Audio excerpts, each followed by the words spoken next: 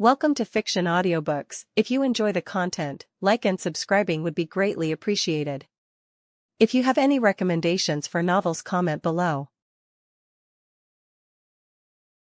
Please join my Patreon at https://www.patreon.com/fictionaudiobook. Chapter 1, Chapter 1 Death and Meeting ROB. Yes, I know I misspelt meeting, it's meant to be a pun. Or rather, a bun. There is a normal guy. His name is Daniel. He's slightly fat and slightly ugly. Not too ugly though, he would look like an average 5/10 if he didn't have any fat, but he is fat, so let's move on. He's currently walking down the street at night eating a meat bun. What is he doing? No fucking clue. He doesn't have any idea either. In fact, he's wondering that right this moment. It's completely uncharacteristic of him to actually leave the house after all. He just sits in front of his laptop all day reading fanfictions and such. Who knew? Anyway, he's walking down the street when all of a sudden, he sees a truck. Now, normally, that's nothing to cause an alarm over. But if this specific truck is parked right in the middle of the street when there's usually a lot of traffic on this specific road, then there is definitely something going on. Especially if said traffic is now nowhere to be seen. Our guy here sees this truck, feels something is off and stops walking. He even stops chewing. And he just stares at it. This truck is also staring right back at him. The engines rev up before the truck starts speeding right towards our guy. He panics. A fail on his part because he should know that to die by truck is an honor. Well, you can't exactly blame him. He can't see inside, so he doesn't know if the truck has no driver or if it's just a random psychopathic killer. Our guy here lowers his body and gets ready to leap out of the way before he gets hit. Cough. He coughs. He grabs his throat, his eyes bulge before he falls flat on his face. The truck that was speeding right to him stops in its tracks, as if dumbfounded, and then turns around and drives off to its next victim. Freeze frame. Record scratch sound effects. Yup, that's me. You're probably wondering how I ended up in this situation. Music starts playing in the background. Well, it all started about 5 minutes ago. I was struck by the sudden urge to go on a walk, at night at that. And so I did after grabbing a meat bun from the microwave on the way. Gotta have my meat bun. And yeah, that's it. No big backstory or anything. I'll let time do its thing again. Dio, if you would. Dio, 1 more second. 0. Time continues. And yeah, I died. Not at the hands, or is it bumper, of truck nor did I get stabbed. And I definitely, under no circumstances, went out in a blazing ball of fire, but I died because I choked on a fucking meat bun. I have no words. And like that, I black out, before instantly waking up again. Wow. Wow. That was anticlimactic. I didn't even get to finish off my fucking meat bun. I mean, there are a ton of other regrets in my life, but damn, my meat bun. And so, I start looking around, trying to gauge my situation. This is the void. Or do you call it limbo? Maybe some sort of God's realm. And looking at myself, I can confirm I'm just a blob of ethereal stuff. I'm not sure if I like the white color though. Daniel, what next? Am I gonna get reincarnated?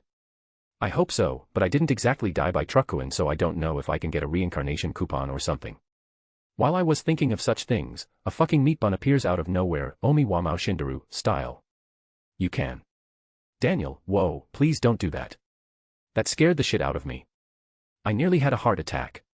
Do I even have a heart? I assume not. I'm sure I'm in what is called a soul state or something. Now that I think about it, how am I even talking? Sorry.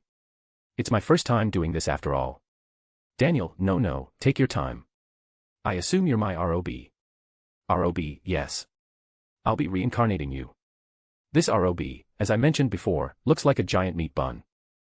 Its voice is a mix of both a male and a female, so I'm not sure of its gender, not that I'm sure meat buns even have a gender.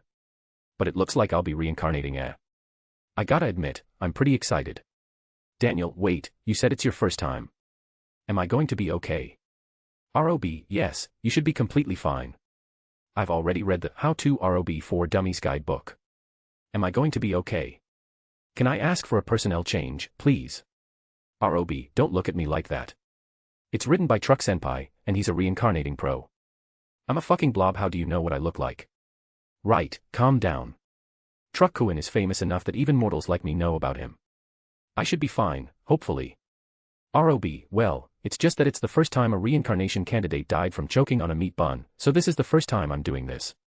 So I would be meeting with Truck-kun if I died because of him. Damn, talk about a wasted opportunity. Daniel, right, so what's the deal? Reincarnation into a world of my choice and 3 wishes. I mean, that's the default reincarnation package. I already have a general idea of my wishes and the world I want to go to, so this should be easy. ROB, no. Crack. Arg. My hopes and dreams. Why must you do me like that, Rob? ROB, well, not exactly. We have an Ice Guy reincarnation package deal that we all started doing recently. You have to spend a wish, but you get to choose your reincarnation destination while also keeping your memories. Daniel, oh, well, how many wishes do I have? Rob, 5. If you wish for the reincarnation package, you'll be left with 4 wishes. Well, it's better than the 3 wishes I was expecting, so it's no loss on my end. Daniel, deal. ROB, excellent choice. Before we get started, however, you should choose which world you want to get reincarnated into. It helps with choosing what skills you want to take. Daniel, then. I want to go to the world of that time I got reincarnated as a slime. A/N, first chapter. Whoa. MC, I'm so excited. Ann, WTF, what are you doing here? MC, what? Why can't I be here? Ann, you can't, it's illegal. MC, I'll do whatever I want. Let me know if I missed anything. Also consider dropping some power stones. Chapter 2 Wishes. Daniel, then. I want to get reincarnated into the world of Tensura slime. ROB, destination set. A good choice, it's an easy world to integrate new souls into. Good for you, I guess. Right, let's get started on my wishes then. I wonder what kind of OP things I can get. Daniel, for my first wish, I want the 3rd magic, Heaven's Feel. ROB, denied. Pardon and wait, I lost my N-word pass when I died. Shit. ROB, well, the 3rd magic gives many benefits, the most obvious one being the infinite mana perk. It's similar to the Magicule Breeder Reactor skill in that regard. Although, unlike Magicule Breeder Reactor, Heaven's Feel doesn't allow the usage of Stardust energy, but it has its own perks to make up for it. Because of this, it's ranked around the level of an ultimate skill. Daniel. Rob. Daniel. So. ROB, oh. I didn't mention that there are some limits to those wishes, right? You can only make wishes on the level of a unique skill. We don't have the resources to give 5 different wishes on the level of an ultimate skill or something along those lines. Resources. What the fuck, why is this sounding more and more like a business? ROB, industrialization. Naruhodo. Daniel, well, beggars can't be choosers. I accept. I'm kinda bummed out about it though. I've had these wishes in my mind for a while. I mean, we all had this moment where we thought about what wishes we would choose if we ever got the chance to be reincarnated. What? It's just me. Okay. Well, I guess I can degrade my 3 wishes to fit the unique skill requirement, and I still have that unexpected extra wish. Wait a minute. Daniel, for my first wish. I want the wish limitation was removed. As I say that, I swear I felt that ROB smile at me. How a fucking meat bun of all things can smile, I have no clue. But I mean, it's been a wild day, I'll just ignore that. ROB, granted, but you can only use 1 wish without the wish limitation. Furthermore, you can't wish for this again. Otherwise, things will get really messy. Messy. How? Well, I guess it's a ROB thing. Daniel, well, get me that Heaven's Feel. ROB, granted, however, it will be turned into a skill rather than a magic. Daniel, that's fine with me. Then, I want something like the Arc of Embodiment. ROB, denied. Jesus Christ, this is quickly catching up to the number of times I've been rejected. Just kidding. I never asked anyone out in the first place. Sniff. ROB, Arc of Embodiment is a magic spell that can create something out of nothing. Granted, it uses energy to use the spell, but it can create matter and atoms, and that's something on the level of an ultimate skill, as it breaks the law of equivalent exchange. You can choose to degrade it, perhaps, by making any conjured object a simple MGIC construction which will disappear after a certain amount of time. Damn, I guess that makes sense. Then how about? Daniel, can you make it so that it needs materials to work? ROB, that can be done. Once again, it will be changed into a skill rather than a magic spell. However, created items will not have any effects, and will just be created in the shape and material you specified. Damn, so no fire swords then. Fuck. Wait, I still have one more wish, should I? But I was going to wish for a system. Fuck it. Systems are overrated anyway. Daniel, then for my final wish, I want to be able to enchant effects onto my items. ROB, a bit vague. Well, you can choose one of two different choices. First, you can make enchantments that will disappear after a while. Or you can take the second option to make permanent enchantments at the cost of more effort. Daniel, are you kidding me? The second option. Is there even a need to hesitate? ROB, granted. Rune Master skill it is. Ooh, sounds fancy. I'll take it. And just like that, my wishes were complete. The moment I accepted my last wish, I started getting a bit lightheaded. My round body slowly started glowing a bit. Well, it was already glowing but started glowing even more. ROB, oh, I guess that's it then. Daniel, that's it. Damn okay, I guess I'll get going then. Anything I should keep in mind? Something I should do? A quest? A mission? ROB, No, nothing comes to mind really. Oh. I would like it if you worship me a bit. We're not gods, so we don't need faith or anything like that, but it's always nice to have someone remember you. Daniel, okay, so a church of meat buns. ROB, no, you just need to eat some buns and that's good enough. You don't need to tell me that, I love my meat buns after all. I partly wished for the skill to make anything I want just so I can have an unlimited supply of meat buns. He. My consciousness started fading away even more at this point, but I just had one more question. Daniel, so, how will I reincarnate? ROB, oh, it's random. Say CK right now. ROB, what I mean by that is, you will either be reincarnated into a recently born child or a recently deceased body. But it's guaranteed you will be reincarnated into a humanoid male. Oh okay, wait, humanoid. You're telling me there's a chance I will get reincarnated into a fucking goblin? Please tell me you're joking. But alas, I couldn't voice my worries as my consciousness completely faded away. Third-person POV. In a certain cave, a human male suddenly appeared out of nowhere. He looks around before smiling. It's not a kind smile, nor a curious smile. It's a smile that makes you want to punch it. Moving on. He continues looking around until he sees a very large silhouette. A large black dragon. Oh. A human. Here of all places. A voice enters the human male's head. He didn't hear it with his ears, but it just appeared in his mind. Some kind of telepathy, huh? Was that from you? The male looks up at the dragon. The dragon, seeing that this human hasn't run away, attempts to awe it with his status. Indeed. I am Veldora, the storm dragon. One of only 4 true dragons in the world. Internally, however, this Veldora is thinking a completely different thing. Maybe I can finally talk to someone. It's been quite lonely. And the male did indeed respond. True dragon. That means you're pretty strong, right? Veldora, indeed. I dare say I am even one of the strongest in this world. Ha ha ha ha ha. The male, who heard this, shows a rather cruel smile. Of course, it's still a smile you would want to punch. Perfect. You'll do. Veldora, of course I'll do. Do for what? This. After saying that, the male walks forward, and places his hand on the dragon. Deprive. Veldora, what are you, ARRGHHHH? The thought transmission stops before Veldora roars out. Whether it's in pain, anger, or some other emotion, no one would ever know. Slowly but surely, the magicule making up Veldora gets absorbed into the human male. Veldora, with his unique skill, Investigator, easily realizes that all he needs to do to stop this is disrupt this human and break physical contact. Unfortunately, he is still restrained by the infinite prison, unique skill and is unable to move from this spot. And just like that, 3 days later, the storm dragon Veldora breathed his last as his magicule count dropped to 0, and he disappeared from this world. In his place is that very same punchable human male with a greatly increased magicule capacity. Asterisk and hail asterisk as expected. I'm the protagonist, huh? And just like that, he raised his death flag. A/N, oi. What are you doing? MC, what? I didn't do anything.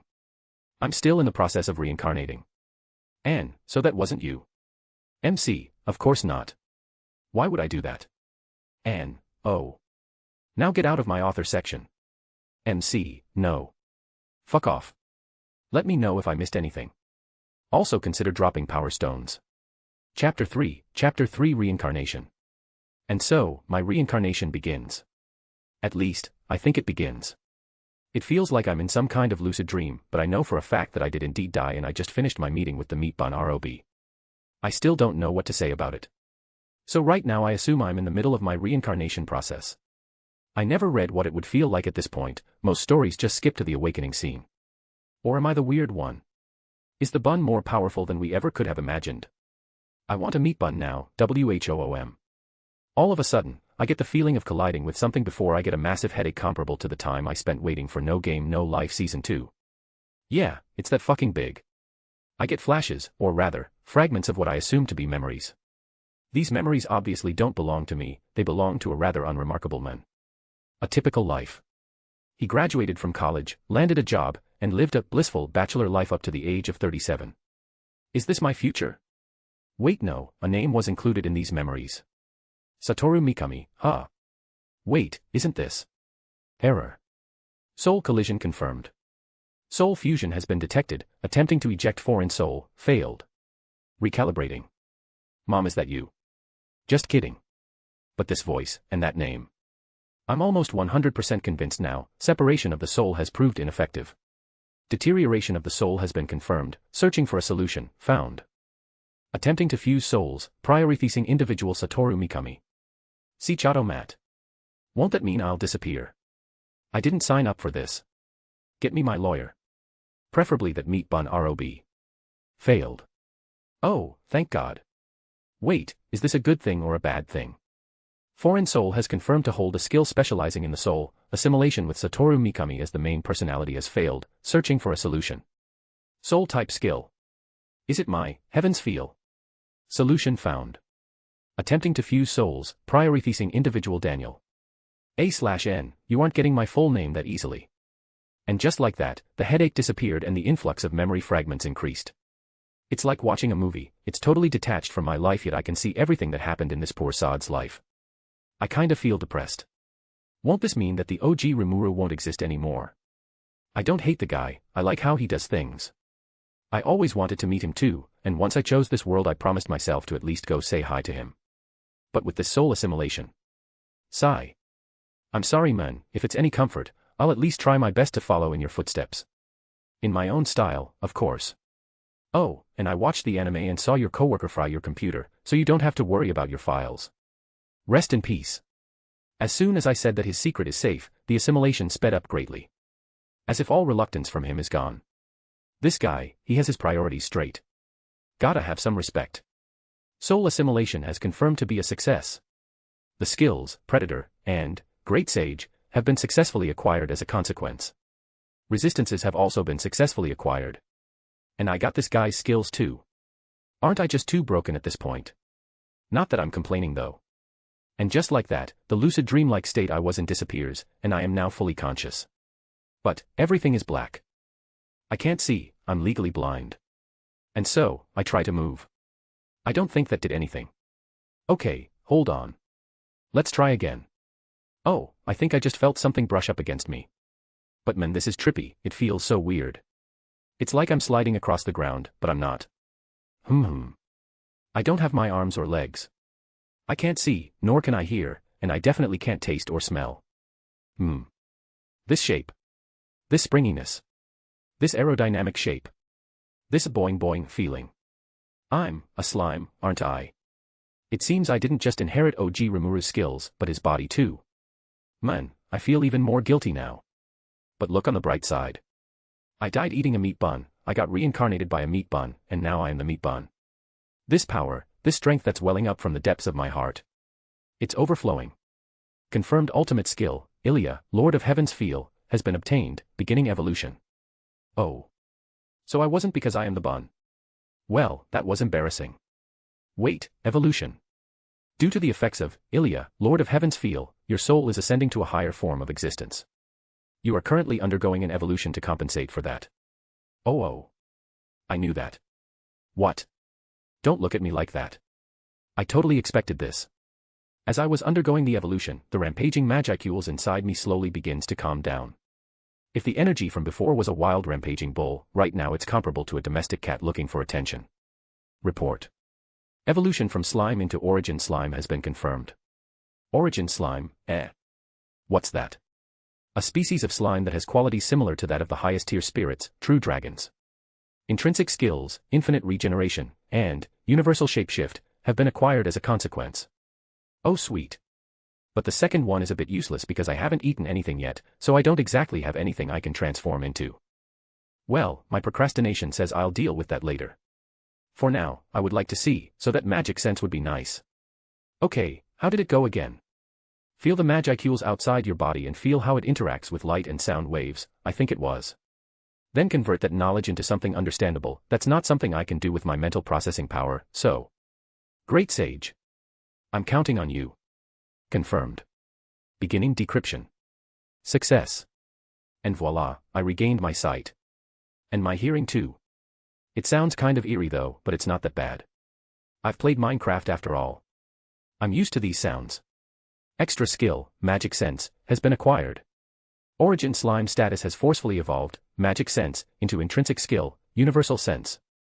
And the good news just keeps on coming. I can see really far now and in much better quality than I'm used to. Is this what 4K quality looks like? It's beautiful. But I'm white. Wait, that came out wrong. I mean I'm white in color. The OG Rimuru was blue, but I'm not. Did something go wrong? Maybe it's a side effect of my skills. Or maybe it's the color of my soul or something. My soul was white just like this after all. And there's this misty haze constantly around me. Oh wait, I'm probably projecting a fuck ton of magicles right now, right? This is bad. With my infinite magicles, the whole world might be suffering under my pressure. Incorrect. Although you have an endless amount of magicles, Ilya, Lord of Heaven's Feel, grants complete control over your magicles, so you are currently only projecting a minuscule amount of aura. This is your natural aura that is normally projected due to your status as a monster. Eh? Then what the hell is this misty haze around me? A visual effect. Would you like to disable it? What? Nah, it looks cool, I'll keep it for now. A/N. MC. N. MC. So. Ilya, Lord of Heaven's Feel, N. Oh shut it. And get the fuck out. Let me know if I missed anything. Also consider dropping some power stones. Chapter 4 Testing New Skills. Right, I guess now I have to get out of this place. I want to meet with Veldora. I can look for him while testing out my skills. First up on the agenda, I need to know what my skills are. I mean, I'm pretty sure I remember them, but there's a chance I missed one. Great Sage, can you tell me what skills I have? Would you like to view your skills in a status board format? The fuck? You can do that. Correct. Searching your memories have informed me that this would be the best way to inform you of your current skills. Then pull it up. Name, none, Daniel. Race, origin slime, highest tier spirit. Protection, crest of space. Title, none. Ultimate skills, Ilya, Lord of Heaven's Feel. Intrinsic skills, infinite regeneration, universal shapeshift, universal sense. Unique skills, Great Sage, Predator, limited creation, Rune Master. Extra skills. Common skills. Tolerances, resist temperature, resist melee attack, cancel pain, resist electricity, resist paralysis. A/N, did I forget something? Let me know if I did. Nice, it seems my skills are in order. Those 4 unique skills are really hyping me up. I mean, how many people out there have 4 unique skills? And I've only just been reborn. And I even have an ultimate skill. But, ahem, stares at protection, crest of space. Inhales. What are those? A/N, I am so sorry. Report. As you have ascended into a higher being, you have gained a domain. An example would be the true dragon Veldora, having a domain over storms. It can also be considered a form of authority. Yes, that's nice and all, but why is it a space affinity? Doesn't it make me seem a bit, I don't know, generic? Report. The space element just so happened to be the one you have the highest affinity with. Eh? That's it. Damn, I was expecting something different. So now I am a space slime or something. Do I sparkle now? Do I have stars and shit? Oh god, I hope not. Right, intrinsic skills are skills that come with my race. I didn't have magic sense before I evolved, so once I gained the skill it automatically upgraded to a satisfactory level and became an intrinsic skill. Unique skills, Great Sage, and Predator, are exactly the same as in the series, so I don't need to check them. What I do need to check are my other 2 unique skills. Then, I guess first on the list. Tell me about limited creation, great sage. Man, what would I do without sage? Unique skill, limited creation, allows you to create anything you imagine as long as you have magicules and matter. Created objects will not contain any energy upon creation. So it's not important what specific matter I use. Correct. Guess there's only one thing left to do. Limited creation. And just like that, the rock floor caved in a bit and a hot steamy meat bun appears in the middle. Ha ha ha. The power. I quickly jump on the meat bun and consume it with glee, before I die on the inside. I can't taste it. Curse you, Veldanava. Why did you have to create a race with no taste buds? Do you want to watch the world burn? Joker, you called. Not now. Sigh. Let's just move on. I felt the magicule drain when I used that skill, and it seems to be quite a lot. Fortunately, it's not much to me, especially with my greatly increased magicule capacity from my evolution and my infinite magicules. Furthermore, Great Sage is telling me this is a bona fide meat bun, one I'm used to eating all the time in my past life. That means the skill can also easily transmute materials. But it said created objects can't contain any energy, so I guess I can't make anything like swords that shoot fire. A shame really. Next skill. The unique skill, Rune Master, gives the user knowledge of runes and the most efficient way to arrange them to best suit the user's wishes. So, like a magic spell. Let's try this out. Okay, I want a rune sequence that expels fire. Oh, whoops. Let's try that again. Rune Master. Okay, now I have the runes. I didn't activate the skill before. Haha, whispering fucking dumbass. Anyway, a series of runes pop up in my mind. They appear like this. Upsilon Sigma G. I just. Not saying anything further, I engrave those runes into the ground. Once I feed a small number of magicules into those runes, a ball of fire the size of a fist formed 10 centimeters above the ground. Exactly the way I pictured it. So I think of an effect, use the Rune Master skill and engrave the received runes into a surface before feeding energy into it. I guess this is what ROB meant by saying permanent enchantments at the cost of more effort. I mean, I have to engrave runes onto every single object for them to do something. Wait a moment, what if? Rune Master. Limited creation. A small metal dagger appears in front of me. I touch the handle making the runes embedded along the blade during its creation process light up, before a small ball of fire flares up directly above it. Aha. Ahahaha. Yes. Fire swords aren't a dream. I can see it now. Creating throwing daggers engraved with self-destructive runes in the middle of the fight before throwing that shit right at the enemy while screaming, North Korea. It's glorious. I'm so excited. Even my slime body is jiggling around. I guess that just leaves one final thing I need to take care of. My name. Daniel is kinda. Well, it's a good name, I fucking hope so, but it doesn't exactly fit. In this world I mean. Furthermore, I'm not named either. I'm not even sure anyone can name me in the first place. I hope I can name myself or I will only be able to speak like, this one would like a cup of tea, and make way for the great me, and shit like that.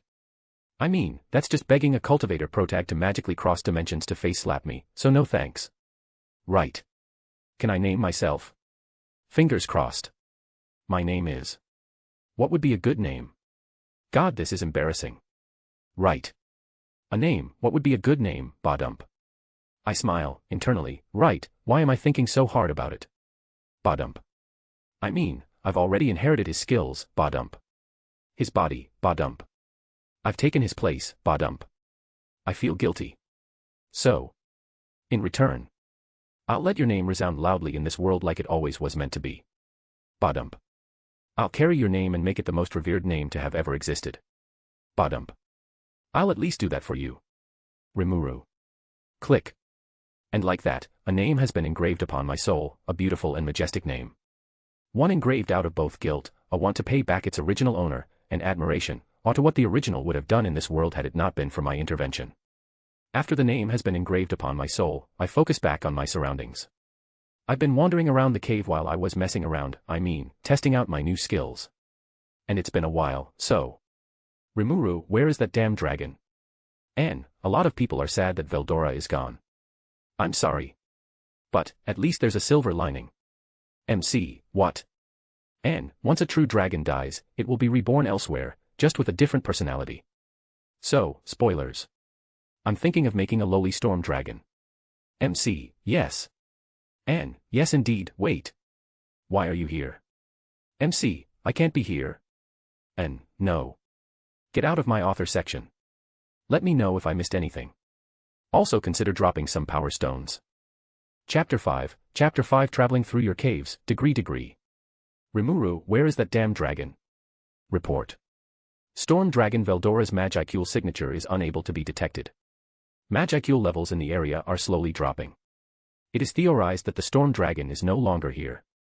No longer here. How did he leave? He should still be trapped inside the infinite prison. Did he find a way to get out?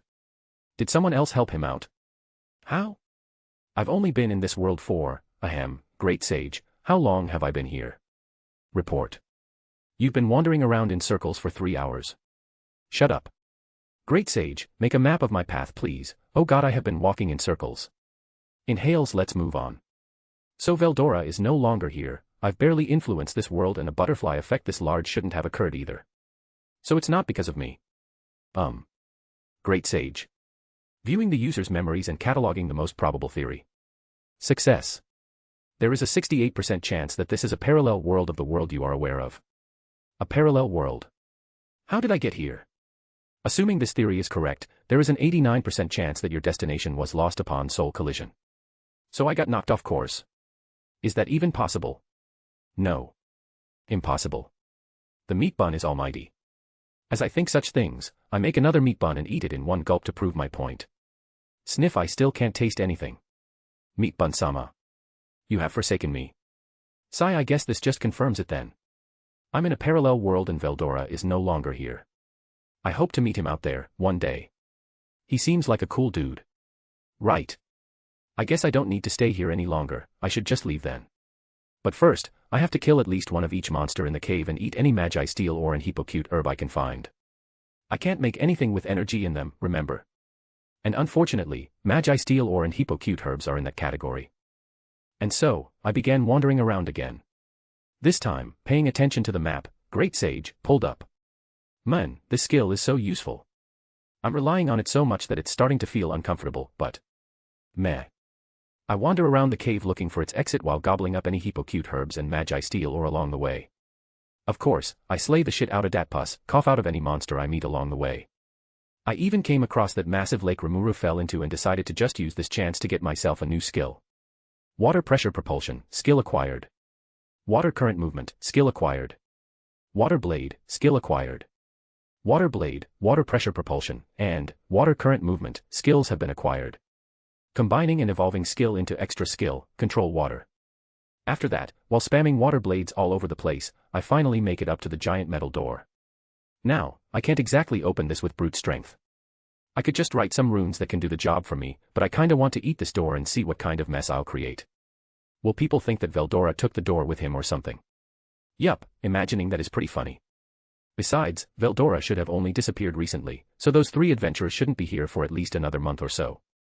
They can't pin this on me. Right, I think I have enough excuses. Itadakamasu, clang, creak. Phew. I thought that door wasn't gonna open. Yeah, I'll bet. Nobody's even tried going in for 300 years, right? Did you check inside? Is it safe? In a high-pitched voice, what is happening? Why are they here? Veldora should have only disappeared. Wait, when did Veldora disappear? Received. Estimating Magicule density loss rate. Cross-referencing with an estimation of Magicule density at its peak. Report. It is predicted that the storm dragon Veldora disappeared from this place over a month ago. Oh okay, then it definitely wasn't my fault that he's gone. I mean, I knew that all along. A/N, doubt. Still, it's kinda trippy, being able to understand them. I can hear them speaking a totally foreign language completely different from English or Japanese, but I can still completely understand what they're saying. If I remember correctly, Magic Sense could translate words as well. It's honestly so convenient, without it I would be so lost. Now that I think about it, everyone in the series just talked to each other normally. Does this world have a uniform language that everyone speaks? Do monsters also use this language?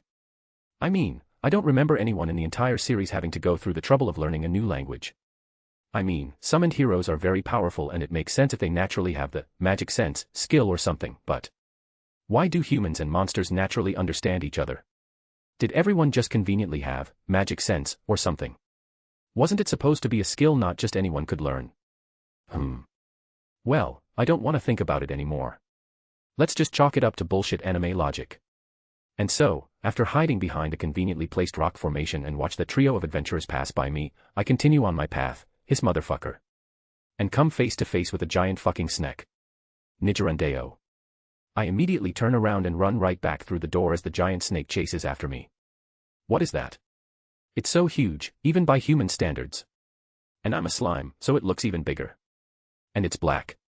Wait, this makes me sound like an asshole. You know what? Maybe it's just misunderstood. Maybe it just wants someone to talk to. Yeah, let's go with that. And so I stop running and turn around, not that it can see me turning around because I look the same from all angles, but ignore that. Ahem. Hey man, how are? Spit. Snek, don't talk to me. Look at this bitch. I tried being nice, but no, he spits acid and tells me to stop talking to him. You know what? Fuck you too. Waterblade. Shing. And its head falls off as its whole body collapses onto the floor. Ha. That'll teach you. As I think of such things, I walk/slide away, before coming right back and using Predator on its corpse. Whoops, forgot, skills, Heat Sense, and Poisonous Breath have been acquired. Heat Sense has been assimilated into Universal Sense. Nice. Right, let's continue. Name, Rimuru. Race, Origin Slime, highest tier spirit. Protection, Crest of Space. Title, None. Ultimate skills, Ilia, Lord of Heaven's Feel. Intrinsic skills, Infinite Regeneration, Universal Shapeshift, Universal Sense. Unique skills, Great Sage, Predator, Limited Creation, Rune Master. Extra skills, Control Water. Common skills, Poisonous Breath. Tolerances, Resist Temperature, Resist Melee Attack, Cancel Pain, Resist Electricity, Resist Paralysis. A/N, because he didn't have his meeting with Veldora, he doesn't have the telepathy skill, but relax. Once he finishes the Goblins vs. Wolves quest, he'll get the upgraded version of that skill, Thought Communication. MC, I sure hope I do. And, again. How are you even getting in here? MC, I just walked through the door. But my guard. MC, yeah, having Komasuk as a guard isn't gonna work. MC. Get the fuck out. Let me know if I missed anything. Also consider dropping some power stones. Chapter 6, Chapter 5.5 What If? I got bored and decided to write this. It's not part of the fanfic and just something I'm doing for fun. Read it, or don't, it won't matter. I just thought it would be a waste to have this sitting in the corner doing nothing. This is a story of what if our MC didn't meet our meat bun ROB and didn't get reincarnated into an anime world. It's been around 2 years since I've been reincarnated. Unfortunately, that damn ROB only granted me 1 wish instead of the default 3. I mean, it's not his fault, I went ahead and thought that 3 was the default for all reincarnations, but... well, I should be happy with what I have. I died, met a ROB, who, by the way, had a glorious beard, and got a wish. I was able to wish for anything I wanted, and he was even ready to grant my wish for omnipotence. Yeah, the ability to do anything I want. It's crazy. It's because of this that I don't really hate the ROB or anything. If anything, I'm very thankful he even bothered to reincarnate me. Well, it was bound to get boring if I wished for omnipotence, so I settled on a rather useful wish. Or rather than useful, it's interesting. I was always interested in this profession. Blacksmiths, that is. Well, I'm a bit different from your usual garden variety blacksmith, shuffle shuffle. I'm sitting in the middle of a forest. To my left, the bushes start rustling a bit. I tense my body to prepare for a fight, but it seems it's unnecessary. From the foliage, 4 people stepped out. 1 male and 3 females. Furthermore, they're all young people too, maybe around 20 years old or something, and they're all good-looking. TCH. Explode already. The male, dressed in a flashy set of armor with a sword sheathed on his hip, was the first to notice me. His eyes widen slightly in surprise before he smiles kindly at me. I didn't expect anyone else to be here. I don't say anything. I just look at him, before turning my attention back to what I'm doing. What am I doing, you ask? Well, I'm a blacksmith. I'm forging, obviously. What are you doing? I just mentioned I was forging in my monologue. Sigh, this is the problem with people who aren't aware of the 4th wall. There was only a couple of people who were aware of this wall, and it made things so much easier. I wonder how they're doing. Saintess Lashivia and Demon Queen Amelia.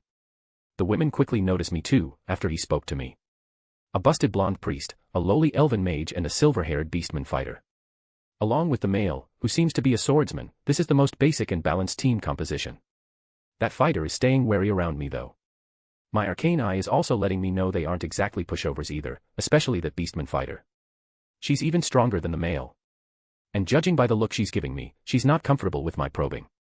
I'm a bit surprised she can even tell I'm inspecting her. Well, it's not like that can do anything to me. I have long learned the Joestar secret technique, they can't do shit to me. But I don't care, I just get back to my forging. There's no sound in my forging, which is why this party never noticed me. It used magic to isolate the space around my hands after all. I mean, the sounds from my hammer striking the metal would make a normal man burst apart in a bloody firework. It happened once before. It wasn't pretty. Ever since then, I learned magic to support my works.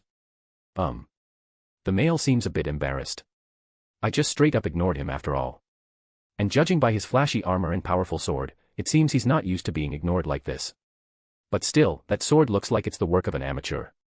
It needs work.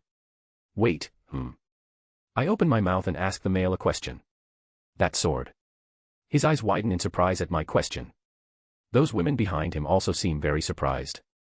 Not because of what I asked, but because of my voice itself. To use magic in this world, you have to speak them out loud and let any spirits you're contracted with know the spell you want to build. And to make them effective and be heard by the spirits over my explosive hammering, I train my voice to its limits. I've heard people liken my voice to that of the dialogue wyvern, known for their enchanting songs. Not to be confused with the Dio wyvern, as they are known for their ear-grating wryyyyyy that makes anyone want to die. The male opens his mouth. It seems you're also quite young yourself.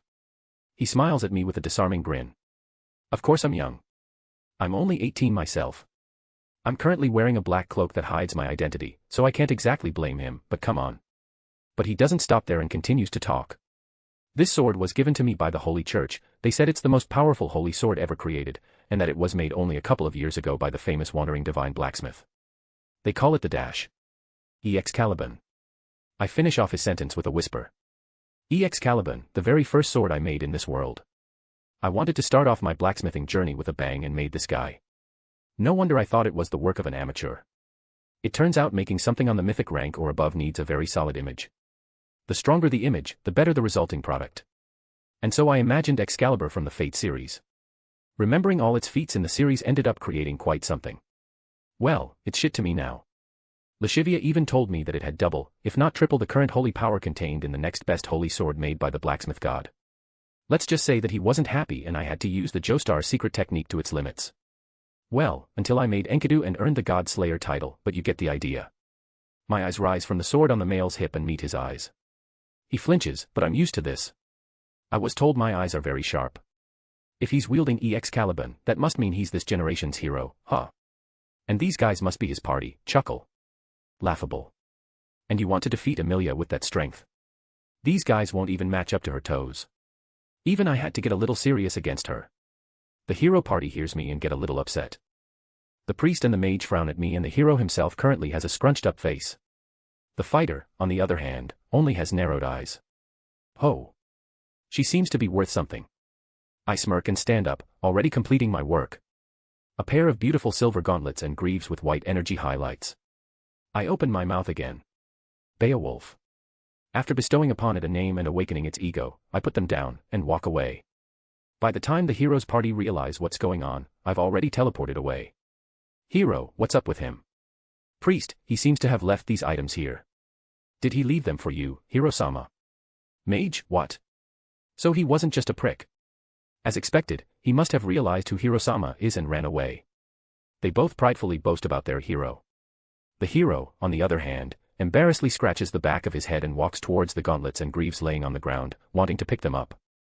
Flash, thump. But he was thrown away the next second, crashing into a tree. All three of the women are surprised. The hero, with an authority over weapons, was rejected. Beowulf, ka. Laughable. Just because of mere divine protection, you believe you can wield me. Audacious. I am Beowulf. An ego weapon of the highest order. You can keep dreaming elsewhere. A young female voice shouts out from the gauntlets and greaves laying on the ground, now glowing with a dense white aura. Fighter, impossible. That man created an ego weapon on the spot. The silver beastman fighter unconsciously leaks her thoughts out in shock before her movements stop, and a look of pure shock spreads across her face. Fighter, a hidden identity, soundless smithing, and leaving his creations in exactly the place he created them, waiting for those destined to wield them to arrive, the wandering divine blacksmith. Beowulf, it seems you're quite informed. You, the silver-haired fighter. It seems my creator made me with you in mind. So I ask you this. Beowulf speaks out again, this time to the fighter. The priest, the mage, and even the hero's eyes widen in shock and extreme envy. After all, a creation of the wandering divine blacksmith is about to say the very words every person in the world dreams of hearing. Even the hero's Excalibur doesn't contain an ego and is merely the highest tier overgrowth weapon. Beowulf, are you, my master? Meanwhile, a certain blacksmith, thousands of kilometers away, laughs to himself. Man, I still can't stop myself from making my creation say that. A/N, alright, I'm done. Back to the fanfic. But now that I'm rereading this, it sounds like a really interesting story. I want to read it. But too bad. I'm not writing any more of this. I only did it because I was bored. Chapter 7, Chapter 6 Enter the Forest. I took this opportunity to try out a couple of things. First, shapeshifting. I didn't have anything to shapeshift into previously, so I couldn't use my universal shapeshift skill, but since I ate the Karen snack here. No offense to any Karens out there. If it makes things better, I used to have a very good friend whose name is Karen. Well, she calls me a fucking stalker rather than a friend, but I'm sure she's just playing. Let's try this out. Universal shapeshift. And so I turn into a giant black snake. Wow. I can practically feel the need to ask for the manager. But there wasn't any black mist during my transformation though, notice. The black mist is used to make up for any lacking body volume, however since the body size of slimes is mostly determined by the number of magicules in their body, you have complete control over how large your actual body is.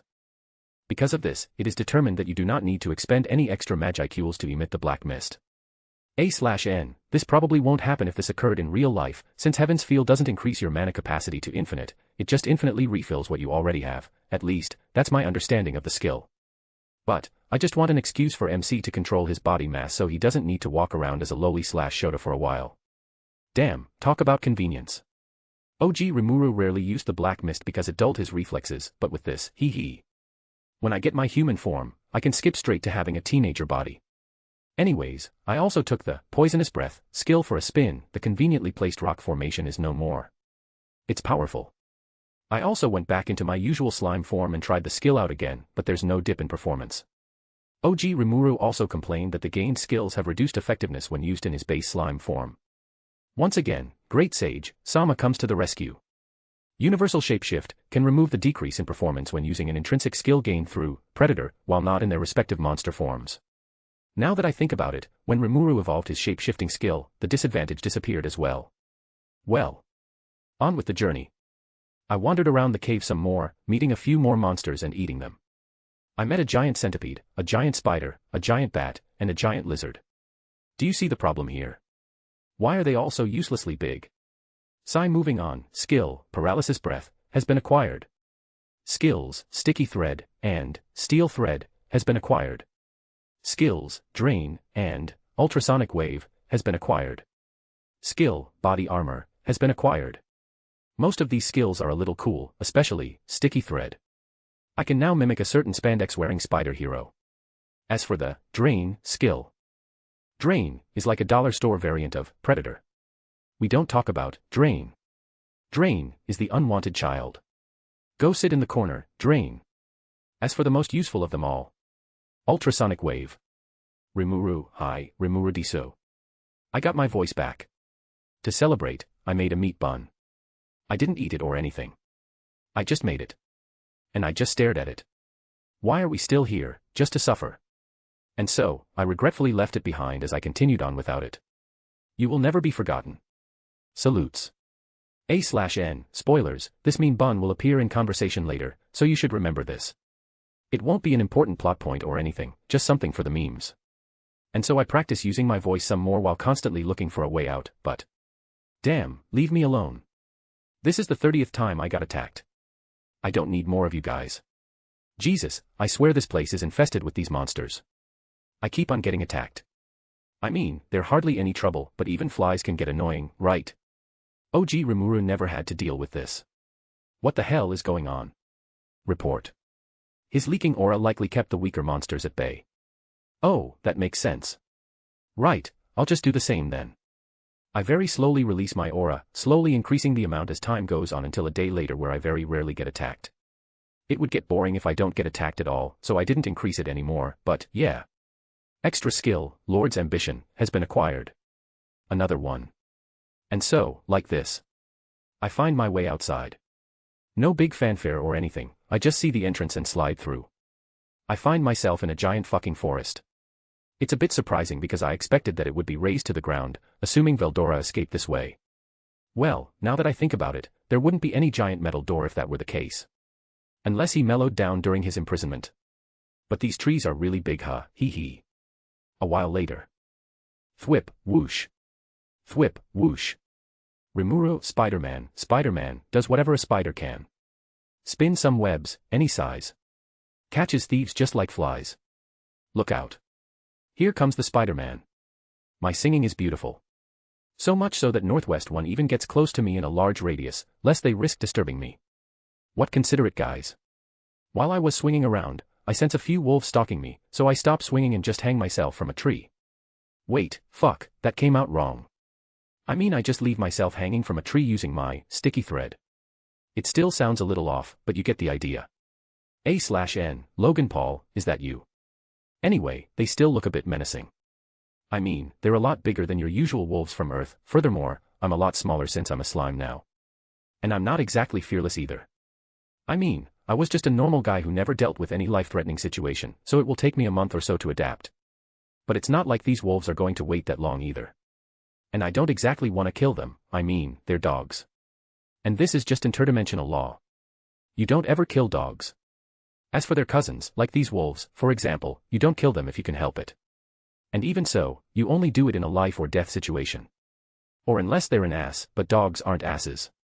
So, how do I chase them away? Oh. I could sing. No one wants to disturb my singing. But I don't think that would be enough. Oh, I know. Ahem. Rimuru dame da any dame yo dame na no yo. Anta ga suki da suki sujite. Dor dake tsuyoi osaki demo. Yugamanai omoi ga bakamitai. And the wolves run away. Ha ha ha. A Yakuza impression mixed with my singing. Combo. Wait. Now that I think about it, one of those wolves had a star pattern on its head, was that Ranga? Well, not Ranga but pre-named Ranga. Damn, a bit of a shame. I could have asked him to take me to his pack to let me talk it out with his dad, the pack leader. After that, I could name them all and meet with the goblins. Esps. Well, it's a bit late for that. Oh well. I guess I can just start off with these goblins then. As I think such things, I turn my attention to the trembling group of goblins that just appeared. Name, Rimuru. Race, Origin Slime, Highest Tier Spirit. Protection, Crest of Space. Title, None. Ultimate Skills, Ilya, Lord of Heaven's Feel. Intrinsic Skills, Infinite Regeneration, Universal Shapeshift, Universal Sense. Unique Skills, Great Sage, Predator, Limited Creation, Rune Master. Extra Skills, Control Water, Lord's Ambition. Common Skills, Poisonous Breath, Paralysis Breath, Sticky Thread, Steel Thread, Drain, Ultrasonic Wave, Body Armor. Tolerances, Resist Temperature, Resist Melee Attack, Cancel Pain, Resist Electricity, Resist Paralysis. A/N, I'm rereading Chapter 4, and... Holy shit. Did I really write that? That moment when MC named himself. That was so fucking cringe. MC, hey. I had to deal with the brunt of that. Do you think I wanted to do that? Anne, shut up. Yo, do whatever I tell you to. MC, but you wrote it. I mean, what the hell was that badump for? I don't even have a fucking heart. Anne, I was trying to make it a serious scene. MC, and you made it a joke instead. Anne, screw you. And get out of my author section. Let me know if I missed anything. Also consider dropping a power stone. Chapter 8, Chapter 7 Goblins. I met the goblins. Rimuru. Say something. I mean you guys are just standing there and shaking. Oh strong one. What business do you have here? Who I assume to be the leader steps forward warily and speaks out to me. Yeah, this is really odd. They're just grunting, but I know exactly what they're saying. Magic sense is trippy. Anyway, I guess I should answer. Rimuru, well, I was just wandering around I guess. I was also looking for you guys, but it's not like I can say that, eh? Oh, I should also show off a bit. Rimuru, my name's Rimuru. Immediately after, they start looking at me with awe, or, I assume it's awe. I mean, they're ugly as fuck. I know once they evolve they would become more human-like, especially in the beauty department, but these guys, their faces look like your mom. I mean, they look like those super wrinkly old women, or rather, those witch masks you see on Halloween. And they all look the same. Jesus Christ, this is terrifying. Anyways, they're looking at me with, what I assume to be, awe on their faces. To monsters, having a name is a kind of status. Village is ahead. We sent strong monster, so we sent patrol. Oh, their village is nearby. That makes things easier. But, they sense me. Oh. I forgot about my aura. I left it on high, so I'm practically screaming out, here I am, without any pants on. Not that I have pants in the first place. So yeah, I quickly toned down my aura to exactly that of a slime. I still think I'm missing something. It must not be important. Rimuru, right. Now, take me to that village you mentioned. Of course, Majestic One. Rimuru, Majestic. I never heard OG Rimuru getting called Majestic of all things. Of course. Your mystical figure enshrouded in that haze is very enchanting and majestic. Oh, that's what I was missing. I forgot to turn off the misty visual effects. Ha. Silly me. And so I turn it off. Now I'm just a normal white slime. Wait, what color are slimes in this world? Do they come in different colors? Or just a single color? Hold on, why was it that in this story about a slime, there was never a mention about a slime other than Rimuru? A/N, was there? I forgot. Let me know if there was. And so I got guided to the village. On the way, I realized that I was still sliding. And it's kinda gross. I mean, I'm not leaving any mucus behind as I move, nor am I covered in mucus. If anything, I'm like a soft squishy ball. Anyway, sliding is gross, and I need to move differently. The solution. Hopping. Or rather, bouncing. I look a lot cuter this way. Now, come to me ladies. Arrives at the goblin village. Not you ladies. At least wait for the evolution. Geez, I still can't get over their ugly looks.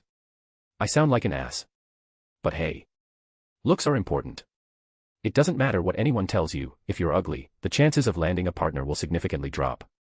I know from experience after all, sniff. Anyway. I digress. Right, goblins. As soon as I arrived, the first thing that passed through my head was, what the fuck are those dingy sheds? I mean, they look like they would fall from a simple breeze. Whoosh. Creak, snap, collapse. Let me rephrase myself.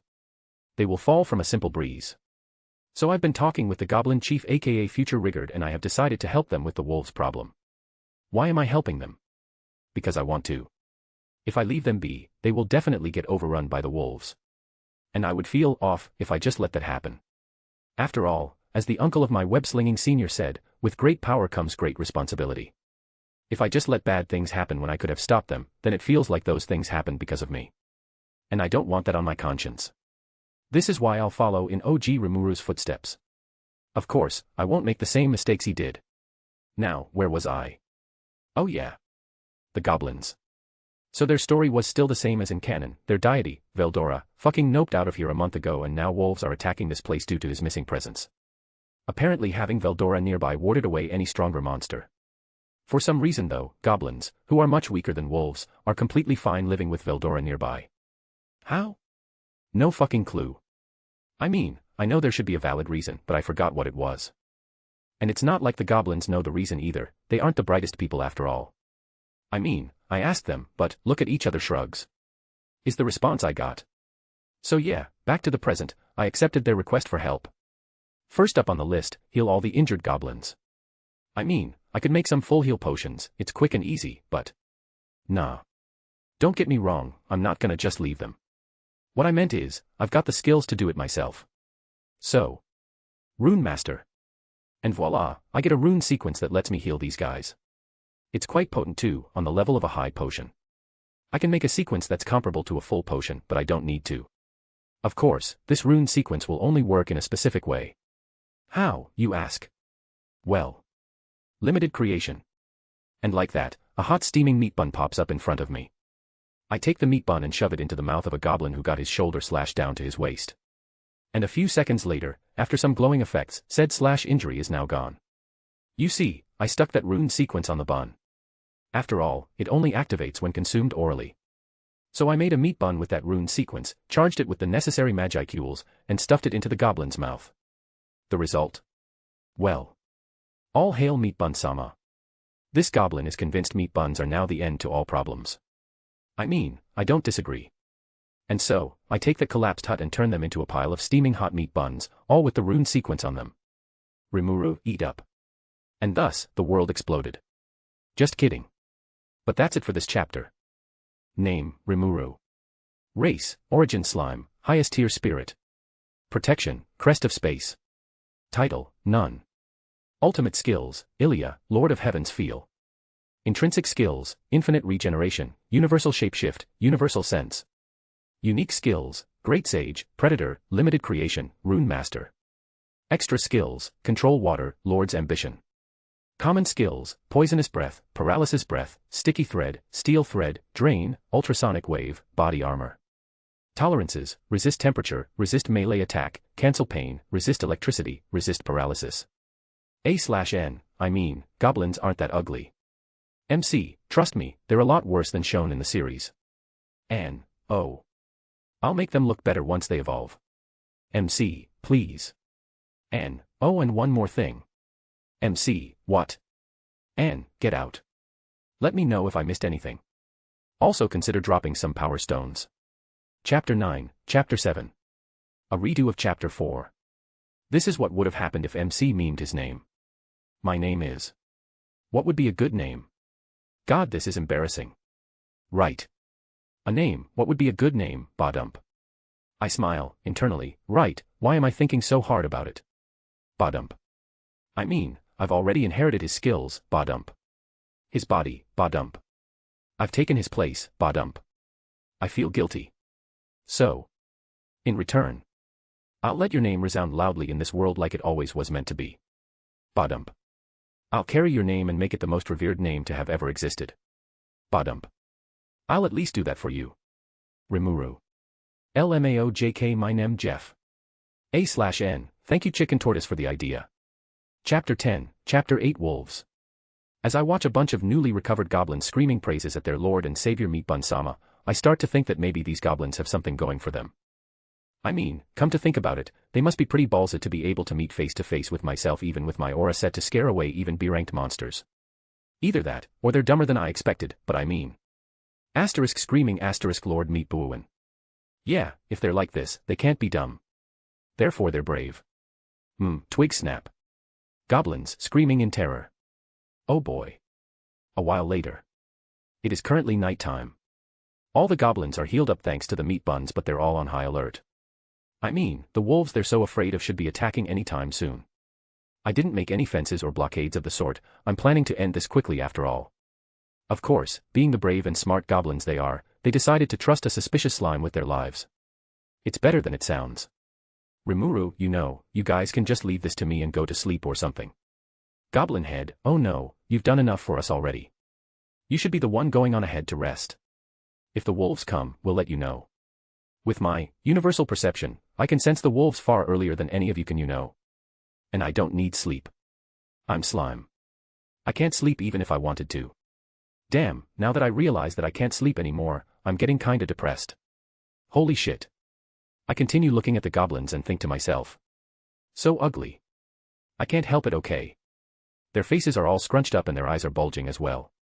They look a lot worse than shown in the anime or manga. I mean, I know for a fact that when they evolve, they will appeal a lot more to me in the visual aspects, so I'm not exactly despairing or anything. So I contemplated naming them right after I was done healing the injured goblins. Well, I ended up deciding not to and just name both the goblins and wolves altogether. Can't be fucked doing it separately. Procrastination at its finest. A few hours after the sun went down, with the stars and moon high in the sky, I sense a pack of monsters heading this way at a decent pace. I'm not having my universal sense activated at full blast, I just have it on at a passive state. Even so, I can feel them coming at over 300 meters away. Well, if I put in the effort, I can easily sense them at over a kilometer away. Once again, procrastination at its finest. Rimuru, they're here. I'm gonna go step out for a bit. Goblin Head, oh. Please be careful. Rimuru, I got this. After saying that, I hop away to the edge of the village, facing the hill where the wolves should show up. Not even half a minute later, a large pack of dire wolves numbering over 100 pop up over the hill in the distance. The moon, being conveniently placed behind them, makes them seem even more proud, I guess. The one who seems to be the leader raises his head and howls towards the moon. Wolf leader, oh whoa. It's a little cute.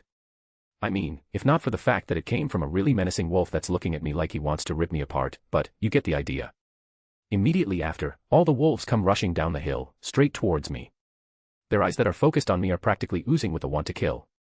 I would assume they want to eat me, but I'm a slime. Once I die, I would probably turn into a puddle. Would they just lap me up or something? Anyway, dozens of what I assume to be hungry wolves come running straight towards me. It's a bit terrifying, to be honest. Is this what Kazuma felt like, facing those orcs? Nah, he had it worse. Anyway, I don't want to kill any of them. It's not like I'm expecting them to stop and just listen to me talk about love and peace. After all, to get them to listen to me, I need to show them my strength. So, I unleash a very tiny bit of my Lord's ambition skill. It's like the coercion skill but on steroids, so unleashing it at full power could straight up knock them all out, and there's a good chance of killing them too. I mean, my Lord's ambition can even scare off some A-ranked monsters, so using it on these guys is a bit of an overkill. They all stop running. One look and I can tell. They're scared. Some of them are even lying down with their heads to the floor and their ears flat. I want to mafu them soon. Let's get this over with. Rimuru, my name is Rimuru. I'm gonna take over this place. Since you've shown me hostility, you're now under my command. You serve me now, got it? None of them said anything. Instead, the wolf leader walked down from his position to me. When he reached the halfway mark, he spoke. Wolf leader, unfortunately I can't do that. You have to kill me first. No. Why would you say that? Wolf leader, it's the pack tradition. No one will follow you if you do not kill me. There was something like that. Come to think of it, the canon wolf leader also didn't give up, even as his fellow pack wolves were killed so easily in front of him. Was this the reason? No, maybe it's a parallel universe thing. Fuck this. Rimuru, no. You will serve me along with the rest of your pack. Wolf leader, you don't have a choice. Saying that he starts sprinting towards me. To everyone else, he's moving at very fast speeds, but to me, a brisk walk. Sniff. I can feel your conviction. Don't worry, I will give you the most majestic send-off. And so, I concentrate my Lord's ambition on him, freezing his movements. I quickly write down some runes that shot me high into the air above the wolf leader, and once I started falling again, I made my move. I expelled a large amount of dirt from my predator stomach. Limited creation. The dirt transformed into something else. My current greatest creation excluding the meat buns. Something all JoJo fans will recognize instantly. Rimuru, Rotor Rolla Da. And so, a giant yellow road roller speeds downwards crashing right onto the wolf leader. Crash. A glorious death. Name, Rimuru. Race, Origin Slime, highest tier spirit. Protection, Crest of Space. Title, None. Ultimate skills, Ilia, Lord of Heaven's Feel. Intrinsic skills, Infinite Regeneration, Universal Shapeshift, Universal Sense. Unique skills, Great Sage, Predator, Limited Creation, Rune Master. Extra skills, Control Water, Lord's Ambition. Common skills, Poisonous Breath, Paralysis Breath, Sticky Thread, Steel Thread, Drain, Ultrasonic Wave, Body Armor. Tolerances, Resist Temperature, Resist Melee Attack, Cancel Pain, Resist Electricity, Resist Paralysis.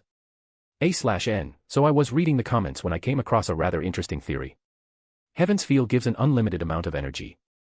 In this case, it's prana. The energy mages use in the Fate series. This happens because the soul generates an infinite amount, and a mage can only use as much as their magic circuits allows. This limit holds even for a user of Heaven's Feel, just that it regenerates itself instantly. But since MC is literally made from magicules, it should theoretically be possible to have an infinite amount of it with no capacity limit. It makes sense.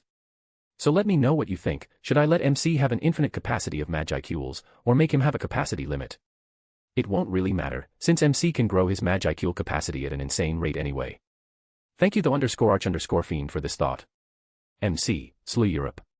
Anne, Sigh. Chapter 11, Chapter 9 Naming. And so, the wolf leader died. I bounced up to him before using Predator on him, gaining the dire wolf form. Skill, keen smell, and extra skill, thought communication, have been acquired.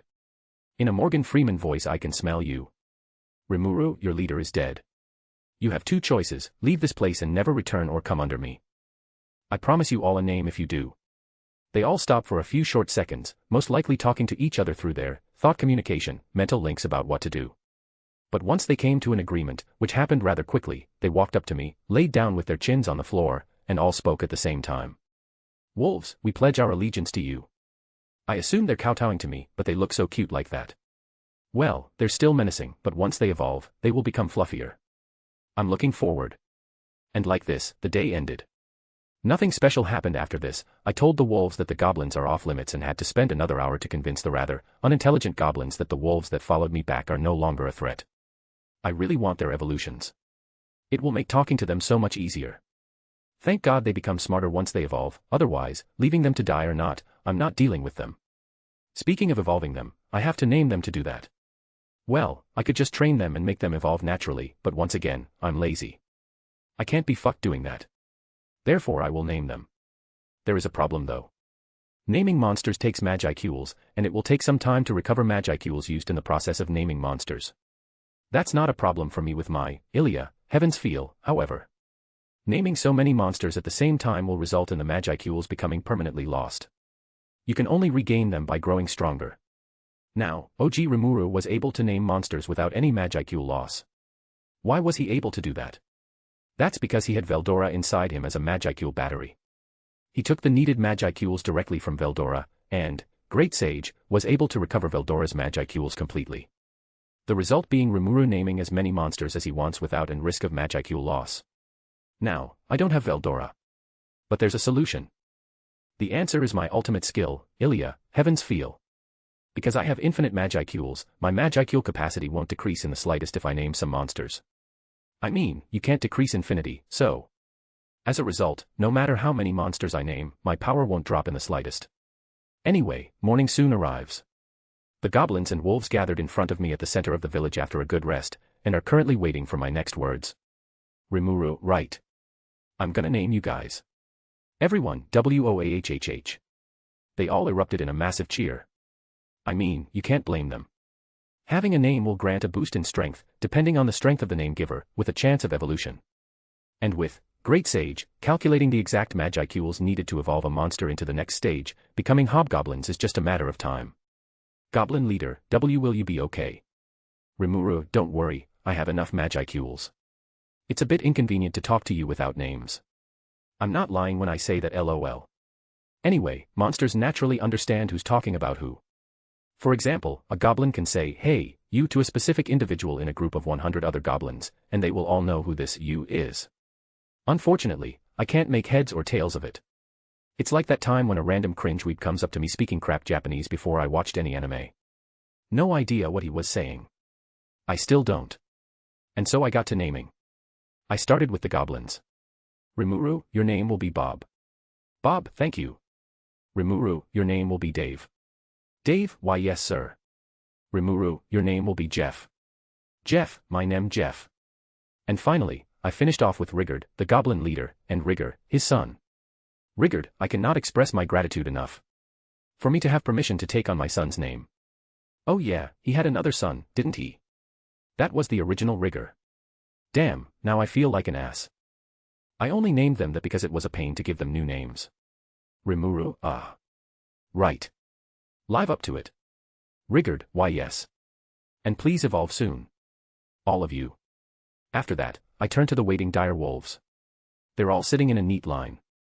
Here's the problem though. What should I call him? I want to call him Ranga, but Ranga is a name that's supposed to be a mix of Storm and Fong. But I don't have the Storm attribute, so that name won't exactly fit. Well, I'll just call him Ranga. I mean, it would be confusing as hell to call him another name when I remember him as Ranga.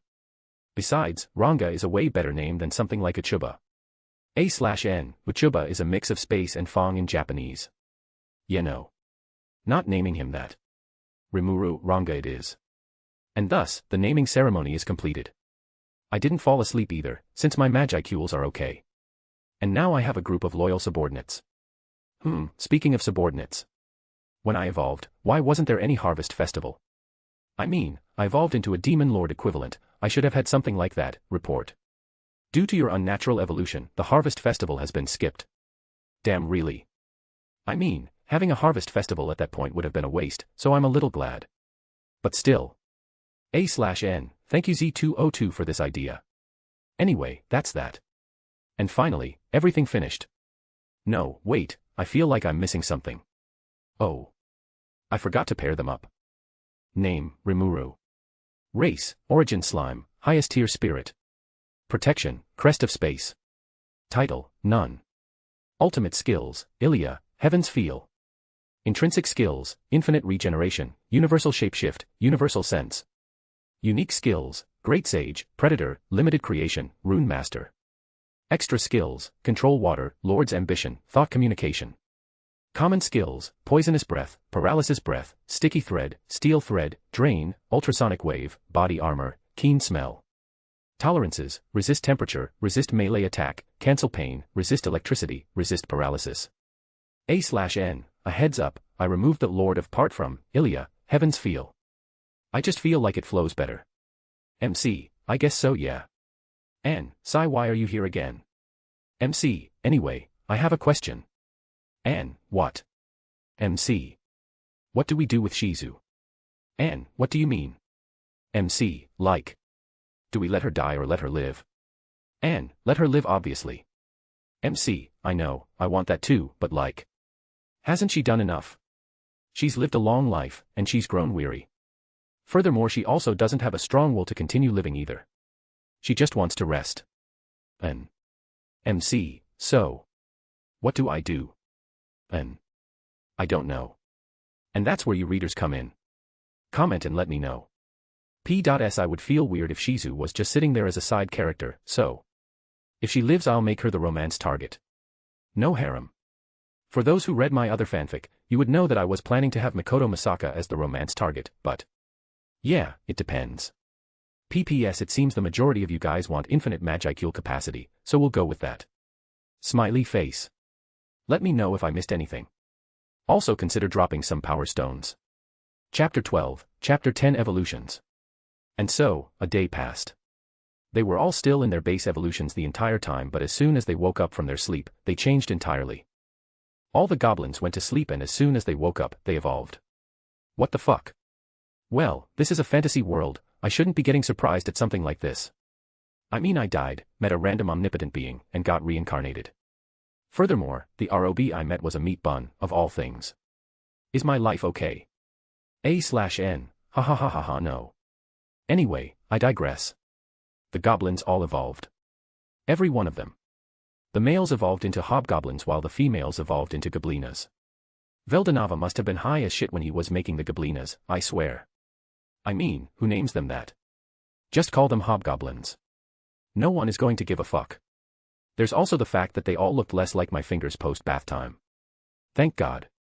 The males became more average, I guess, with the females become more average as well. I mean, this is already a major improvement.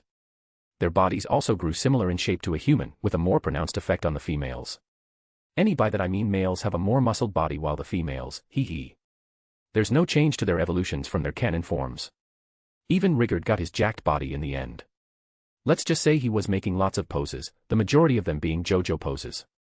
Who told him those? Was it the meat bun? But yeah, most of their evolutions stayed the same. I say this because, well. Ranga, master. A giant wolf appears in front of me, wagging his tail. Obviously, you can easily infer that this should be Ranga. There's a problem with that though.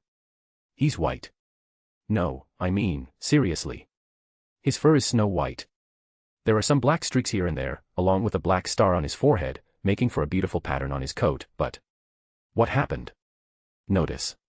The individual Ranga has evolved from a dire wolf into a blink wolf, a space-attributed evolution.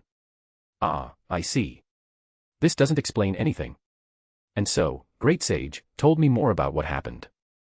OG Rimuru was named by Veldora and thus gained divine protection relating to storms, being the crest of the storm. But. I don't have that. Rather, I have my original crest, being the crest of space. And thus, the wolves have no outside influence to evolve into Tempest wolves, their canon evolution. Instead, they took on my spatial attributes and evolved into blink wolves, a space-type wolf evolution. Sigh. Well, what's done is done. Honestly, they look kinda cool. It's not just Ranga, all of the wolves in his pack have evolved into blink wolves. And a trait they all have is their white fur and black markings. They also have black fur around their necks, like a mane. Each wolf has different markings as well, making it much easier to tell them apart. Well, only Ranga has the star pattern on his head. But hold on, are blink wolves a new species? I mean, the space attribute is pretty rare, so having a wolf evolve with its influence, unknown. I guess even, Great Sage, doesn't know everything. Oh well, I don't care. If there's one thing I'm a little sad about, it's that Ranga don't have horns. It's a bit of a shame. I'm not entirely a fan of horns, because I do not wish to be horny anymore, I just want to be happy. But even so. Rimuru, they fit him quite well. A shame. Can't have everything, I guess. And so, I immediately shifted my attention on what to do from now on. The population in this village practically doubled, with the addition of the wolves. Housing and food are a bit of a problem, but the most immediate one is, Wipe's bloody nose. Their clothes need to be changed. The Goblinas are showing their assets and it's quite stimulating. A/N, JKMC can't have a bloody nose because he no longer has blood. Flips off harem anime logic. They have pieces of cloth wrapped around their private areas and, yeah. That's about it. The food situation on the other hand is doing quite well. With the newly teamed up goblins and wolves, hunting for food became all the easier. They used to settle on berries and nuts from foraging, but now that they can hunt stronger things, they always have a bit of meat on their plates now. Because of this, before the day was over, a pile of food is already collected. They immediately offered their spoils to me, but I told them that I can't eat. Or rather, I do not need to. I don't need food to survive, and without any taste buds, eating for the sake of enjoyment is meaningless as well. Flashback to Meat Bun left in the cave. Cries internally. The goblins were pretty devastated. They did that whole collapse onto their hands and knees with dramatic music in the background and shit. Their housing did that as well. Whoosh. Creak, snap, collapse. It has not gotten any better whatsoever. I tried teaching them how to build houses and stuff, but, well, it turns out I'm a shit teacher. Under my instruction, they accidentally built a shelf. What the fuck? So yeah, lesson learned, I can't teach. It's good to know. It was during this time that I saw that they were becoming a little, should we say, cocky. They became confident, and that's a good thing. But at the rate they're going, they will eventually feel like nothing can hurt them. And so I quickly set down some rules. It's the same one that OG Rimuru made. Rimuru, first rule, don't fight each other. Your friends, deal with differences peacefully by talking them out. Second rule, do not look down on other species. Once you evolved, you grew stronger, but there are still a lot of monsters out there that can wipe the floor with you. Always remember that. As for the third rule, I added something to it. Rimuru, third rule, do not show hostility to human beings unless they do so first. If they do, try to detain them, but if it's not possible without sacrifices, you have permission to kill. OG Rimuru made a rule to not kill any humans. His subordinates did their best to adhere to that rule, and as a result, when Tempest was attacked by Pharmus, they couldn't use their full strength unless they risked killing them. As a result, Cheyenne and many others died. So I changed that rule. I don't care about how I look to other people, I will kill humans if they want to kill me. In the end, I was a modern human, so I still have an aversion to killing in general. But I know. In this world, it's survival of the fittest. Even more so for a monster like me. Name, Rimuru. Race, Origin Slime, highest tier spirit. Protection, Crest of Space. Title, None. Ultimate skills, Ilia, Heaven's Feel. Intrinsic skills, Infinite Regeneration, Universal Shapeshift, Universal Sense. Unique skills, Great Sage, Predator, Limited Creation, Rune Master. Extra skills, Control Water, Lord's Ambition, Thought Communication. Common skills, Poisonous Breath, Paralysis Breath, Sticky Thread, Steel Thread, Drain, Ultrasonic Wave, Body Armor, Keen Smell. Tolerances, Resist Temperature, Resist Melee Attack, Cancel Pain, Resist Electricity, Resist Paralysis. A/N, okay guys, I am honestly very confused on what to do. First off, right now I need a love interest. So I'm holding a poll right here right now. These are the love interests I'm willing to write. Take your pick. Mikoto Misaka, adding my vote right now. Shizu. Shuna. Milim, a bit uncomfortable, but I'm willing to write. I don't really want to write Cheyenne, not exactly a fan. Sorry. A heads up, they will be fucking. But still, I really want to write Mikoto, she my waifu after all. For now, things can still be a little flexible, but very soon I will lock in and won't change it again. If there's not a big difference, I will still write Mikoto. No, I'm not writing harem. Let me know if I missed anything. Also consider dropping some power stones. Chapter 13, Chapter 11 Setting Off. And so I laid down the core rules for them to follow. I'll add more of them as time passes, but for now, these are good. As soon as I'm done with that. Rimuru, right. Rigard, deal with everything. I'm counting on you. Rigard, why yes, Sir Rimuru. I promise you that I, Rigard, will devote myself body and soul to. He continued to make a big speech out of it, but honestly, I just don't want to do any work. Procrastination at its finest. Right, so now we just have to deal with the housing and clothes. I could just make them easily with my limited creation, especially since my magicules are infinite, but I don't want to keep doing that. Yes, I can just make them now and we'll all be happy. But what happens when more people arrive? I would have to make more clothes and buildings. And when even more arrive, I have to make even more. I could teach other people as well. When I make something, I don't need to understand how they work. I don't know how a road roller works, but I could still make it. I could even make a really high-tech computer. Many more things are possible to me as well. As long as I can imagine it, I can make it. Yes, I can make a giant meat bun. It's that overpowered. What's even crazier is that I get knowledge on how those things are made as well during their creation process too. Whether I can make heads or tails of it is another story, however. Like, you can't tell a human from medieval times things like quantum physics and expect them to understand. A/N, I can't understand quantum physics either. The same thing for me, I can make some really crazy stuff, but whether I understand it or not is a different matter. But houses are easily within understanding. And I could teach them how to make houses, but, looks at the shelf. Yeah, I can't teach for the life of me.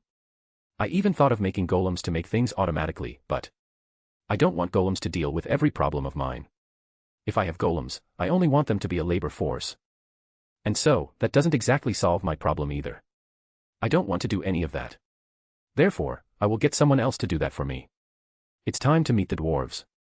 So I told Rigard about my decision. Do you know what he said? Rigard, Sasuga Rimuru-sama. OMG, he said the thing. Anyway, once I told him about wanting to go to the Dwarven Kingdom, he immediately started preparing. Not that there was much to prepare in the first place. Just some camping supplies, food, and some escorts. Honestly, I could just get there myself with Ranga, but then I realized. I don't know exactly where it is. It was mentioned that you can find Dworgen if you just keep heading towards the mountains in the distance, but yeah, that's not exactly an accurate landmark. I mean, those mountains stretch on for a while. So yeah, I need a guide. And I know a good guy to guide me. Gobta, eh? But I don't really want to. Rimuru, I'll give you a meat bun. Gobta, I'll do my best. And thus, I got my guide. Gobta looks exactly like he did in the series, so it was easy to find him. The only problem was convincing him to guide me there. That was a lie, by the way. It wasn't a problem at all. It seems he has his priorities straight. By the way, he was the first goblin I healed with a healing meat bun, the one that was screaming, "All hail meat bun-sama," before. What a promising lad. It was implied that Gobta was a hidden genius in the series, it seems it hasn't changed in this parallel world. And so, the next day, everything was ready. There was me, Ranga and a few other goblins with their wolves including Gobta and Rigard's son, all ready to leave along with our luggage. We also don't need to worry about money since, although they don't have many, they do have some coins. I just had them show me one of each coin and I just made some more using my limited creation, skill and some dirt. What's that? What about the economy? Isn't what I'm doing illegal? I mean, probably. I don't give a fuck though. Laughs and slime. Do slimes have their own languages? I don't think they even have a consciousness in the first place, do they? Furthermore, they can't see or hear normally either. Oh well. Just before I hop onto Ranga to set off, I turned back to look at everyone else. They're all looking happily at me and waving me goodbye. It's going to take a little under a week to make the full trip, at least without any interruptions, but even so. I feel a little bad leaving them like this. So, I quickly turn around, mentally, because I look the same from all sides, and use my limited creation skill. This will be the biggest usage of the skill to date. Rumble. I channel the skill into the ground, causing it to shake a small bit. Not even a second later, structures start rising from the ground, forming themselves into neat rows of tents. It's nothing concrete, it's just temporary lodging, but it'll do. Hopefully, this will make their nights better. I know I just said I didn't want to do this, but cut me some slack. Though, looks at goblins kowtowing to the tents. Aren't they over-exaggerating? And so, we set off. One thing, however, these wolves are fast as fuck boy ei. No, seriously though, I'm currently using my sticky thread skill to tie myself to Ranga. I would get blown off otherwise. I mean, he's not exactly shaking, it's a rather smooth ride if I had to say anything. Surprisingly so even. And with his impossible fluffy fur, it's very hard for me to bounce off. But I might get blown off instead. Should they normally be able to move this fast? Report. Due to having an infinite amount of magicules, more magicules than needed were used in the naming process, and thus the named monsters are stronger than usual. Huh.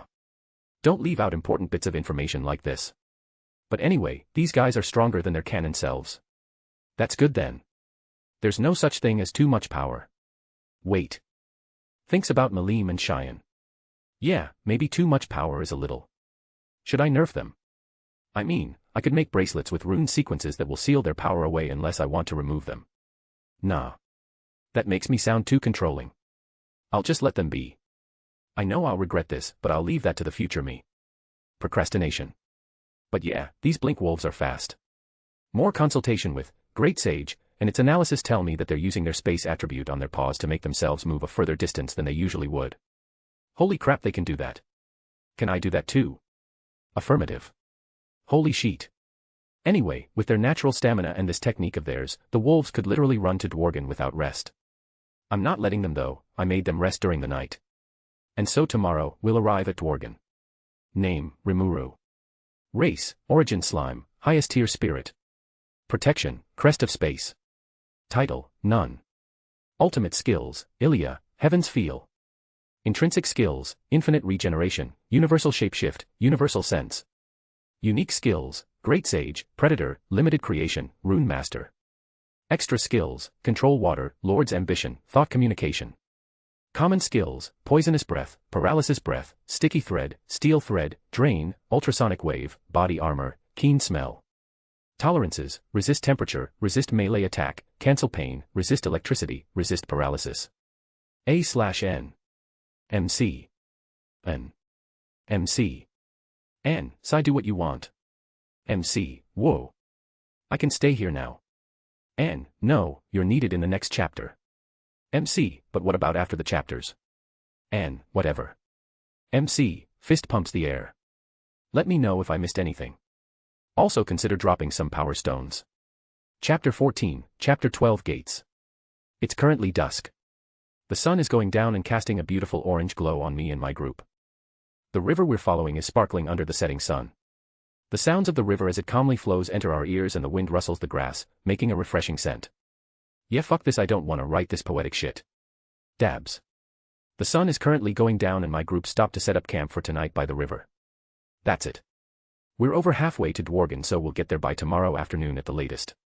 We could have gotten there by late tonight, but we decided it's good to take a rest here. We're not sure if they let people in at night, after all. The hobgoblins put up tents and stuff for themselves while the wolves can just sleep anywhere. As for me, well, they have this really big tent for me, but I can't sleep. I mean, they know I can't sleep as well, but they brought it because they said, just in case you want a place to stay the night. So I used Universal Sense to scout a good camping location a few meters away from the bank of the river. Once we arrived, I called Ranga over. I need to make sure of one thing. Rimuru, Ranga. I'm the guy who killed your father. Do you hate me for it? It's the same question OG Rimuru asked. Ranga turned into a very loyal subordinate to Rimuru, but this is an alternate world. I don't know what things are the same and what things are different. If Ranga had more of an attachment to his father than his original counterpart, then, as much as I would hate it, I'll need to nip this thread in the bud. Of course, I don't expect him to outright tell me his revenge plan, but monsters are very honest by nature. He will at least show some signs that he's lying, so. Ranga. I do have thoughts about it every now and again. Rimuru. Ranga, but you didn't kill anyone. You pressured us so we could surrender without any casualties, and you only killed my father because you had no choice. Furthermore, you gave him such a glorious death too. It indeed was a glorious death. Ranga, you gave us names and a place to stay. I sometimes wonder what would happen if I turned my fangs onto you. But the moment I think such things, I feel a strong sense of rejection. I don't want that. Therefore I will follow my instincts. I will forever serve you, master. Rimuru. Pooh. Ha ha ha. Is that so? Then all is well. I look forward to working with you, Ranga. Ranga, I as well, master. Ranga is telling the truth. It seems he hasn't changed. That's good. And besides, his tail is creating a local gale, it should be fine. I think we should help get the tents back that were blown away. Rimuru, Ranga, control your tail. Ranga, apologies master. And so, they slept. Meanwhile, I played some games on a phone I made using my limited creation skill to pass the time. Minecraft, to be exact. I made a meat bun update as well and now there's an ender bun final boss. What? I have the skills, and I'm gonna use them. I'm not gonna hold back on my entertainment just because this is a different world. The night passed and we quickly continued our journey with Gopta continuously pointing in the general direction. And like that, before noon, we arrived at our destination. Right now, we're at the edges of the forest and ahead of us is a vast plain. Further from that and currently what I'm looking at right now is a mountain, and chiseled into it is the armed nation of Dworgen, a natural fortress. Right, now I have to decide on who to take with me. Should I take Gopta? Or someone else? Should I take Ranga with me? Rimuru, right, I'll just go alone. I know generally what will happen, so it's not like I need a guide for whatever will happen inside, so I don't really need Gopta. Rigor, we can't let that happen, sir. You need a guard.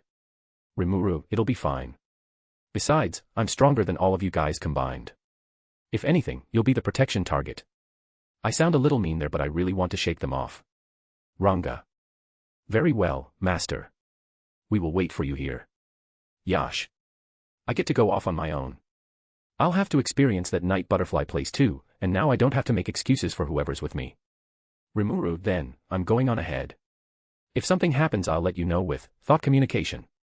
Hide and don't let yourself get caught by humans. I mean, if they get caught they're just gonna have to run away. So I warn them about that and start walking/bouncing off to the giant gate I can see in the distance. After 10 minutes or so, I find myself at the end of a large line leading into Dworgen's gates. And it's fucking long. A/N, that's what she said.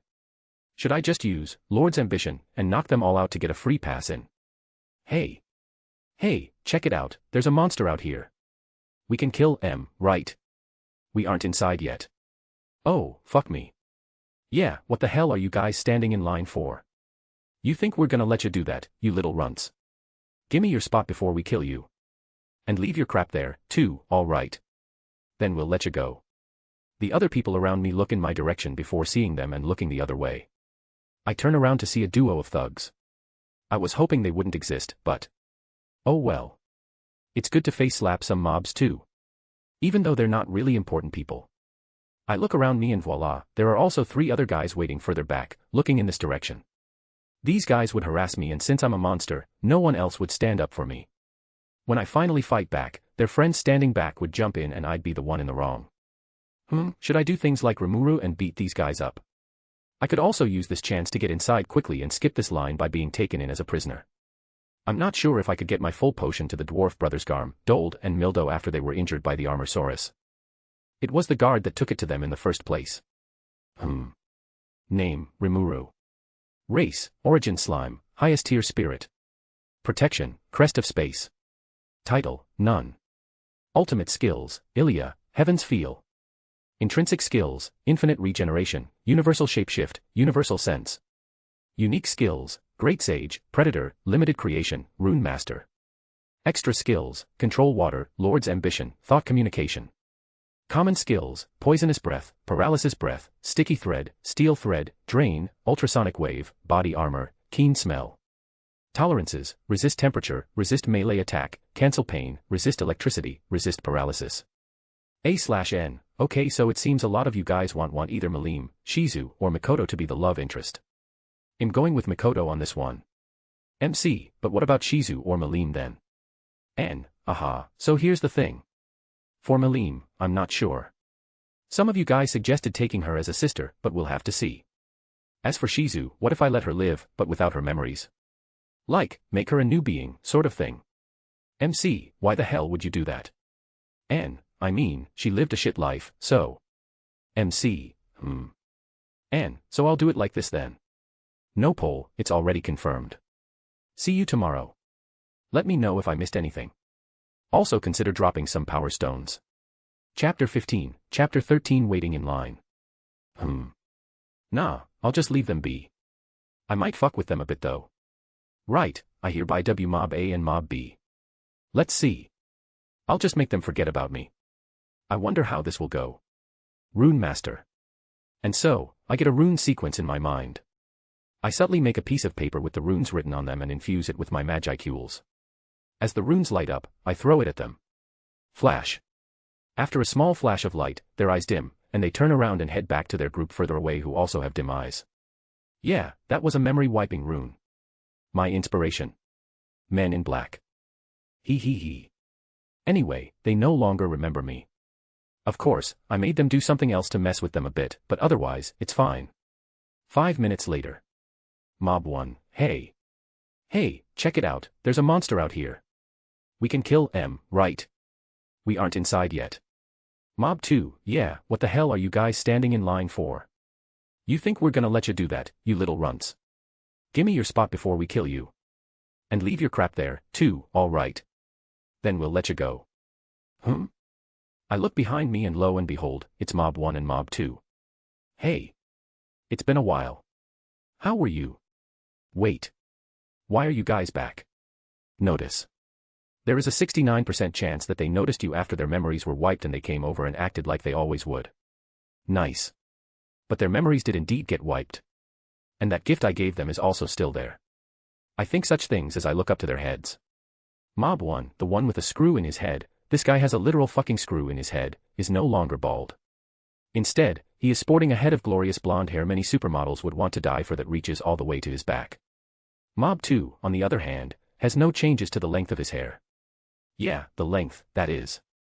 But his hair is now a shade of bright hot pink. Furthermore, it's sparkling. I made it so that anyone who was hit by the memory wiping flash wouldn't notice the changes. But for those who didn't, on the other hand. Several people in the line ahead of me look back. They see my situation, turn to look forward again, before snapping their heads back with wide eyes wondering what the fuck happened to Mob 1 and Mob 2. I'm at the end of the line. Furthermore, since I'm a slime, no one is bothering to pay attention to me or defend me. Because of this, no one except the mobs and their friends got hit by the memory wiping flash. And so. What the fuck? Every one of them who looked back to see who's making this commotion noticed the change from the first time this happened. And so they whisper to their neighbors, pointing in this direction, making sure we can't hear them. Well, I can hear them as clear as day, but Mob 1 and Mob 2 can't. What happened to their hair? I don't know. The first time I looked at them it wasn't like this. I'm so jealous. I know, his blonde hair doesn't fit with his ugly face. Such a shame. Yeah. Oh, right. That one. I'll ignore that guy. Mob 1, oi. Quit ignoring me, a punk. Mob 1 flicks his glorious hair backwards in a completely natural motion and tries to get my attention again. Rimuru, you guys are fucking stupid. You know slimes can't normally see or hear anything, right? Why are you calling out to me? Mob 2, oh really? Why, quit messin' with me, a puny slime. I'll kill you real good, you hear? Mob 1, hey, isn't a talking slime pretty rare? Maybe we could get some money out of selling it. Rimuru, you want to sell me? I wouldn't mind getting sold to a beautiful rich Ojusama as a pet. And then I can snuggle up with her and A/N, fucking simp. Tui. I'll just wipe their memories again. I check if anyone is looking, and, flash. 5 minutes later. Mob 1, hey. Hey, check it out, there's a monster out here. We can kill M, right? We aren't inside yet. Mob 2, yeah, what the hell are you guys standing in line for? You think we're gonna let you do that, you little runts? Gimme your spot before we kill you. And leave your crap there, too, alright. Then we'll let you go. Oh my god. I turn around, the first thing that I see are their weapons. They aren't daggers and swords anymore. They're fucking magical girl wands. And not the ones from Fate either. They're just pointing these plastic sticks with stars at the ends at me as if they're highly lethal shit. What do I even do in this situation? The people are looking at them like they're some kind of zoo animals now. Of course, Mob 1 and 2 don't notice. The third time's the charm. Flash. 1 hour later.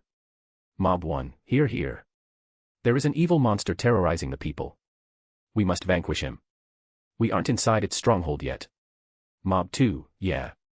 We must unite. With the power of friendship and magic, we can prevail. In front of me are two fully grown men in magical girl cosplay and eye-catching hairstyles waving around flashing plastic sticks with star decorations on them. Everyone watching this are questioning either their sanity or their eyes as they watch the absolute horror I have created. I wish I went back to the time where I didn't see this. You know what? Fuck this. It's been an hour and there has been no change in the line at all. I don't want to be here anymore. Universal shapeshift. Form. My body expands and I transform into a 5-meter tall giant white wolf with black markings on my body and neck, and a black star pattern on my forehead. I look fucking badass. But that's not all. My legs and paws are shrouded in a dark haze and the black markings share this hazy property too. What the hell, report. Individual Rimuru's wolf transformation has evolved into a Spatium Star Wolf. As a result, the extra skill, Shadow Motion, has been acquired. Huh. Neat. Right, let's do this. Lord's Ambition. Rimuru, WRYYYYYYYY. Name, Rimuru. Race, Origin Slime, Highest Tier Spirit. Protection, Crest of Space. Title, None. Ultimate Skills, Ilia, Heaven's Feel. Intrinsic Skills, Infinite Regeneration, Universal Shapeshift, Universal Sense.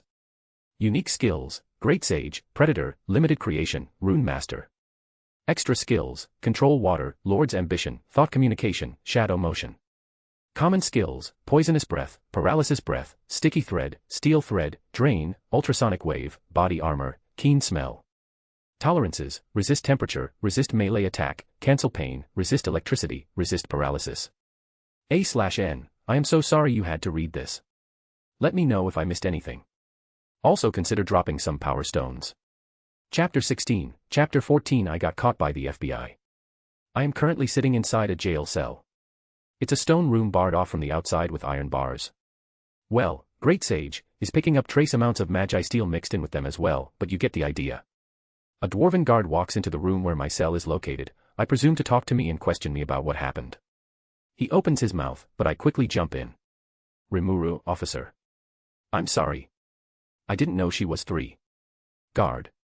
What? Rimuru, I mean sure she looked a little young but cut me some slack. Guard, no, what are you talking dash? Rimuru, I barely even touched her. Come on. Guard, stop. What the hell are you talking about? Rimuru. What are you here for, exactly? Guard, I have to question you about what happened at the gates. I knew that. Right, what happened at the gates? I'll have to go back a bit to explain.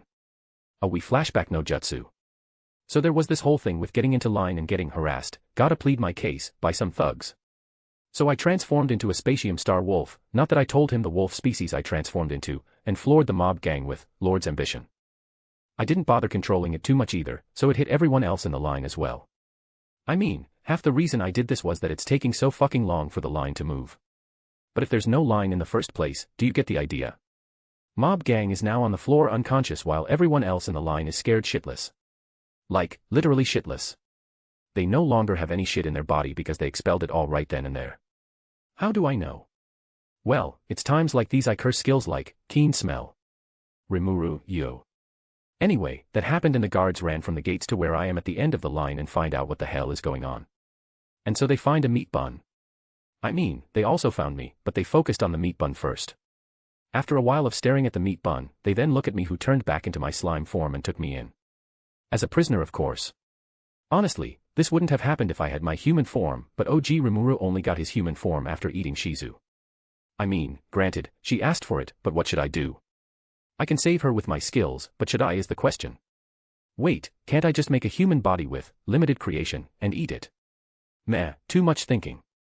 I'll leave that to the future me. And yeah, after a few more minutes, I finally find myself in this cozy jail cell. And then the world exploded. Chakra reserves depleted, flashback no jutsu end. Rimuru, and that's basically what happened. Guard captain, I see. The world exploded, eh. During this talk, I learned he's in fact the guard captain, not just any guard. I remember this event in the original series but I don't remember who this guy is. He wasn't exactly relevant after all. Sorry. Not really. Rimuru, so you're the guard captain, right? I still don't know your name either. Guard captain, eh? Oh, I'm Kaido. Rimuru, Kaido, eh. I'm Rimuru. Kaido, you got a name. That's pretty rare. Rimuru, yeep. You know, I bet this is the beginning of a beautiful friendship. Not really, have a meat bun. I just want an excuse to give this guy a meat bun. If I do, he'll probably let me off sooner than later. And so I used limited creation to make a meat bun before handing it to him with my outstretched slime hand thingy. I mean, I don't have fingers, but for some reason, I can grab onto things. It's kinda weird, and I only just realized it now for some fucking reason. Holy shit, I can do this. Ahem. He didn't eat the meat bun. What a heretic. He then asked me about my background. We both know this isn't really needed, so I just made up this crazy tale about this guy who ate meat buns so much he turned into a meat bun. Over time, he grew curious about what this meat bun is. He looked at the meat bun I gave to him that he put to the side with curious eyes. I mean, I gave him food out of nowhere, it's pretty suspicious. But even he can't escape from the allure of the meat bun. So he picked it up, took a bite, and now there's this light effect coming from above him making it seem like he's enlightened or perhaps descending from heaven or something. The light is a bit lackluster for something like this though, slam. But suddenly, the door behind him slammed open and another guard rushed in. Guard, sir. An Armosaurus appeared in the mines. Kaido, well. Did you take care of it? Guard, a suppression force has been sent, but some of our miners have been attacked. They're pretty roughed up. Oh. I know this. This is the part where I step in, right? Rimuru, oi, Mr. Kaido. I got some healing potions on me. You can have some. I take, or vomit, out some potions I made from the hippocute herbs into an empty barrel nearby. Kaido, eh? Why does a slime like you have potions? Wow, what happened to me being a human male that turned into a meat bun guy story? I swear, some people. Rimuru, that doesn't matter now, does it? This is some of the good shit, I mean, this is some high quality stuff. Either drink it or pour it directly onto the wound, anything's fine. Kaido looks at it, debating on what to do, before turning to the guard. Kaido. Oi, you. Get that barrel and let's go. Guard, eh. You're trusting this slime. Again, what happened to the meat bun guy story? Kaido, we don't exactly have a choice. Come on. Saying that, he opens the cell door, the guard rushes in and grabs the barrel, and they both walk away. But just before they disappear, I yell out one last time. Rimuru, oh. And that's some pretty potent stuff. Make sure you use it sparingly. Man, I sound like a fully fledged drug dealer. Good job me. A/N, disclaimer, MC never did drugs. Neither did I, drugs are bad, too much work. Procrastination is best. Name, Rimuru. Race, origin slime, highest tier spirit. Protection, crest of space. Title, none. Ultimate skills, Ilia, heaven's feel. Intrinsic skills, infinite regeneration, universal shapeshift, universal sense. Unique skills, great sage, predator, limited creation, rune master. Extra skills, control water, lord's ambition, thought communication, shadow motion. Common skills, poisonous breath, paralysis breath, sticky thread, steel thread, drain, ultrasonic wave, body armor, keen smell. Tolerances, resist temperature, resist melee attack, cancel pain, resist electricity, resist paralysis. N, can't be fucked doing it. I'll let someone else do it. MC, ah yes, procrastination. N, nod sagely, procrastination indeed. Chapter 17, Chapter 15, Penis enlargement pills. And so, they left. I sat in my cozy little cell messing around with my skills and experimenting on the limits of my Rune Master skill. Did you know I can make these runes affect concepts as well? This skill is way more overpowered than I thought. A/N, I'm interested in hearing ideas on what you would do with this skill. A mirror of remote viewing from Overlord is what comes to mind first for me. Comment and let me know, who knows, I might add it. Anyway, after an hour, Kaido comes back with 3 more dwarves in tow. I'll skip the dialogue, but basically, they introduced themselves and thanked me for the potion I gave them. Next day. I finally got let out. It's been years, cough, it's been ages since I last saw the sun. Where is the sun? Oh right. Silly me. Dworgen is underground. Ahahaha. Sigh, I'm going crazy. Anyway, I told Kaido about wanting to find an artisan to help me with my building problem back home. Kaido, I know just the guy. I'm sure you do. Lead the way. A while later, I find myself in front of a smithy. A certain rhythmic sound of metal hitting metal rings out from behind the door. Kaido walks forward and opens it while bellowing a hello. Slam. Kaido, yo. You in there. Or more like he kicks it open like the fucking Kool-Aid man and screams out his greeting. I like this guy. But man, the inside of this place looks so awesome. I have a thing for blacksmiths, you know. Not in a romantic sense, I mean I think they're cool. Think about it, you're this mysterious blacksmith who makes godlike weapons and becomes a legend through them. Everyone wants something you made, but you never stay in one place for too long. You're a myth. To be honest, it's part of the reason why I wished for limited creation in the first place. If I didn't fuse with Rimuru, I probably would have been this mythical merchant that sells all these items that would miraculously be exactly what you need to get out of whatever pinch you're in. Anyway, I digress. The door is now busted from its hinges and everyone inside is looking at us. Garm, Dold, and Mildo are there too, surprisingly. I'm joking, I totally expected this. But there's one other person here too. Kaijin. Rimuru, hey ya. Garm, Kaijin, this is the slime we were just talking about. Dold, yeah, the one that saved us. Meanwhile, Mildo is just nodding. I mean, I knew he would, but I can't exactly say I wasn't hoping he would talk. Kaijin, oh, the slime you say. Thanks for getting these guys out of a bad way yesterday. Rimuru, oh no, it's fine. Man, these guys are so loud. I'm not complaining exactly, but what do their neighbors think? Or are their neighbors just as loud? Curious. So yeah, we said our hellos and Kaijin asked me why am I here. I didn't bother beating around the bush and told him I wanted someone to come over to the village I have and teach them how to make shit. Rimuru, I tried doing it myself, but... Kaijin, what happened? Rimuru, you don't want to know. Kaijin's face grew confused before he decided to drop it. It's probably nothing serious. Kaijin, well, I would love to help, especially with the aid you gave to my boys, but I can't move right now. I've got this huge order and I don't have the materials for it, nor do I have the time. Rimuru, then, if I can solve those problems for you, could you help me out? Kaijin looks at me weirdly before agreeing. I ask for a sword he already made, and he readily gives it to me. Honestly, he's a bit too trusting, but it works out for me. I quickly eat it with Predator, and gave Great Sage run an analysis on it.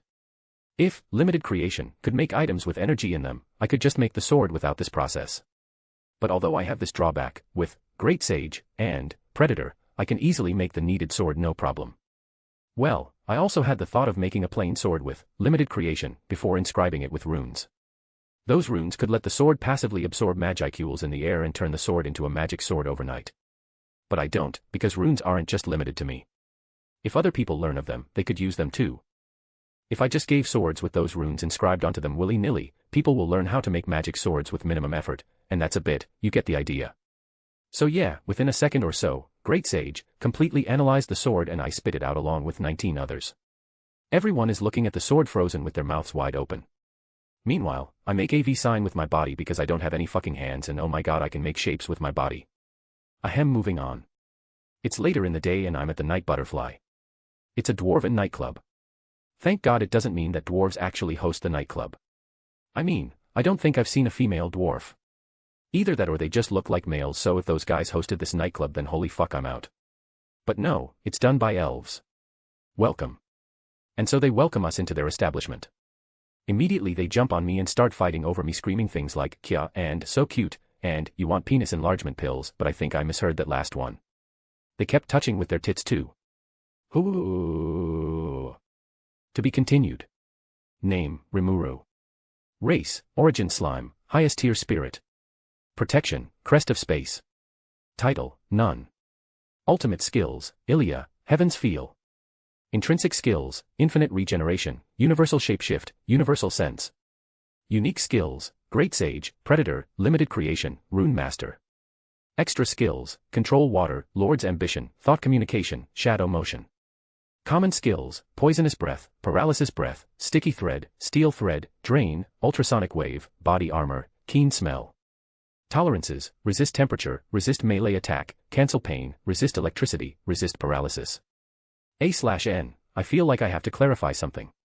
MC, what, you're gay. N, no, I have to give you guys a heads up that I'm reading the light novel as I write this. Because of this, all the skill and people names I will use are from the novel and not the anime or manga. An example being Mildo as written in the novel and Myrd as written in the anime. Both are the same people. Another example is Coercion from the novel and Menace from the anime. Some people a little confused, so I gotta say this now, just a heads up. The effects of the skills don't change. If you are still confused, drop a comment and maybe I'll reply. Maybe. Let me know if I missed anything. Also consider dropping some power stones. Chapter 18, Chapter 16 I'm never going back. So right now I'm sitting on the lap of a busted blonde elf. Also, I have to note that she's wearing skimpy clothing too. I'm having mixed feelings about this. I mean, I was just a virgin weeb in my past life. This kind of stimulation is so exciting, yet I feel this sense of immortality. I've never been to this kind of place. Jesus Christ, I sound like such a virgin. I need to get laid. Wait. No. My dick. It's fucking raw. Cough, I mean, it's fucking gone. I left it with my N-word pass. Reminder. Using universal shapeshift makes it possible to regain your genitals.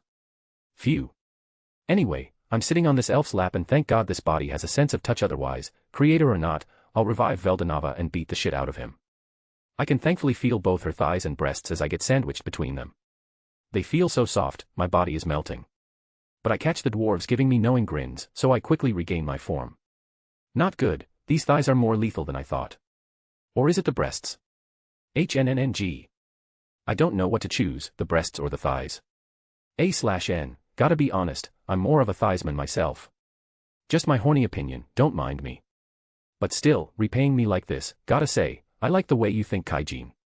Hey, Mr. Slime, would you like to try this? One of the elves sitting across from me asks me a question. Saying that, she moves her hands suggestively. I mean, I know what she's referring to, but Jesus Christ, if I didn't, my hopes would have been so high. Rimuru, are you suggesting fortune-telling? Oh, you know. She sounded a little disappointed there. Was she deliberately trying to trick me? Probably trying to get an innocent reaction out of me. Well, what can I say, I'm cute as fuck. A/N, yes you are, as long as you shut up. She brings out a crystal ball while asking me what exactly do I want her to see. Another elf, however, suggests something. How about the person he's destined to be with? And that got everyone's attention. Why are they so curious about the destined person of a slime? Or maybe it's just for the gossip. While I was thinking about those things, she starts working her magic. Wait, is it magic? Or something else? Wait, now's not the time. Even I'm a bit curious of the result. Is it gonna be Shizu? Or a figure starts forming in the crystal ball on her lap. A girl, thank God, but that's surprisingly all I can see. Just a vague outline of a girl who I assume to be in her mid-teens. Odd. This is odd. It normally shows either a clear image or none at all, but something hazy like this. Well, fortune-telling is some shady stuff nonetheless, even in a fantasy world with swords and magic. I mean, this is looking into the future and stuff, no way using time like this is something easy. Don't get me wrong, I know this girl here is the real deal, but there's definitely some stuff no one knows yet. Anyway, that happened and time continues to pass in cheers and laughter. Of course, shounen anime logic makes it so someone just has to come along and ruin it. I mean, I was expecting this guy to appear, but couldn't it have been later? No. Well, fuck you too. Vester, well, if it isn't Kaijin.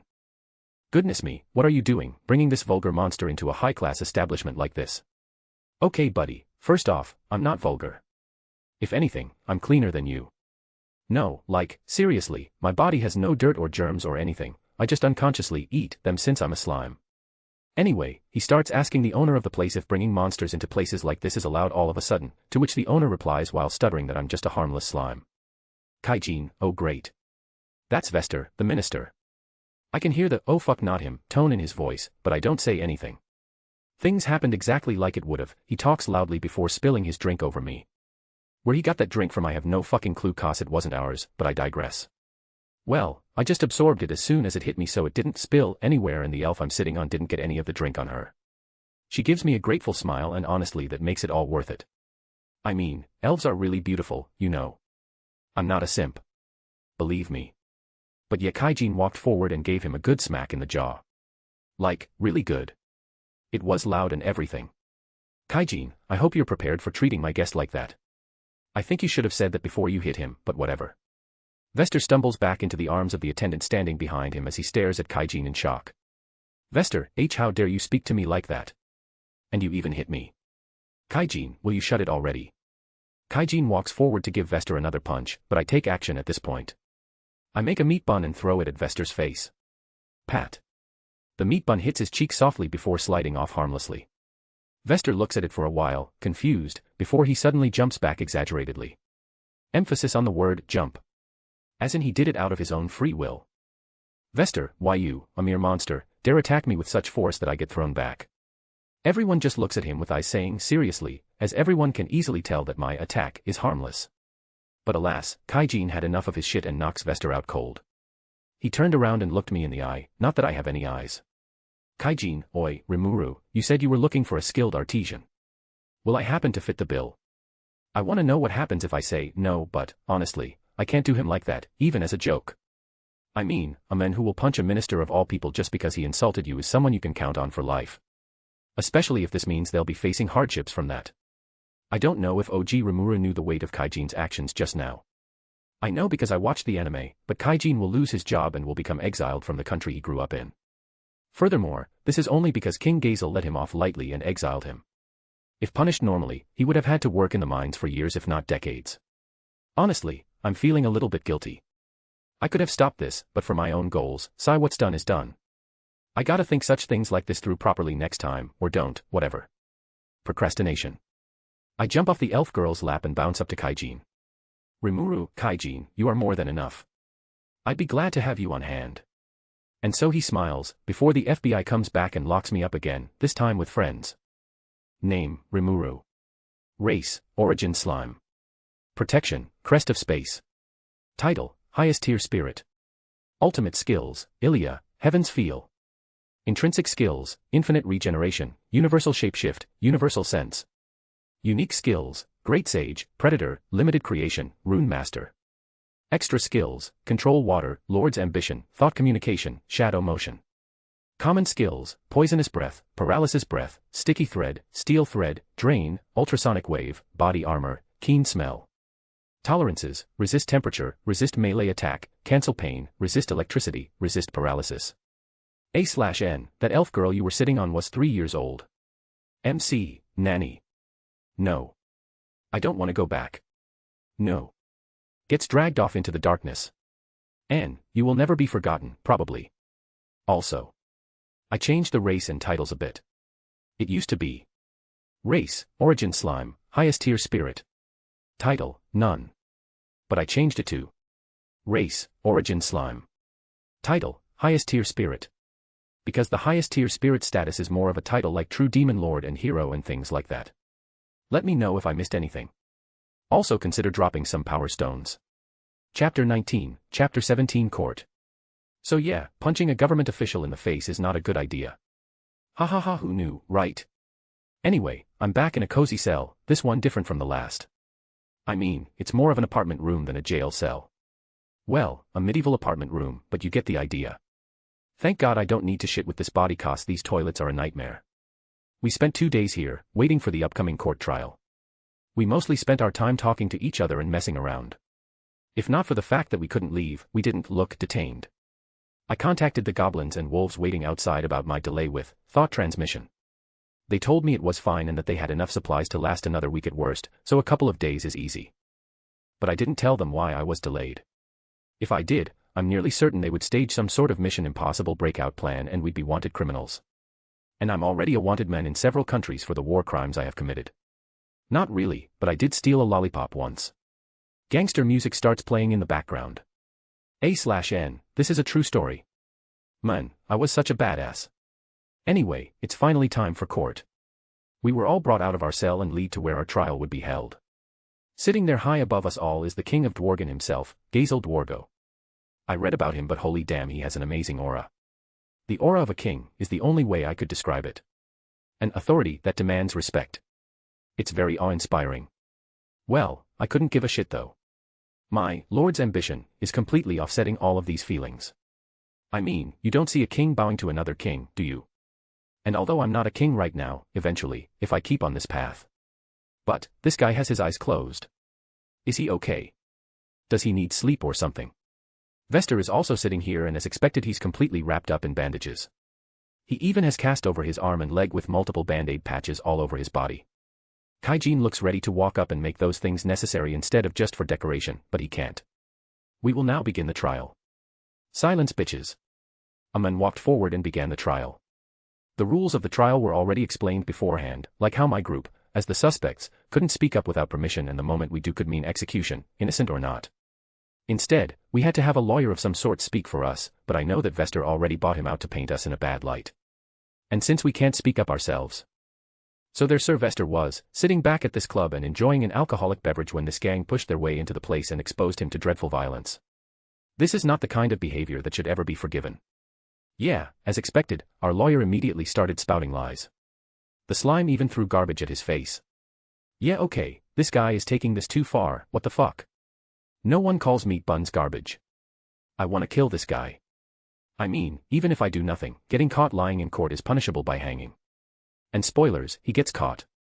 I'm tempted to just play a video recording of what happened last night. I set up a hidden camera to record the things going on inside. You know, just in case, no, really.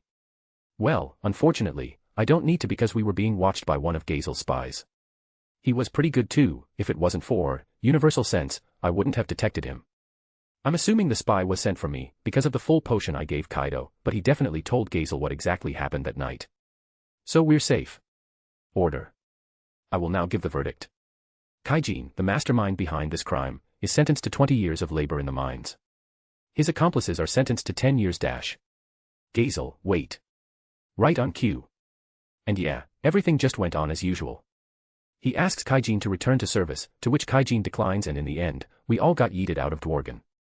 Well, they gave us time to get our shit, and then they yeeted us out. Not that I had any shit to get. While we, and by we, I mean they, packed, Gazel and Vester were having a little chat back in the courtroom after everyone left. He told Vester that he is no longer required to offer his services before showing the full potion and magi steel swords I made. The full potion is made in higher quality than Dworgen's high potion. Furthermore, the magi steel sword I made adapts to the wielder far faster than any other sword. Gazel, both of these items are brought to us by that slime, and your actions have cost us our connection to it. Do you have anything to say? Vester, I do not, my liege. Vester became devastated. And like that, he was fired, and thus, unemployed. Welcome to the club. The spy device I placed into the room times out and turns to dust, so I can't listen in anymore. We get kicked out of Dworgen and I bring the dwarves over to where Ranga, Gobda, Rigger and the rest are located. Rimuru, hedge. Ranga, master, you have returned. Ranga runs up to me with his tail, once again, creating a local gale. Kaijin and the others are scared stiff. I mean, disregarding how fluffy and cute Ranga and the other wolves normally look, they also look menacing as fuck to anyone else who's not used to them. So after spending some time to convince them they're harmless, or at least they won't kill them, we finally get ready to set off. Ranga lowers his body so I can hop onto his back, but I decline. I wanted to take this chance to show all the wolves something. Universal shapeshift. Spatium star wolf. I transform into my wolf form and Ranga and the other wolves start fangirling over me. Ranga, master, you look even more dazzling. Ranga's golden eyes are shining. Like, they literally have stars in them. Anime logic. Well, we set off. Along the way I also sent someone following us through the shadows with universal perception. It should be Gazel's spy that he sent to keep an eye on me. Oh well, it's not like this changes anything. I'll ignore it. Kaijin and the other dwarves are on the verge of passing out from the speed we're all going at. I feel a little bad for them, so I help them out a bit. Limited creation. Here, have a meat bun. Once the meat buns fly into their mouths, they no longer had any problems. More people have joined the cult, it seems. Name, Rimuru. Race, origin slime. Protection, crest of space. Title, highest tier spirit. Ultimate skills, Ilya, heaven's feel. Intrinsic skills, infinite regeneration, universal shapeshift, universal sense. Unique skills, great sage, predator, limited creation, rune master. Extra skills, control water, lord's ambition, thought communication, shadow motion. Common skills, poisonous breath, paralysis breath, sticky thread, steel thread, drain, ultrasonic wave, body armor, keen smell.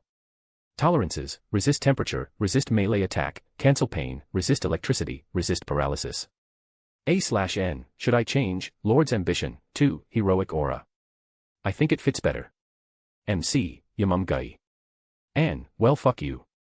MC, fuck you too. Let me know if I missed anything. Also consider dropping some power stones. Chapter 20, Chapter 18 Penetration, Degree. Next day. We finally made it back to the village. It's been about a week since I last left, and, what the hell is this? In front of me is a large number of goblins. Yes, goblins, not hobgoblins. This means these guys aren't mine. Did this happen in the original series? I think it did. Man, it sucks not having an eidetic memory, maybe I should have wished for something like that. Notice.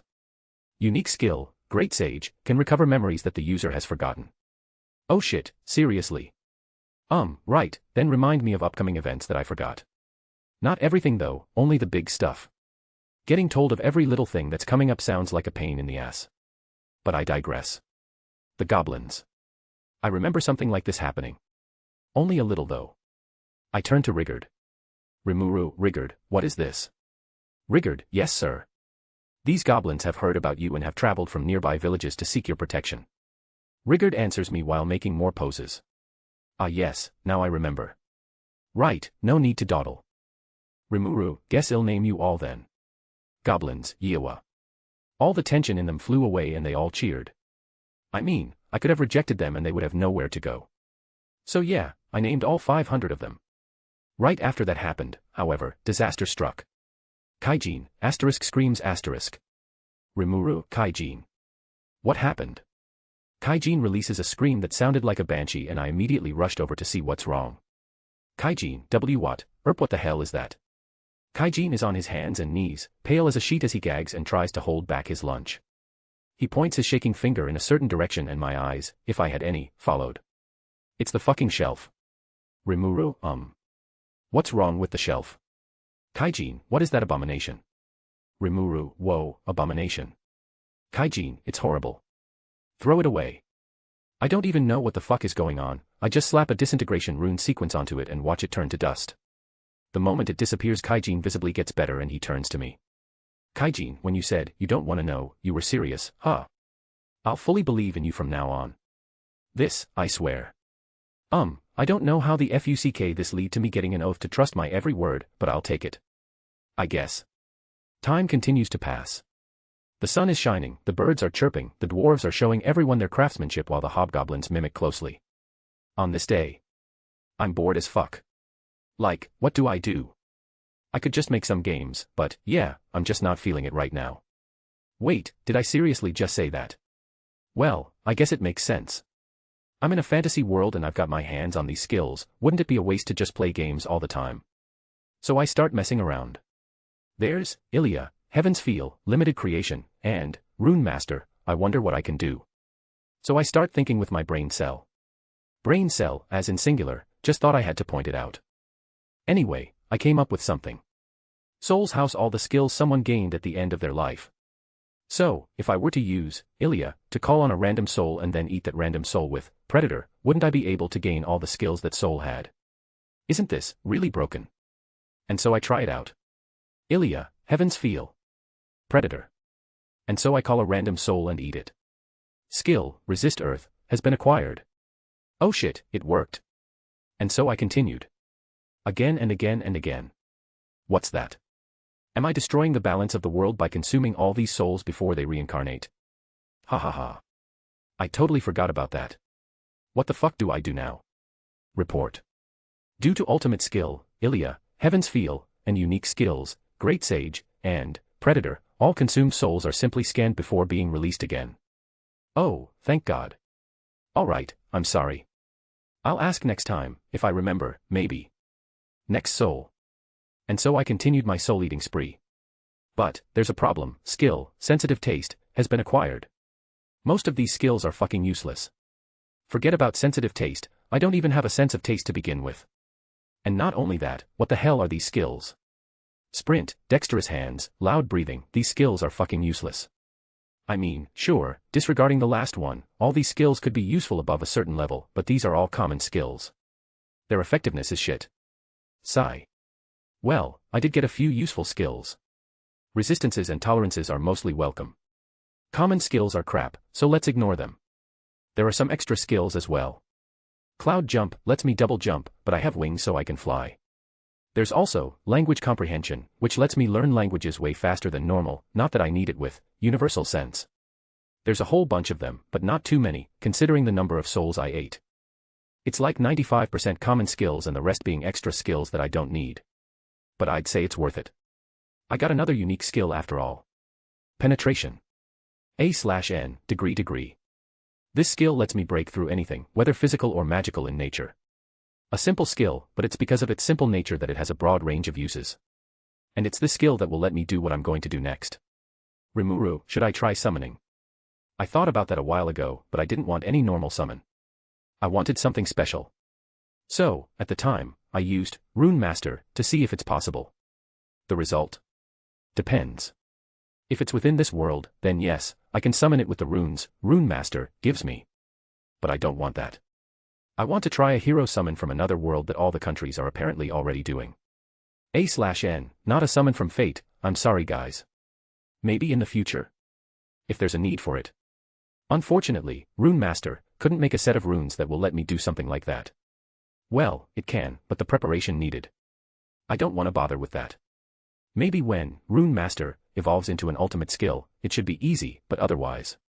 Anyway, the reason why I can't is because Great Sage told me that there's a wall or barrier that's separating the different worlds.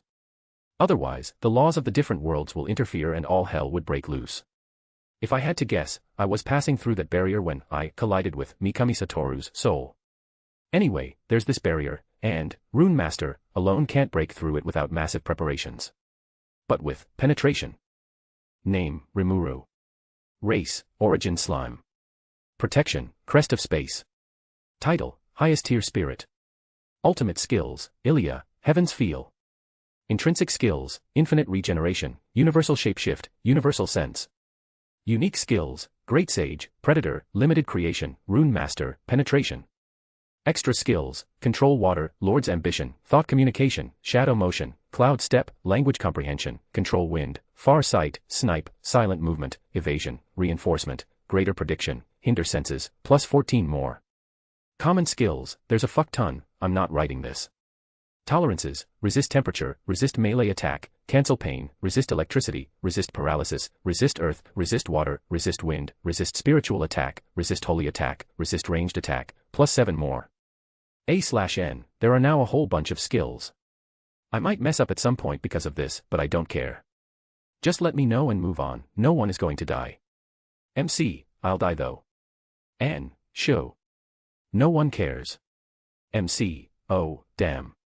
And, also all these skills will get combined at some point so it won't be cluttered like this forever. Let me know if I missed anything.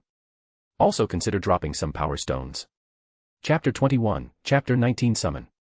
So I talked to Great Sage about my theory. Report. Using unique skill, penetration, to break through the world barrier is impossible unless drastic actions are taken. Well poo. What are those drastic actions, by the way? There are two separate actions you could take to achieve the desired result. The first option is to wait until the unique skill, penetration, evolves into an ultimate skill. The second option is to sacrifice the unique skill, penetration. Whoa, why do I have to sacrifice penetration? I can do so much with this. There are so many women I can pleasure, cough. Ignore that.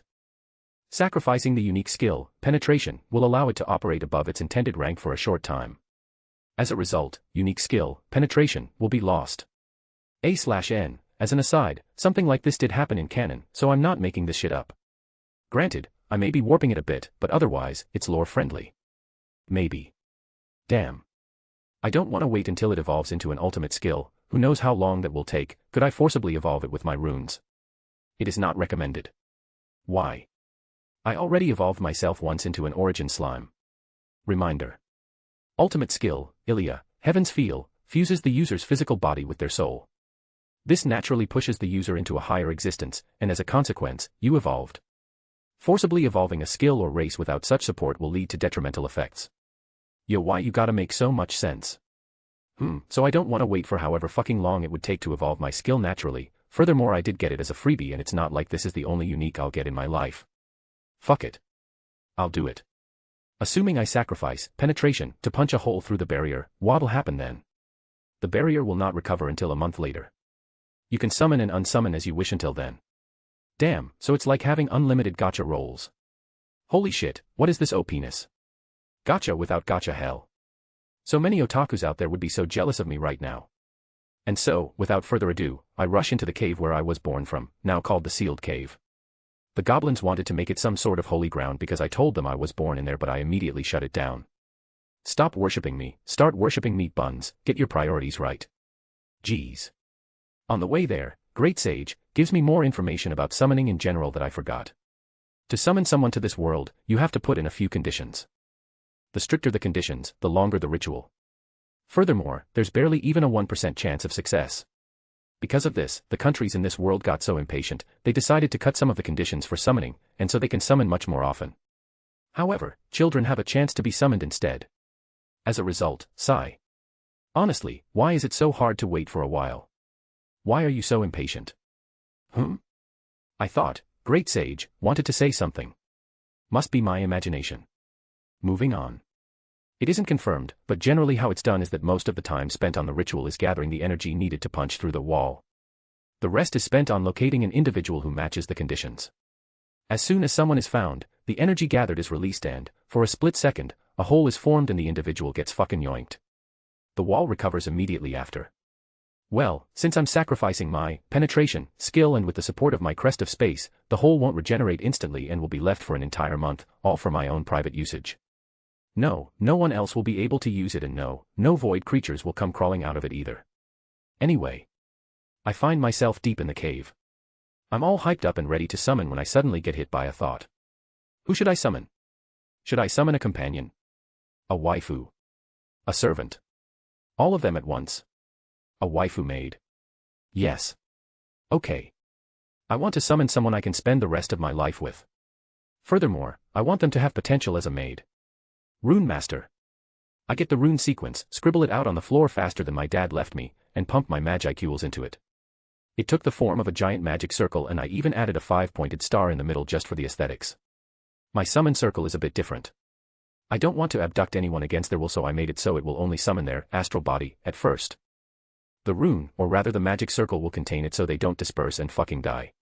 Once they agree to the summoning, it will bring their body over as well and give them the unique skills that all summoned beings get. Anyway, I digress. The runes in the magic circle light up. The magicules are gathering together and working to complete my goal. It's at this moment I step in. Great Sage, I'm counting on you to control this. Affirmative. Penetration. The magicules within me surge so much it becomes visible as an aura around me. I drew down some runes to contain all this energy around me so the goblins and wolves outside won't notice. Honestly, if I had a human body I would look so fucking cool right now. But alas, I am but a small slime boy. But white. The magicules burst and rip a hole through space, all according to Great Sage's calculation. Report. Unique skill, penetration, has been lost. Fucking rip. In front of me is a giant crack in space over 15 meters long in the air above me. Normally something like this shouldn't be visible as it would disappear instantly, but since my penetration made this hole last for a whole month, it's visible to me. Falling from the crack is a body. It's a little hazy and vague since it's just an astral body, but their features are easily discernible. It's a girl. A/N, to be continued. A/N, I'm joking. She has shoulder-length tea-colored hair with eyes of the same color. Her body is that of a young girl. She doesn't have an overly bountiful chest or ass, but rather, they're quite petite. She has the right curves though, and they're noticeable, so it's not like she's completely hopeless in the body department. Furthermore, her legs. JESUSCHRIST. I want them to cough. A/N, you want them to what? And finally, the part that stole my breath away. Her face. She is Rimuru, beautiful. Bites lip. She was looking all around with a wary expression when she heard me as my voice leaked out. She notices me, her face reddens, and she starts to squirm. Is she embarrassed that I called her beautiful?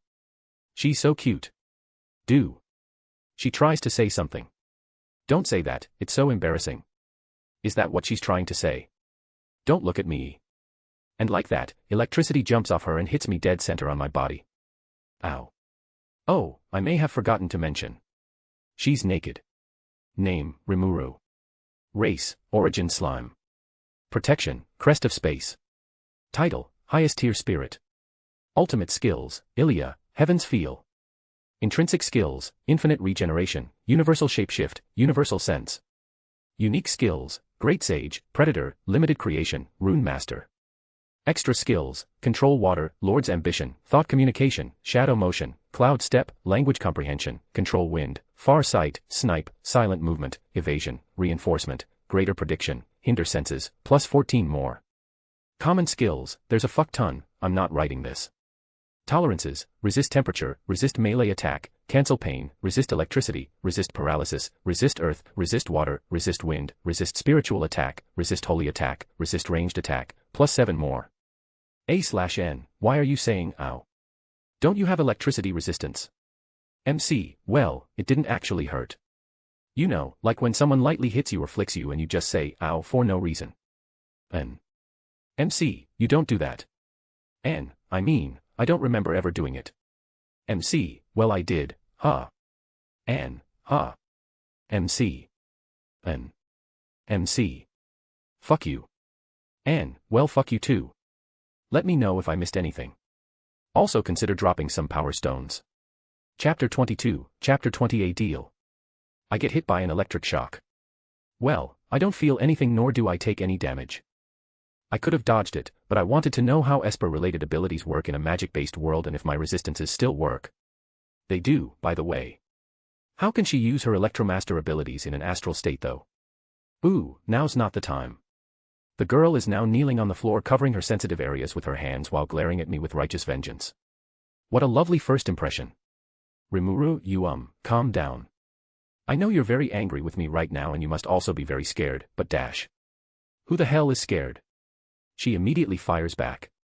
Now that I think about it, she doesn't seem to be lying. I mean, there's some caution and a fuck ton of anger, but I don't see anything I consider to be fear. Well, it makes sense. If she is who I think she is, she must live in a world of superpowers. She even has a friend/admirer/stalker that can teleport, so suddenly moving from one place to another shouldn't really do anything to spook her. Well, if she learns that she's in a whole different world, that might change. Ignorance is bliss. Rimuru, right, I'm sorry. You don't exactly look scared either. First and foremost, I'm not your enemy. I have no intentions to harm you. Furthermore, I'm not human. I'm just a harmless slime, so you don't need to be so embarrassed. She's not letting her guard down. She's still looking at me like I'm her mortal enemy. I mean, I can talk so she must be thinking there's a human mind controlling my body remotely. Well, she's half correct, I do have a human mind. What? I didn't say that so I can look at her body. No sir. Spark. More electricity sparks off her. Did she notice my intentions? What a fearsome intuition. Rimuru, right, I guess I should introduce myself. My name is Rimuru. Nice to meet you. I just realized I don't have a last name, oh well, I don't need one. I'm Misaka Mikoto. I fucking knew it. She even looks like that girl in that elf's crystal ball. The image was hazy most likely because she was in an entirely different world. In fact, I'm surprised if even showed her outline. Rimuru, Misaka Mikoto, you're Japanese, right? That means Misaka is your last name. Mikoto, you're not Japanese. Your name doesn't sound like one either. Rimuru, my dear Mikoto, you're not even in Japan right now. She snaps her eyes back onto me and glares. Shit, I forgot calling someone by their first name in Japan is a really intimate action. Especially without any honorifics. Rimuru, oops, I forgot. I should call you Misaka-san, right? Let me explain your situation. Without waiting for Mikoto to answer me, I explain her general situation. First, I told her that she was summoned.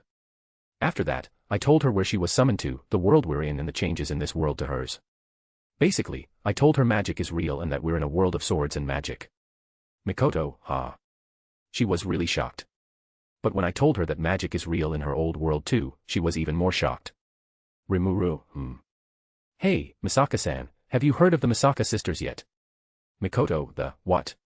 I'm sorry, did you say Misaka sisters? So it seems canon hasn't started yet, or at least it must be in its early stages. Which is good. It's a bit embarrassing to say, but I'm completely infatuated with this woman right now. If she's already in love with Toma, then that complicates things. But she's not. So it's all good. Rimuru, nothing. Moving on. Mikoto, hey. I continue explaining the general workout of the world while Mikoto continues to look sadder and sadder. Mikoto. Why me? Rimuru, Why were you the one that was summoned? She nods while looking at me. Rimuru, to be honest. I didn't specifically ask for you. Spark. Rimuru well, I wanted someone I could consider my lifelong companion. I began the summoning process with that in mind, and you popped up. Her face shows a hint of surprise before she grumbles to herself while looking away. I have a feeling I shouldn't mention the maid part to her. She looks down. I really can't stand to see her like that anymore, so I just have to ask. Rimuru, what's wrong? Mikoto. I can't go back, can I? All of my friends and family. What do I do? Her eyes water. Her voice trembles and her hand, still covering her privates, shake. I speak up. Rimuru, well, that's not exactly true, you know. She quickly snaps her head up and looks at me, urging me to continue. Rimuru, right now you're in an astral body state. Your real body is still in your world. This is also the reason you're naked right now. Spark. Rimuru, why, you can just say the word and I can send you back. No questions asked. This isn't an abduction, you know. I've read enough novels to know what will happen if I do. She'll escape from me and go off on her own adventure and come back to get revenge on me with broken-ass plot armor. I'm joking, by the way. The tension immediately leaves her and she shuffles closer. Mikoto, really? Then send me back. No. Fuck. Should I have kept it a secret from her? Wait, no, then she'll hate me. But I don't want her to go. But I also don't want her to hate me. Sigh, what's done is done. Hold on. Rimuru, well, wait a second. Are you sure you want to do that? Mikoto, What do you mean? Rimuru, do you remember the Misaka sisters I told you about? Well. And so I told her about the Misaka sisters. I told her that some scientists got their hands on her blood and made clones of her using it. At first, they wanted to make an army of her using it, but that failed. So they decided to use her clones as fodder for the level 6 shift project. The moment she heard that, her face drained of all color. Mikoto, it's my fault. She whispers. My heart clenches seeing the devastated look she has. Rimuru, oh come on, that's not true. I hide my feelings with my usual playful attitude. Rimuru, you gave your blood away in the first place to help people. Those scientists are in the wrong. Furthermore, those sisters are alive. Are you just going to deny their existence by saying that you shouldn't have given your blood away? They wouldn't even be alive right now if it weren't for that. Her eyes widen. Implanting this thought process into her this early on should help her relieve the burden she has. In the Tora series, she was always feeling regretful about it. Maybe this can help. Mikoto becomes resolute. She looks at me with eyes that hold an unshakable will and speaks. Mikoto, send me back. Rimuru, and do what? Fight Accelerator. Destroy all the secret labs containing their research data by yourself. She flinches. I fucking knew she would do that. I mean, she did that in the series, but come on. Think it through a little. Rimuru, Accelerator can wipe the floor with you. You can't win. Furthermore, you can't destroy all of the labs. You don't know how big this project is. Mikoto, and what do you know? Rimuru, I know a lot more than you do. I also know that the whole of Academy City is supporting this project. I'll say this again, you can't win. Not by yourself. Mikoto, I have to do something. Are you telling me to just sit back and do nothing? She yells at me. She's so worked up, electricity sparks off her and she doesn't even cover herself with her hands anymore. Not that it's the time to take a peek at her right now. Her face crumples in indecision and her teeth grind in frustration. Her hands are clenched so hard that if this were a real body, I wouldn't be surprised to see blood. Her will is shaken right now. She knows what I just said were indisputable facts. But even so, she has to try. I smile, internally, at her. This woman is just trying to make me fall for her, isn't she? Honestly. Rimuru, I'll help. Mikoto. She barely squeaks that out. Rimuru, I said I'll help. In return, stay with me. I bounce up to her and speak again. She looks down at me and I look back at her. I feel like an S right now. I'm technically blackmailing her. I don't really want to do this, but even more so, I don't want to never see her again. If she leaves, sigh.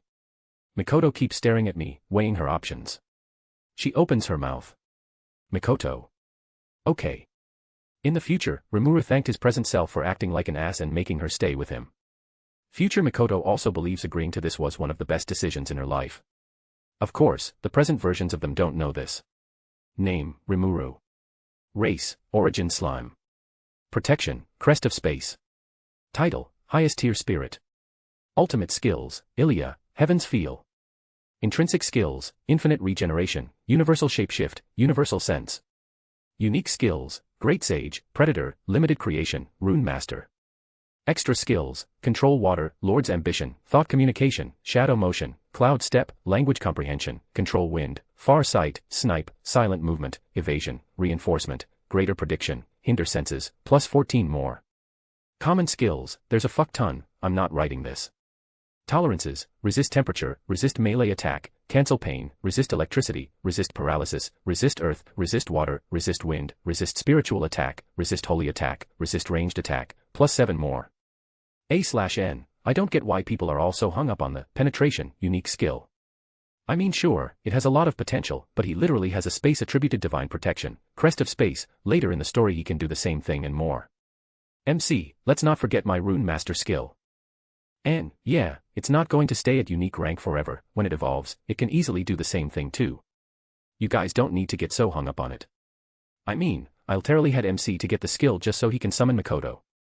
It's fine, no one is going to die. MC, I'll die though, if I meet an OP bad guy and get wiped out. Shush. Not now. Let me know if I missed anything. Also consider dropping some power stones.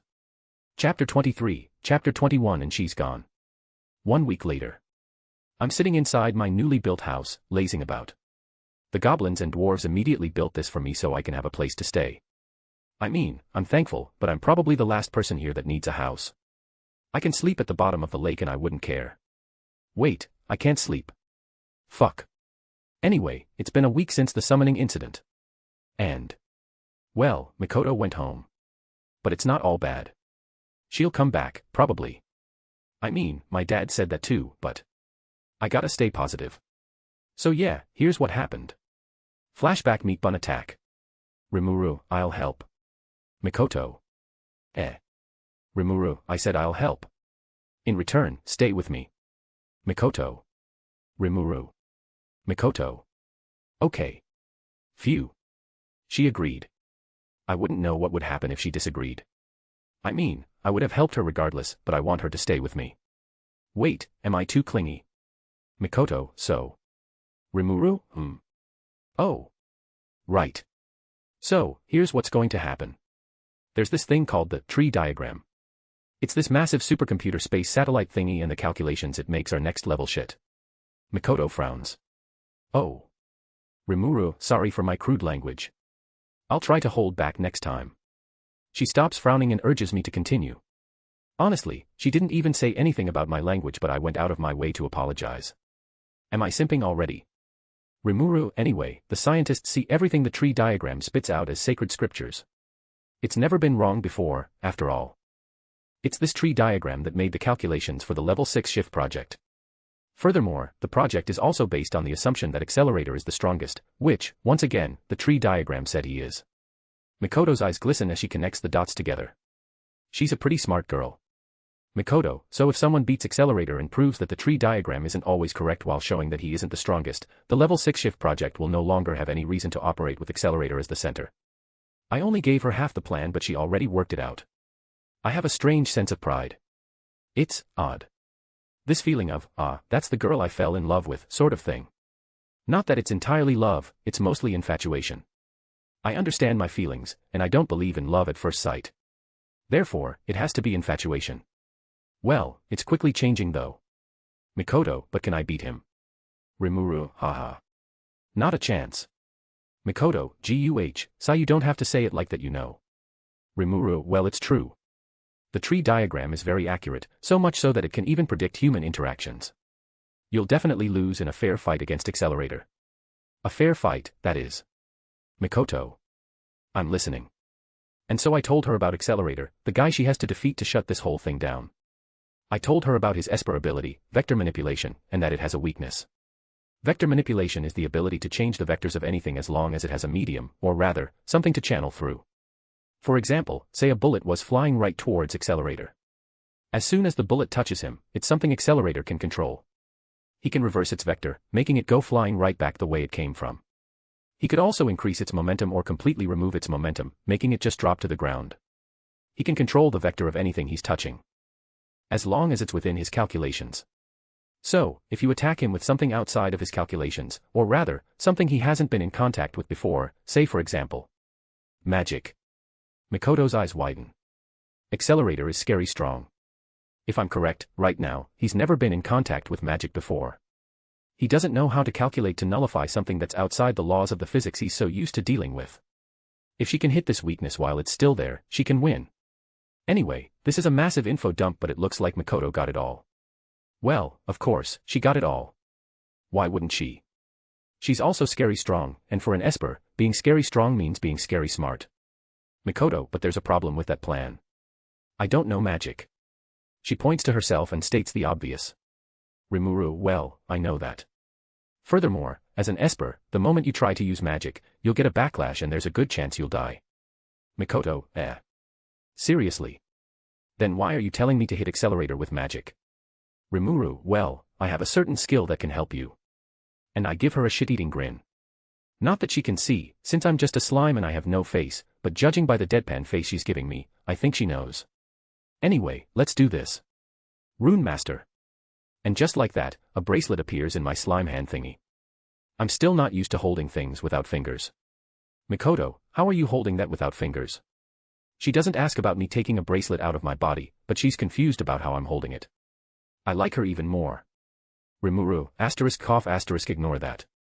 Anyway, this bracelet will unleash a lightning spell. It's already infused with the energy needed, so just point your hand at the target and say, lightning strike. This will release the spell contained and hit the target with a rather powerful lightning strike. You can do that 3 times before the Magicule within runs out and it will be forced into cooldown. It will be ready to use again a day later. Mikoto, I can take this back home. Rimuru, of course, my summoning spell isn't just limited to bring stuff here, it can send stuff there as well. The pride is practically oozing from my words. Great Sage is looking at me like I mouth but I ignore it. The bracelet is rather plain, just a silver one made out of magi steel. A/N, just look up silver women bracelet, and you'll get a general idea. I can't make things with energy in them with limited creation, so I had Dold make me a bracelet which I scanned and learned how to make on my own with Great Sage and Predator. Thankfully I can at least make my own touches, so I inscribed some runes on it. Mikoto grabs the bracelet and slides it onto her wrist. I made it so that even she, who is in her astral body, can touch it. She looks at it, before looking at me and asking me a question. Mikoto, how do you know so much? A good question, but very troublesome for me. Rimuru, I can't answer. Not now. I really can't. I mean, if I told her I saw her in an anime. Well, I believe that all those worlds are real and that every single character is real as well. But I don't know what will happen if I just say, hey, I looked up hentai about you once. Spark. Whoa, scary intuition. And so, she left. The moment she did I got this sense of indescribable loneliness. A little cringe and a little generic, but it's the only way to describe what I'm feeling. I trust her to come back, she's not the type of person to promise something before just walking off. But I told her that she can do whatever she wants for a month because that's how long the hole to her world will last. I also told her that one day I'll be able to time travel, so we can travel to her world and it wouldn't even seem like she left. Any more than a month, and even if I get penetration again, I might not be able to locate her world. So, she'll go home and do what she has to do. She'll say goodbye to her friends and family and heal the sisters of their genetic defects, since they're clones. This will be done with a healing meat bun I gave her. I made it so it can multiply over time so all the sisters can get one. After that, she'll come back here a month later. I hope you'll come back soon.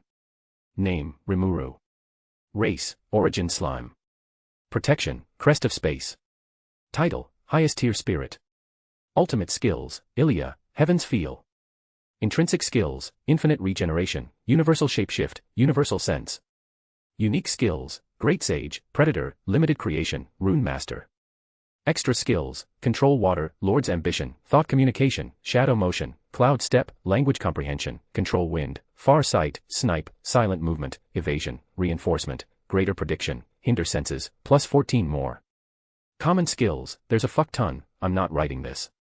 Tolerances, Resist Temperature, Resist Melee Attack, Cancel Pain, Resist Electricity, Resist Paralysis, Resist Earth, Resist Water, Resist Wind, Resist Spiritual Attack, Resist Holy Attack, Resist Ranged Attack, plus 7 more. A/N, couldn't you just make something to, I don't know, nullify Accelerator's Esper ability altogether? MC, I don't know, probably. N, then why didn't you?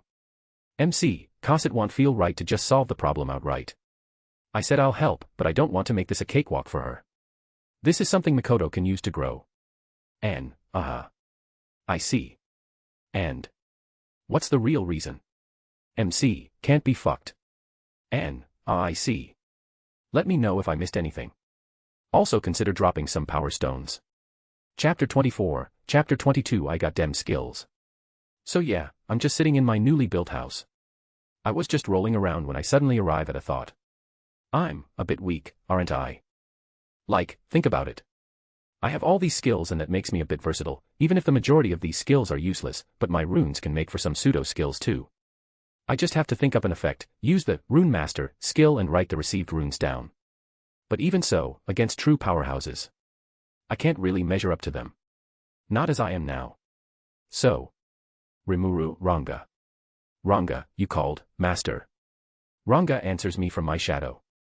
He's recently learned how to stay in shadows instead of simply moving through them, and now he spends his day lazing around with me.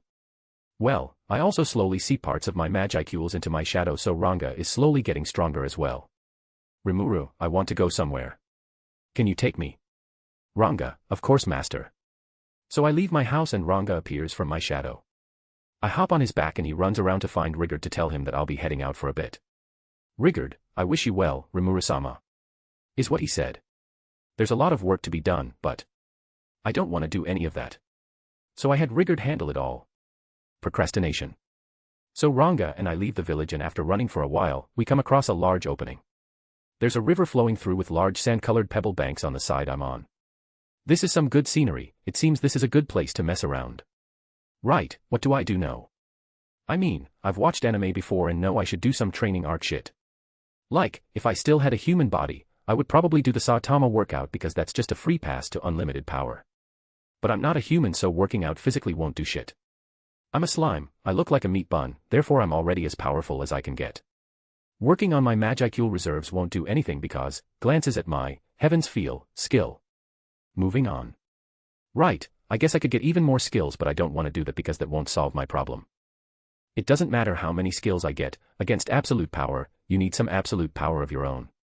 Once I get Shizu's deviant, I can start mixing a wider range of skills together and maybe even get more unique skills out of it, but I don't have that. And I'll even have to kill Shizu to get it. HNNG. What do I do with her? Screw you, past me. Why did you have to let the future me, handle this? You know what? Screw it. I'll let the future me handle this. Procrastination. So I guess the solution is to hone what I already have. And how do I do that? This would be a really good time to have some random wizened old man to appear and teach me in the ways of bullshit no jutsu or something. While I was wondering on what exactly I should do, I notice Ranga sleeping beside me. Look at him, with his white fur. He's so fluffy. Wait, Ranga used some sort of ground shrinking technique, did he not? Great Sage also told me I could do that too.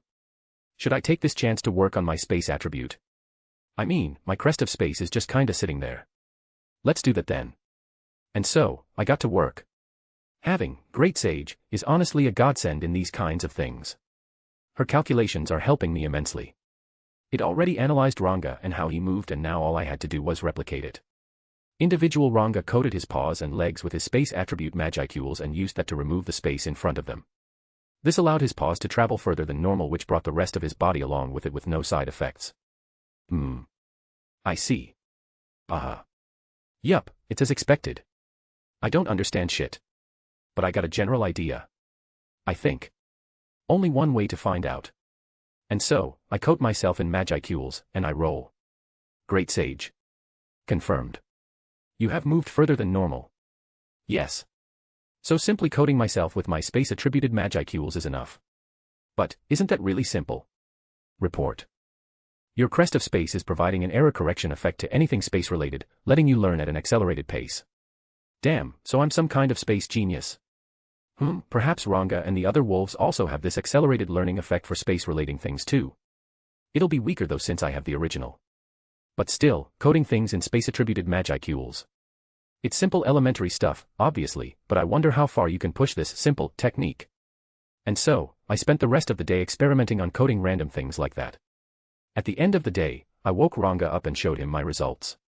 Rimuru, watch closely, okay. Ranga, yes master. His tail is wagging as he answers. It's just his natural state, so there's no local gale, thank goodness. I take the stick I was messing around with for half the day and coat it in my magicules. After that, I bounce up to a convenient large rock formation and slash it with my stick. Anime sword cutting sound effect. The rock was cut in half diagonally, causing the top half to slide off. Man, that would have been so cool if I had my human form. Ranga, amazing, master. As expected of you. His eyes, once again, have stars in them. His admiration for me is honestly a little addicting. Especially since he's a big doggo. I better keep secret the fact that I barely held the magicules together. I need more practice. Or maybe it's just because using a branch as a magicule conductor is a bad idea. What if I use magi steel? Food for thought. And like that, both Ranga and I head home. As an aside, the next day, Ranga learned how to coat his claws and teeth with space-attributed magicules to make them way sharper than normal. Furthermore, Great Sage is telling me the magicules are stable. Who's the talented one here? Name, Rimuru. Race, Origin Slime. Protection, Crest of Space. Title, Highest Tier Spirit. Ultimate Skills, Ilya, Heaven's Feel. Intrinsic Skills, Infinite Regeneration, Universal Shapeshift, Universal Sense. Unique Skills, Great Sage, Predator, Limited Creation, Rune Master. Extra Skills, Control Water, Lord's Ambition, Thought Communication, Shadow Motion, Cloud Step, Language Comprehension, Control Wind, Far Sight, Snipe, Silent Movement, Evasion, Reinforcement, Greater Prediction, Hinder Senses, plus 14 more. Common Skills, there's a fuck ton, I'm not writing this. Tolerances, Resist Temperature, Resist Melee Attack, Cancel Pain, Resist Electricity, Resist Paralysis, Resist Earth, Resist Water, Resist Wind, Resist Spiritual Attack, Resist Holy Attack, Resist Ranged Attack, plus 7 more. A/N, okay, so now people are saying, ooh, a Tensura, I don't want it, and stuff like that. I mean, you do you, but I just want to explain something. Mikoto will be a Tensura, but more dear than son. What I mean is that Mikoto won't attack MC every time she feels a little embarrassed. Of course, if MC walks in on her while she's stark naked, she'll probably hit MC with electricity, but only because she knows it won't hurt him. I mean, she's not the type to fry someone just because they slightly pissed her off. Granted, looking at someone while they're naked is more than just pissing someone off, but you get the idea. MC, so, if I do peek on her, what will happen? N, she'll probably smite your simping ass. MC, B, but didn't you just say that? N, that's considering it's an accident. But knowing you, it will be on purpose. So you better don't. MC, N, at least wait until she gets older, she's only 14. Let me know if I missed anything. Also consider dropping some power stones. Chapter 25, Chapter 23, and she's back. 3 weeks later. I'm sitting at the bottom of the sealed cave in front of the giant crack in space. I've been here for several hours by now. What am I doing? I'm watching hentai. Cough. I'm waiting for Mikoto to come back. She should be coming soon, it's almost a complete month since she left, and today will be the last day the hole will stay open before it closes for good. I can even see early signs of that happening, the normally unmoving hole is fluctuating a bit. I was a bit nervous about it, but, notice. The fluctuation will not have any effect on the summoning process. Is what Great Sage said, so I'm not anxious something will go wrong. Suddenly, I receive a signal from the hole. She's ready. And so, I begin the summoning process for the second and final time. I'm not worried I'll summon someone else other than Mikoto, she has already been marked during her first passage through. Furthermore, it's through this mark that she was able to let me know she's ready to pass through. I'm tempted to say some sort of cringy chunny summoning chant, but I decide against it. I just sit there, or am I standing? I don't know, I'm a fucking slime. Anyway, I just sit there and watch the magic happen. The crack in the sky pulses before hundreds of small motes of light pour out from within. I'm a little confused by, Great Sage hasn't said anything, so I keep watching. Maybe it's because her physical body is passing through this time, not just her astral body. After all, from my memory, those who are summoned will have their body remade during the process to contain magicules. The motes of light start swirling around in a vortex and concentrating on the floor. And that's when something surprising happens. A body begins to form. First, the feet appeared. From there, rising up, legs formed. Her hands started to form as well, forming upwards into her arms as her torso also begins to form as they meet up at the shoulders. And finally, the head. Her body is still slightly glowing from what just happened. She looks so beautiful like that. And with her eyes still closed, she looks like she's sleeping. You don't sleep standing up though, but ignore that. Her eyelids quiver as they slowly open. The first thing she sees is me, still stunned on the floor. She quickly looks at her body to find that she's still in her clothes, her Tokawada uniform, and she breathes a sigh of relief. I, however, breathe a sigh of reluctance. I didn't get to peek at any of her goods. I sound like an old fart, holy shit. She smiles at me and I just wave at her. We don't say anything. We just stay there. But, after looking at her for a while, I feel like I have to say this. Rimuru, it's okay to cry, you know. And that finally did it. Mikoto shook her head at first, intending to say she was okay, but her words got stuck in her throat. Her eyes redden a bit and begin to water before tears leak out. And so, she fell to her knees and cried. I slide up to her, intending to say some words of comfort, but she instead grabs me and brings me into her modest chest, before crying into my body. I'm a bit stunned, honestly, but I don't do anything, and I just pat her back with my slime tentacle thingy. No lewd though. It's a shame though, she's not doing this because she loves me all of a sudden, that's just unrealistic. I just happen to be a bouncy squishy object that would feel nice to hold. And that's what she needs right now, some comfort. And just like that, while Mikoto was still crying, we both watched as the only way to her world, the large crack in the sky, closed for a very, very long time. Mikoto cried for a while. I don't blame her, she's only 14 but she has to leave everything she knew behind. I'm honestly proud, in a way, that she kept her word and isn't showing any reluctance. Sure, she's sad, anyone would be. But she's not hanging on to her world. She must have done everything she could to have no regrets during the month I gave her.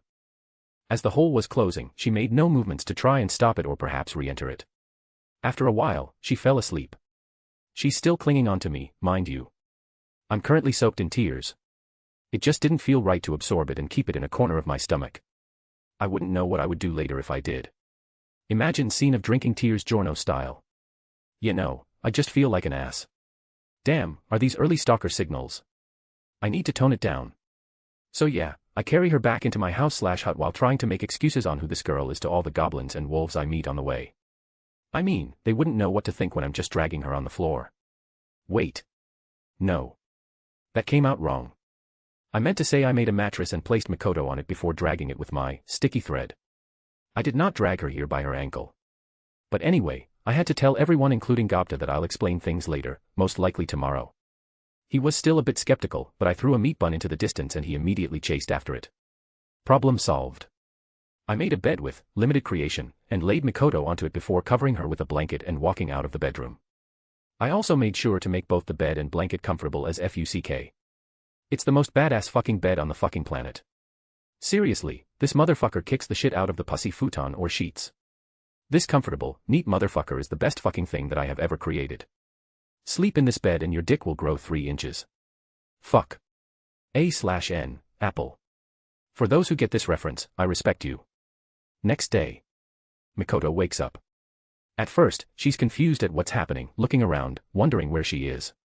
I feel her movements with my universal perception skill, so I quickly dropped what I was doing and walked/rolled into her room. Rimuru, hey. How are you feeling? Mikoto, I'm fine. Better than before. Where are we? I smile inwardly when she admitted to feeling better. Rimuru, we're in a little house my subordinates made for me. I still feel a bit awkward calling them my subordinates. Oh well, more problems for future me. Mikoto, subordinates. Rimuru, oh, I didn't tell you. I'm kind of the leader of the local area we're currently in. I might not look like it, but I'm pretty strong, you know. My body inflates as I try to look like I'm puffing out my chest, but I'm sure I just look silly. Oh well, Mikoto seems amused at least. But then her eyes narrow a bit. I know that look. Rimuru, oi. I know what you're thinking. Mikoto, and no, I mean, you're a slime, right? No offense, but, it's surprising. Saishi thought I was weak. Well, it's not like this matters. She'll accept it naturally over time, it's not like this is something extremely important. Growl. What was that? It's a bit familiar, but...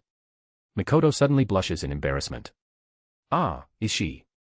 Rimuru. Are you hungry? Mikoto hesitantly nods. Ah, I haven't needed food in a long time. I forgot normal people need to eat. She hasn't eaten since yesterday after all. Rimuru, I'll get you something to eat. Mikoto, and no, I mean. I'm not sure if your taste and my taste are any different, so. Rimuru, ha ha ha. We don't eat raw meat. Don't worry, I have just the food for you. Limited creation. Rimuru, here. Have a meat bun.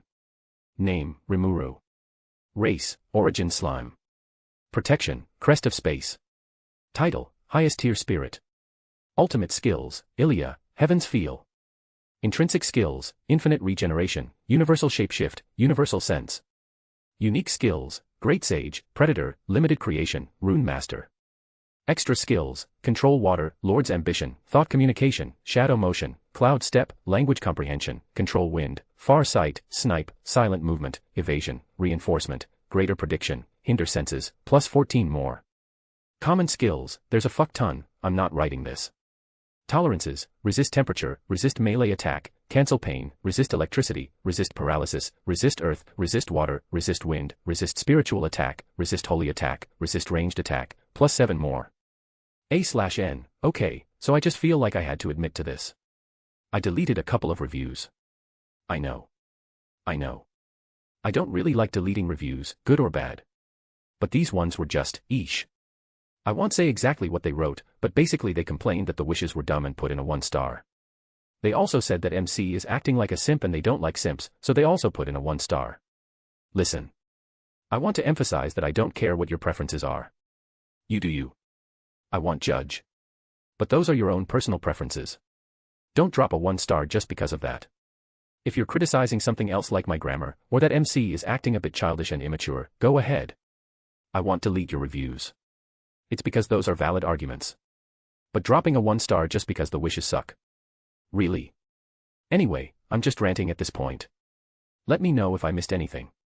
Also consider dropping some power stones. Chapter 26, Chapter 24A Talk. So Mikoto and I talked to each other for a bit, Mikoto still sitting in her bed, cross-legged and facing me, while I'm sitting on a chair beside her bed facing her. Rimuru, so what happened anyway? Mikoto, with what? Rimuru, you know, what happened after you left and went back to your world? Mikoto, Well, it was honestly a roller coaster ride. I guess I should start when I just got back. And so she talked about her experience. First thing after she got back, she immediately left looking for a clone of hers. Note that she did that while evading the persistent pursuit of a certain stalker roommate, Shirai Kuriko. She did that for 2 reasons. 1, because the sisters is highly secretive stuff, and 2, it's so she doesn't have to deal with Kuriko's antics in general. She didn't mention number 2, but I felt it. Well, although Shirai Kuriko wants to get all touchy-feely with Mikoto, she's honestly a very good friend and I myself don't hate her. Plus, she's a girl. Yuri is good for the soul. Spark. Oops, moving on. She was wandering around before she picked up a signal very similar to her own through her Electromaster ability. She finally met one of her sisters and tried to talk to her about the project. However, as expected, Mikoto didn't have the clearance to know about the information on the level 6 shift project. And since Mikoto only knew the general information from what I gave her, she decided to look for info on it with her own hands. And so, they separated. When she got the info, she was absolutely devastated, but she also came across a piece of information that an experiment was ongoing right at this moment. So she quickly left for the experiment site. She arrived just in time to prevent Accelerator from killing the sister clone involved in this specific experiment. And it turns out, by coincidence, this very sister was the same one she met earlier that day. To be honest, even I'm a little surprised hearing that. Talk about coincidences. And so, both Mikoto and Accelerator fought, and as expected, Accelerator wiped the floor with her. Rimuru, didn't I tell you not to fight Accelerator head-on? Bruh. Yes, I even let out a bruh. That's how exasperated I am. Honestly, what would happen if she died? I don't want to think about it. Mikoto, hey.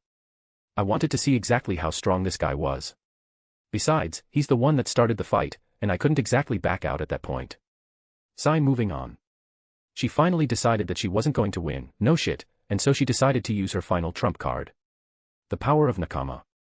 No, seriously, I named her bracelet Nakama. Anyway, Accelerator got hit by the lightning spell and fucking died. Well, not really, but he did get knocked out in 1 hit. The lightning spell looked exactly like any casual lightning strike Mikoto would throw around, so he wasn't prepared for it at all. Furthermore, any scientist looking in on the fight with their cameras wouldn't notice the difference as well, so. Mission accomplished. Mikoto defeated Accelerator with her strength. Not really, but that's the conclusion. I wonder what Alistair thinks about this. A week later, she found out that the level 6 shift project is indefinitely halted and the sisters will be living their lives like normal thanks to the magical meat buns. As an aside, They still kept the meat buns and ate it occasionally because it's perpetually warm and it's an infinite source of delicious food, so they each kept one in their pocket and ate it whenever it clones itself. Did I just solve world hunger? For the rest of the time she was there, she spent her time like she was going to die soon. Her friends asked her what's wrong because she's acting way different than usual. Shirai especially was pretty paranoid about it, wondering if Mikoto is sick and needs help. Not wanting to keep it a secret from her friends, and since it's already over, she told them about the sisters and what she went through, not the summoning part. They chided her about going at it alone, but she mentioned to them that she had some help. Rimuru, hey, that's me. Mikoto completely ignored me and continued her story. Sad face. After a month, it was finally time for her to leave. She never told anyone about her leaving because I told her that by the time I can travel to her world I should be able to choose the moment in time I would return, and it would seem like she never left. And so, I summoned her at the end of the deadline and she disappeared. During the summoning, she was in some sort of lucid dream-like state. It was at this time where she heard a voice. Or rather than a voice, it was more like a machine. Mikoto, it reminded me of the AIs from Academy City. Rimuru, Could it be the voice of the world? Mikoto, voice of the world. Rimuru, I don't know much about it, but it's a voice you hear whenever you gain a new skill or whenever you evolve. Well, you're a human though, so you don't need to worry about evolution for now.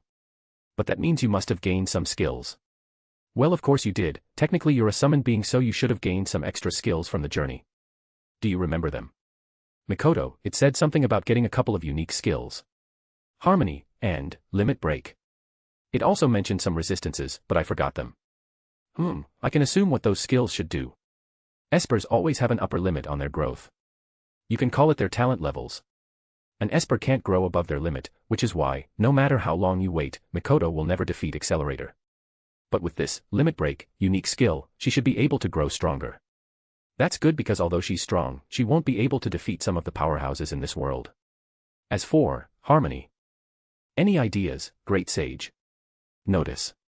I am unable to confirm the usage of the unique skill, harmony, without any prior assessment. Rimuru, Misaka-san, do you mind invoking your harmony skill? Mikoto, I'm not sure how to, but I'll try. And so, she closes her eyes and invokes her skill. Great Sage. Understood. Scanning individual Mikoto Misaka. Confirmed, unique skill, harmony, allows the usage of opposing elements without any backlash or rejection. Oh. Holy shit. Name, Rimuru. Race, Origin Slime. Protection, Crest of Space. Title, Highest Tier Spirit. Ultimate Skills, Ilia, Heaven's Feel. Intrinsic Skills, Infinite Regeneration, Universal Shapeshift, Universal Sense. Unique Skills, Great Sage, Predator, Limited Creation, Rune Master. Extra Skills, Control Water, Lord's Ambition, Thought Communication, Shadow Motion, Cloud Step, Language Comprehension, Control Wind, Far Sight, Snipe, Silent Movement, Evasion, Reinforcement, Greater Prediction, Hinder Senses, plus 14 more. Common Skills, there's a fuck ton, I'm not writing this. Tolerances, Resist Temperature, Resist Melee Attack, Cancel Pain, Resist Electricity, Resist Paralysis, Resist Earth, Resist Water, Resist Wind, Resist Spiritual Attack, Resist Holy Attack, Resist Ranged Attack, plus 7 more. A/N, so a couple of people are saying, hey, the romance is going a bit too fast, isn't it? And I just want to clarify some things. MC, okay, so, first off, Mikoto was my waifu even before I died. N, yeah, I didn't mention that. It's my fault. MC, also, I don't think she has any feelings for me yet. N, yeah, she doesn't. It's purely one way right now. MC, in fact I'm surprised she's not angry at me. Since, you know. N, yeah, you did make her leave her world behind. MC, Should I have not done that? It was just me being selfish. N, who knows man, but what's done is done. You gotta live with your decisions. MC, HRMM. N, also. That reference from last chapter, for those who didn't get it, search up Urban Dictionary Apple. Let me know if I missed anything. Also consider dropping some power stones. Chapter 27, Chapter 25 Shiis. Well, after talking with each other a bit more, Mikoto decided to finally get out of bed. Now that I think about it, it's a bit late, already around 9 AM according to Great Sage. Holy shit, I'm already considering 9 AM late. What is going on? Does this mean I'm living a productive life now? No. But alas, there is no one I can vent my woes to without looking fucking stupid. Top 10 Saddest Anime Moments. Anyway, the day continued, and I just wandered around the village overseeing everything going on and trying to look like I'm actually doing something. Why? Well, that's because a certain Electromaster is constantly following me around. Rimuru, Misaka-san. Why are you following me? Mikoto, Well, I don't exactly have anything else to do now, so. Rimuru, fair point. We continued walking around the village with Mikoto offering random pointers here and there from her modern-day perspective while I myself constantly attempt to keep up with her by spouting my own wisdom. Sigh, this is tiring. I ended up resorting to talking to her. I think it's pretty obvious that I used to be human by now, so I decided to tell her about my past life. Not everything though. I simply told her I used to be a human and that I used to be from Earth as well, just not the same one. Rimuru, you know the multiverse theory, right? It's like that. Mikoto, She seems pretty interested, so I tell her more about my world. Rimuru, we don't have espers or magicians or anything like that. On the other hand, my world's culture is very advanced. We have all kinds of manga, anime, hint Spark. Rimuru, ****, well, you get the idea. I also told her about my life as an otaku neat. I didn't tell her everything about me though. I didn't tell her that my world has this world and her world written as the very same anime and manga I just talked about. I also didn't tell her about my meeting with ROB, nor about my ultimate skill. I want to tell her eventually, but I'm not an idiot. I don't know if, just like this world, this Mikoto is from an AU Toru world as well. I wouldn't know if she's actually a black-hearted woman. So, I keep my trump cards a secret. She saw me use limited creation for the meat bun and also saw the runes on her bracelet, so she's aware of Rune Master and limited creation. Should I have been more prudent in hiding it from her? Nah. I'll be using them often, so. She also decided to tell me how her life went. It's the life of a normal schoolgirl for the majority of it, disregarding the extreme amount of experiments she went through. It wasn't anything too harmful, though, just some tests, you could say. It was only in recent years when she started fighting more and getting more combat experience under her belt. While she was talking, she started getting this distant look in her eyes. Probably reminiscing about her world. Rimuru, you know what? How about we take a dip in the hot spring? Mikoto, you have a hot spring. Mikoto shows a surprised expression. Yes, you heard it right, a hot spring. I remembered there was a hot spring somewhere in the area in canon, so I sent some goblins to search for likely spots before heading there myself and confirming if there's a source there. On the third try, we hit the jackpot. The hot spring itself isn't anything fancy right now, but it's something. Mikoto immediately agrees and I followed along. We had a small changing room off to the side. The hot spring itself isn't separated by gender yet, so the males and females have their own separate time. Everyone is still working right now, so it's empty, however. Mikoto, Rimuru. What are you doing? Rimuru, Obviously, I'm preparing to enter the dash. Mikoto, didn't you say that the hot spring isn't separated by gender yet? Menacing characters appear out of nowhere behind Mikoto as her hair casts a shadow over her eyes as she smiles at me with closed eyes. Rimuru, well, you see, I'm genderless, so dash. Mikoto, Rimuru. Spark. Gulp. Rimuru, why yes. Mikoto, get out. And so, I find myself sitting in the corner drawing circles with my slime tentacle hand thingy. I shouldn't have told her I was a male in my last life. I look behind to see Mikoto entering the changing room with a slight smile on her face. I smile as well. It's good to see that she's back to normal. A while later. Mikoto and I decide it's finally time to experiment on her new unique skills. Harmony, and Limit Break. We messed around with them a lot over the next few days. Limit Break, as expected, allowed her to go above her natural limits. Surprisingly, this isn't limited to just her Esper ability, this also includes her physical ability. When I learned of that, I was scared as fuck. I mean, what if she goes bald? But then I learned that it doesn't change her physical appearance no matter what. Mikoto was angry and a bit disappointed when she learned of that. She was also staring at her chest while that happened, so I'm not sure what she's disappointed about. And although it isn't confirmed, Great Sage also mentioned that this skill doesn't completely remove her natural limits, it just breaks past them and increases said limit to unknown heights. Now, Harmony, on the other hand. It's a surprising one. Basically, it's like Shizu's Deviant, in that it can fuse things, except different. For Deviant, it's permanent. For Harmony, however, it's only temporary. However, it can fuse completely opposite things, like fire and water. The most prominent thing it can do is it can let Mikoto use both her Esper ability and Magi-Qs. Not only that, the things she harmonized boost the quality of each other. This means that Mikoto can use Magicools to increase the firepower and control of her Electromaster ability. Right now, both Mikoto and I are standing in front of a very large rock formation, except, it's fucking obliterated. And it's still smoking. This is a 20-meter high piece of solid rock. Its top half is shattered and there's a hole right through the center from the top right to the ground under it. Rimuru. That lightning strike, it's a bit too powerful, isn't it? Mikoto. We're still absent-mindedly staring at the smoking rock formation as Rigard runs up to me from behind us. We weren't that far away from the village, and I had runes absorb the sound of the lightning strike Mikoto made, so no one was alerted. Rigard, however, seems a bit flustered.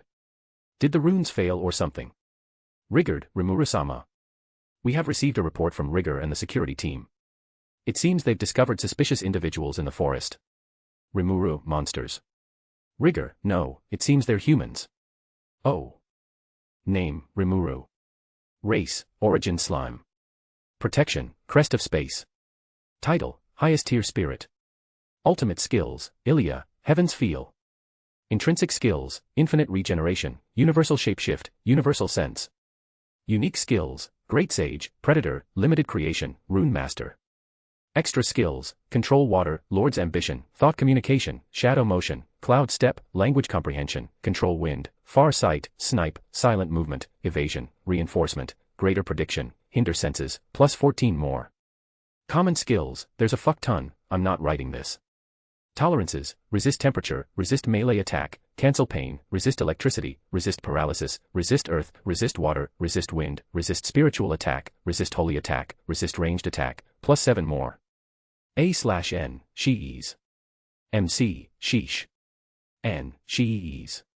MC, Sheesh. N, Shees. MC, Sheesh. Meanwhile, off to the side. Meat Bun ROB, whispering what the fuck. Let me know if I missed anything. Also consider dropping some power stones. Chapter 28, Chapter 26 they're here. And so, Rigard led me to wherever those humans are currently at. Mikoto, getting curious, follows us. I mean, these are humans from an entirely different world, of course she would be curious. I mean, I am too. This is the first time I'm meeting humans from this world. I guess this is what the original Rimuru felt too, maybe a bit more hopeful of the fact that they aren't absolute jerks like those from the Dwarven Gate. Speaking of which, I wonder where those magical girl cosplayers went off to. WHO. Hey. I wanted that. That's just mean, isn't it? Sir, I regret to inform you that I am not giving up this food. Munch munch munch munch. The sounds of arguments and eating enter my, figurative, ears even though we still have a way to go. How loud are they? Rimuru, they're certainly, lively, aren't they? Mikoto nods in agreement, growing ever more curious. Rigard, I apologize. They said they were starving, so we provided them with some food. Rimuru, oh, I'm not scolding you. Good job, if they're not bad people, treat them well. I gotta instill in these guys to treat humans like they want to be treated. If they get attacked nonetheless, then no matter, but otherwise. Rimuru, keep it up. Praise them and tell them they did a good job. Rigard, yes sir. I will strive to do exactly as you say. Rimuru, umo. As I finish my talk with Rigard, we finally arrive at a certain tent. Well, although I say tent, if not for the fact that it's made of cloth, it's got quite a lot of space inside. One of the goblins guarding the entrance lifts the flaps for me as I enter. Jeff, my name Jeff. Oh. It's Jeff. I slide on through as Mikoto enters after me, looking around. My senses lay on 4 humans sitting around a metal plate with a large pile of meat buns on top. It seems I don't really need to panic as they're the exact same people I met at the gate. The 3 stooges themselves. Honestly, I'm a bit of a fan. Of course, not to forget the person I'm most looking forward to meeting, while also dreading meeting the most, Shizue Izawa, or just Shizu. Why am I dreading to meet her? Well. She gonna fucking die. And I don't want that, really, but. Screw you past me. Rigard introduces me, with the whole, this is our leader Rimuru-sama, and stuff. He also introduces Mikoto as well, adding a sama honorific to her as well. Mikoto seems surprised, but if I had to guess, she's simply surprised someone like Rigard also considers her as above him, rather than being surprised by getting called with the sama honorific itself. I mean, she's considered a princess at her school, so being called sama should be something she's used to. I'm a bit jealous of that immunity, to be honest. I still get uncomfortable being called sama even though I'm not Japanese. Oh, and yes, Mikoto understood him. She quickly learned the magic sense extra skill over the last couple of days, so now she can easily communicate with everyone. The trio adventurers swallowed their mouthful of meat buns. Cable, Elin, Jido, Master. Alright, Rimuru. You've got one shot at this. Don't fuck it up. Rimuru, nice to meet you. I'm Rimuru the Slime. I'm not a bad slee dash asterisk bites tongue asterisk ah, fuck. Mikoto just smiles at me with a playful look. She's finding enjoyment in my suffering, isn't she? Well, at least she seems to have gotten used to my occasional curses. Shizu, poo. Shizu laughed a bit. But she had a mouthful of food under that mask, and judging by that sound, the resulting mess shouldn't be pretty. I'm sorry. Speaking of which, how did she even get that food into her mouth? She was wearing a mask the whole time, but as soon as she brought the meat buns up to her mouth, it just disappeared. Damn, OG Rimuru's destined one sure had some skills. No, wait, how did I bite my tongue? I don't even have one of those yet. What the foo? Anyway, the trio of adventurers takes this chance to speak up. Cable, we appreciate the help. We never expected to get saved by monsters. Elin, the food is also very delicious. Thank you very much. Jido, thanks for your help. We didn't know a goblin village was here. The trio of adventurers takes this chance to introduce themselves. Cable, Elin, and Jido, exactly like I remember. I'm so glad only a few things went out of whack in this AU, it makes things so convenient. Kaval, and this is a temporary member who was going the same way as us. Shizu. Shizu. She's a bit quiet, isn't she?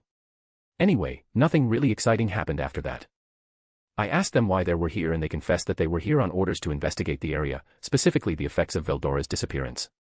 Kaval, but when we looked into the cave, we didn't find anything. Well, there was this weird thing down there. It was white and small. Hold on, isn't it the same thing as what we're eating now? My meat bun. I wonder if it's still there. During the talk, Mikoto also grew a bit hungry and sat down next to Shizu and also ate some meat buns. It's technically food for them, but everyone just treated it like it was normal. There's plenty to go around. Mikoto, shouldn't they keep that information a secret? Mikoto mutters to herself, but I hear it. I shake my head / body. My dear Mikoto, you shouldn't expect so much from them. Elin, I feel like someone just dissed us. By the time they finished, all the meat buns are gone. During the whole ordeal, Shizu hasn't said anything, she just calmly ate her food, and when she had her fill, she just sat there listening to our conversation, and that was that. Rimuru, right. I guess you guys can stay here in this village for now. Get some good rest. Cable, Elin, Jido, thank you very much. They thanked me and I left them alone. I wanted, or rather, I needed to talk to Shizu though. Rimuru, Misaka-san, sorry, but I need to go solo for a bit. Mikoto, oh it's fine. I can just guide the others around. I nod my thanks, and I bounce off. Name, Rimuru. Race, Origin Slime. Protection, Crest of Space. Title, Highest Tier Spirit. Ultimate Skills, Ilia, Heaven's Feel. Intrinsic Skills, Infinite Regeneration, Universal Shapeshift, Universal Sense. Unique Skills, Great Sage, Predator, Limited Creation, Rune Master. Extra Skills, Control Water, Lord's Ambition, Thought Communication, Shadow Motion, Cloud Step, Language Comprehension, Control Wind, Far Sight, Snipe, Silent Movement, Evasion, Reinforcement, Greater Prediction, Hinder Senses, plus 14 more. Common Skills, there's a fuck ton, I'm not writing this. Tolerances, Resist Temperature, Resist Melee Attack, Cancel Pain, Resist Electricity, Resist Paralysis, Resist Earth, Resist Water, Resist Wind, Resist Spiritual Attack, Resist Holy Attack, Resist Ranged Attack, plus 7 more. And, the meat bun makes a reappearance. MC, I totally forgot about it. Is it still there? Anne, can confirm it is. MC, oh sweet. Anne, and it's in pristine condition. It's still warm and everything. MC, of course it is, meat buns are outside of the laws of physics and are unaffected by decay. Anne, oh damn. Let me know if I missed anything. Also consider dropping some power stones. Chapter 29, Chapter 27 No Panties. I find Shizu standing on a grassy hill next to a tree staring at the sunset. I bounce up to her, wanting to talk to her, but she quickly notices me, and without turning around, she asks me a question. Shizu, Mr. Slime, that line you were trying to say, it was from a game, wasn't it? I'm not a bad slime. As expected, she noticed me. It could have been magic sense, but I'm putting my money on the bouncing sound effects I have. Whenever I bounce around I have this weird sound effect. I asked, Great Sage, what it was, but even it was stumped. As expected of my meat bun form, it contains secrets even, great sage, doesn't know. I bounce up to Shizu and she picks me up while I was thinking about such things. She carried me in her arms and she continued talking. Honestly, I've been carried like this more than just a few times, but Mikoto never did. Is she still conscious about my gender? Shizu, are you from Japan? Rimuru, I guess you could say that. Not entirely though. I mean, I have both memories from Satoru Mikami and myself, and Daniel never went to Japan. Shizu, you only lived there for some parts of your life then. Rimuru, yeah. Something like that, I guess. Shizu takes off her mask at this point and I get a full view of her face. And Ofu. The elves at Night Butterfly are beautiful, sure, but Shizu here. Wow. If I didn't have Mikoto I probably would have been smitten right here and now. She's a perfect 10 out of 10. Her flawless face and black eyes that seem to shine. Jesus Christ, I need to get laid. As an aside, Mikoto herself is a 9 out of 10, with the elves being an 8 out of 10. And for comparison, those supermodels from my world would be a June 7th 10. Anime girls are on a whole nother level, no wonder there are so many hentai doujins out there. Shizu and I kept talking with each other, sharing stories of how we came here. I couldn't exactly say I choked on a fucking meat bun and collapsed, so I gave her Mikami Satoru's story of getting stabbed. After that, I found myself here. Shizu decided to explain that she was a summon. In this world, summoned beings are expected to serve as living weapons to the country that summoned them. Summoned beings always contain a unique skill. Well, unless their bodies are too immature to generate one, in which case they're magicules. Moving on, in this world where wars are won over quality rather than quantity, those summoned beings are a trump card. Directly after their summoning, summoned beings are engraved with a curse to force them to obey their summoners. Mikoto is also a summoned being, but I never used any kind of curse or seal or anything of the sort that can act as some sort of control over a free will. Taking pity on Shizu, I decided to take a page out of OG Rimuru's book and use thought communication to share my, or rather Satoru's memories of Japan with her. I've never been to Japan, remember? Halfway through, Shizu's magicules begin to go wild and she drops me while clutching her chest. Report. Individual Shizue Izawa's magicules are going berserk. Greater Spirit Ifrit is likely attempting to take control. Confirmed, rampaging magicules are calming down. Rimuru. Are you okay? Probably a dumb fucking question, but it's the only thing I could say. Shizu, I'm okay, probably. She smiles at me and puts on her mask, but I can't bring myself to smile back. I think to myself for a bit before opening my mouth once again. Rimuru, I scanned your body. You have a spirit inside you, right? Shizu freezes for a moment. Although I knew this information beforehand, I didn't lie, with universal perception and support from Ilya, heavens feel, scanning her body like that is simple. Shizu. I do. Well, there's not much I can do about it. Despite how I look, I'm quite old. My control over the spirit is weakening, and this magic sealing mask is only holding it back for now. I open my mouth to speak again, but I hesitate. I don't say anything, I just look at her. Shizu, something wrong. I decide to speak. Rimuru, tomorrow, 2 days at the latest, that will be your limit. That spirit will break free and take over your body at that point.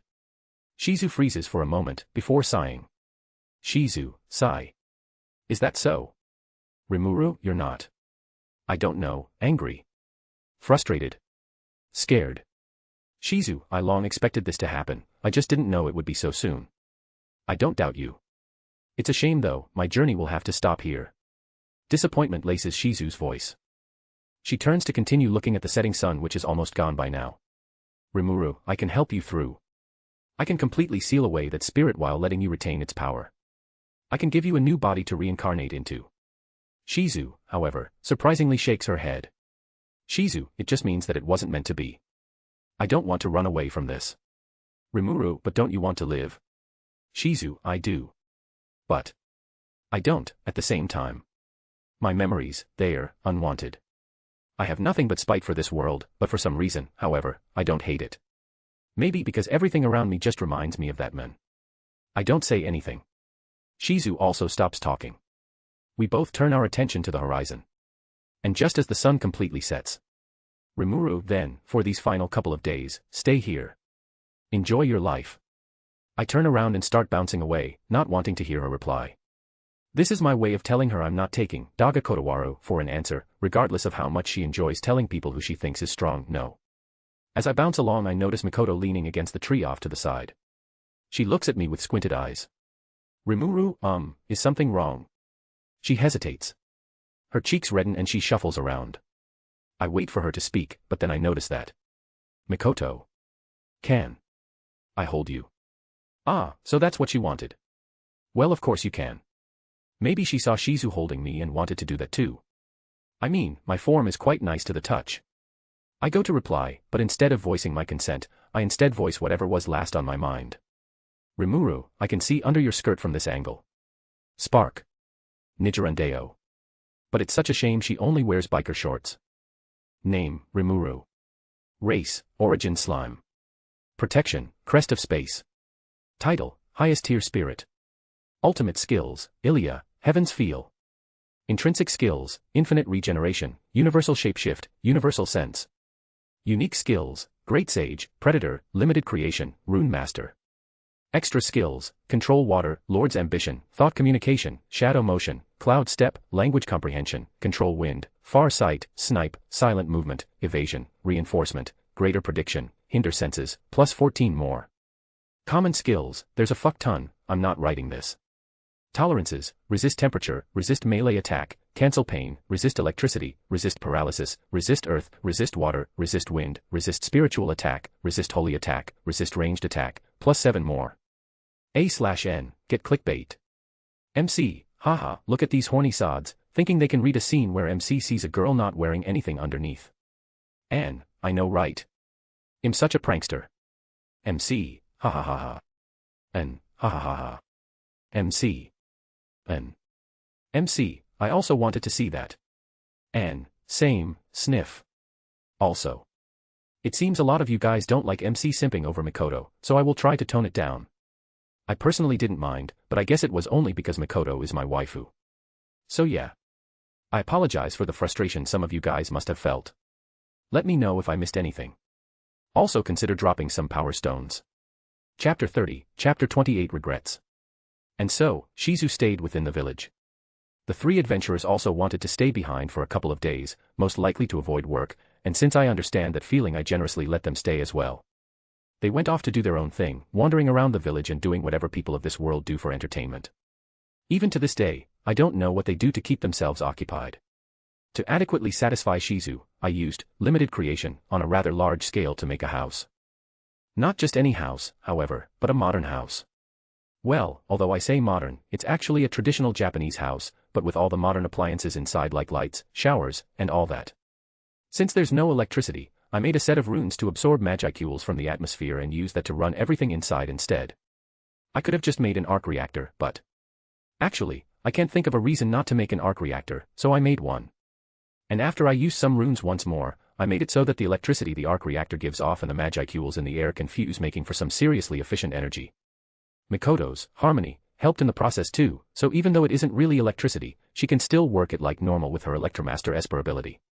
After fortifying it with barriers and strengthening the foundation and structure with even more runes, it's finally done. Limited creation, and Rune Master, for the win. Man, I'm so glad I chose these wishes. Anyway. This all happened in under an hour, with both Shizu and Mikoto watching it all happen right before their eyes. Mikoto knew I could do this, so she wasn't surprised and was simply highly interested in watching me jump around the place.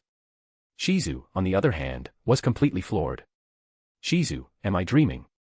The day continued, both Mikoto and I accompanied Shizu in making sure her last couple of days are an absolute blast. I told Mikoto about Shizu's condition and she was shocked and bitter.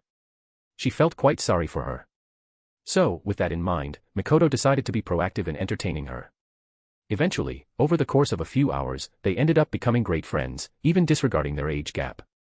It must be because they both came from the same place, that being Japan, albeit a parallel universe Japan. I didn't really get in between them and only sat to the side and listened to them as they talked. The scene, it's healing my spirit. 2 cute girls, sitting with each other, laughing and enjoying themselves, aw. Well, although I said, sat to the side, it more like, sat on Shizu's lap, because she always carried me around everywhere. When Mikoto asked why she always had me in her arms.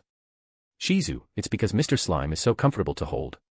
Is that she said as she snuggles my body even more.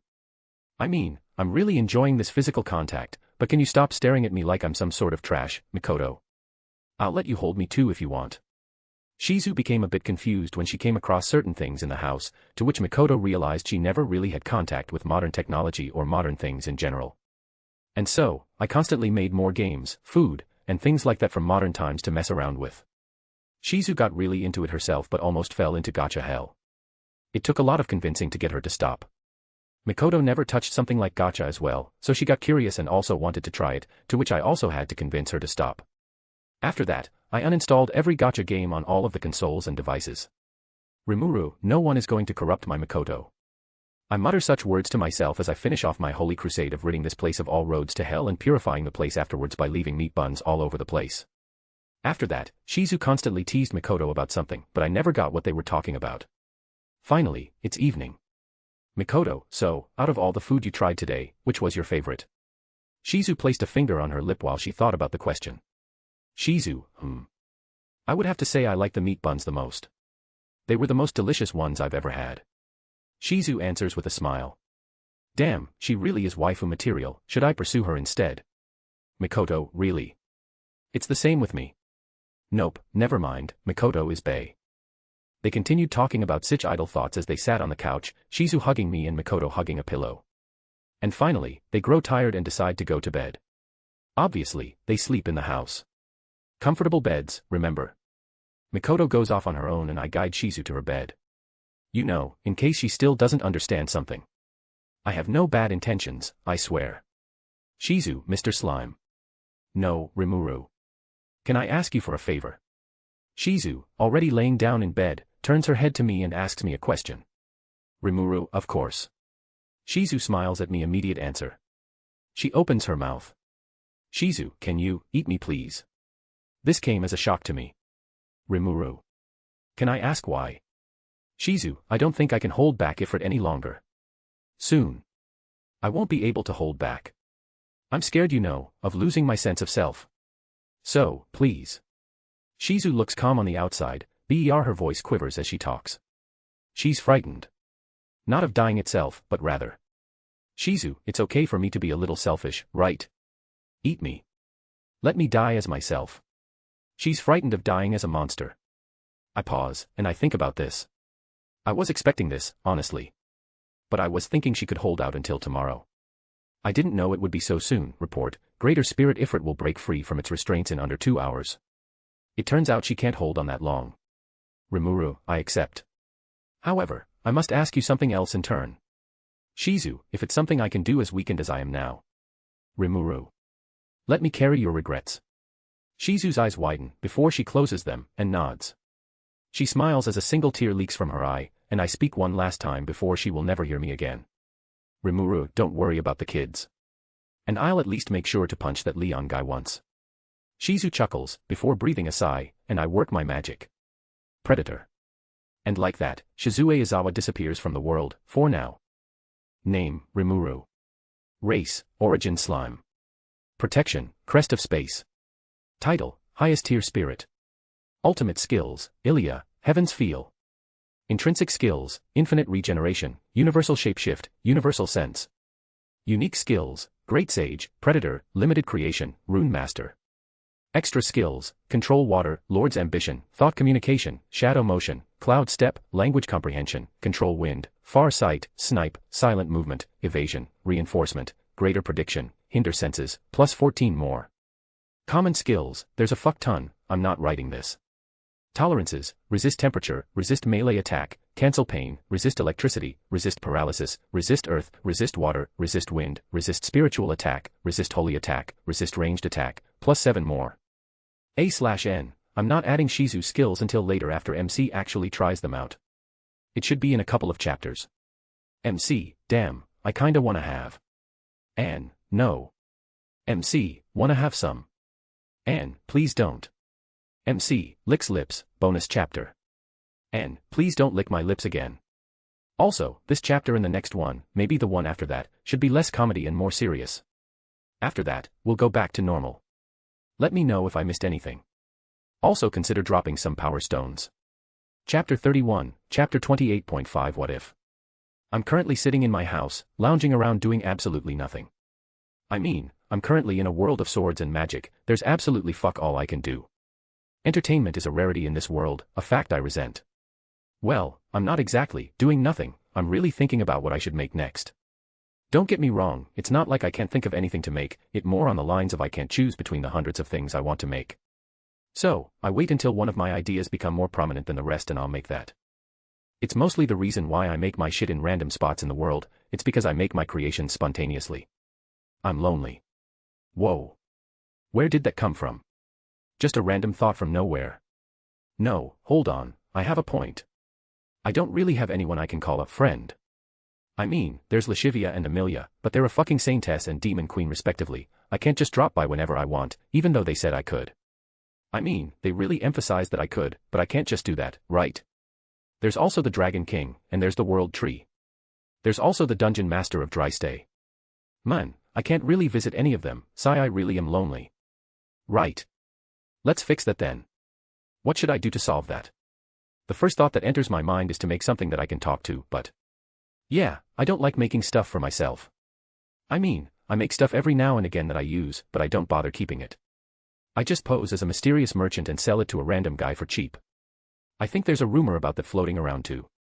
Speaking of which, I still have that mana ring, should I sell it off like before? What was it called? Ah yes, I called it Doran's ring, from League of Legends. Nothing special, just a ring that boosts your mana.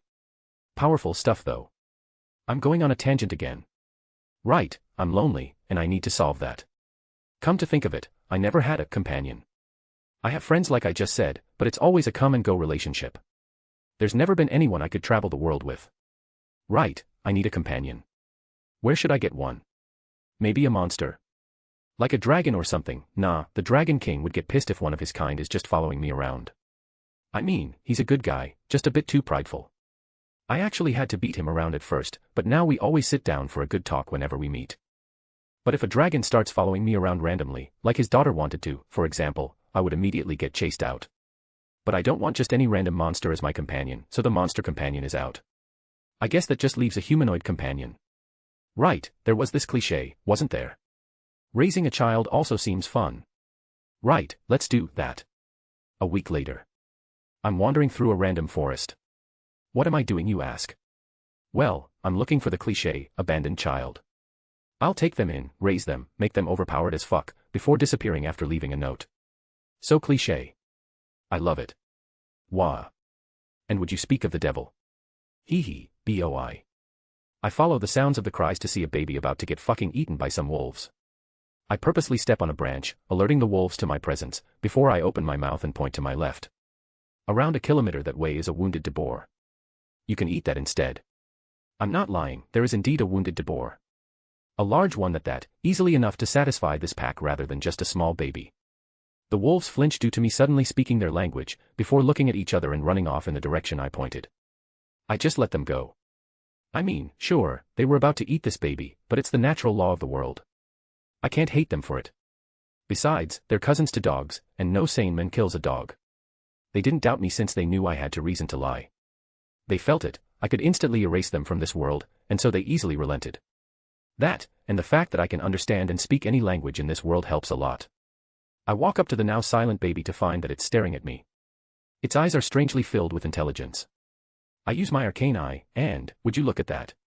A reincarnator. That makes things even spicier. Reincarnators are rare, but they always seem to have this broken-ass plot armor. I'm technically a reincarnator since I already died, but I've never met anyone who met a ROB and was dropped off in a brand new already aged body. They always started off as a baby.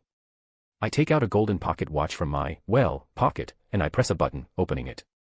The moment it opens, strange things happened. Like rewinding a recording, the world around me and the baby started going backwards. My meeting with the wolves, the fallen leaves, all if it rewinds. It continues to do so until a figure appears. Or rather, reappears. I stop rewinding the time around me and start to play it. It's unfortunate. You were born with a weak body, and in your family that births only warriors, you are a mistake. Be glad that you at least get to live a few more minutes until some monsters find you, as you weren't executed right when you were born. Ooh, what is this juicy information? And he just randomly spouted it to a baby just so I can look into the past and understand what happened. Fate is working its magic once again. Haha. So cliché. The baby's eyes widen in understanding. Was the reincarnator asleep when the mysterious figure first spoke about it? I guess that's fine. Right, I'll keep it a secret about the fact that I know this baby is a reincarnator. I pick up the baby and check its gender. A girl. If that's the case, your name will be Mikoto.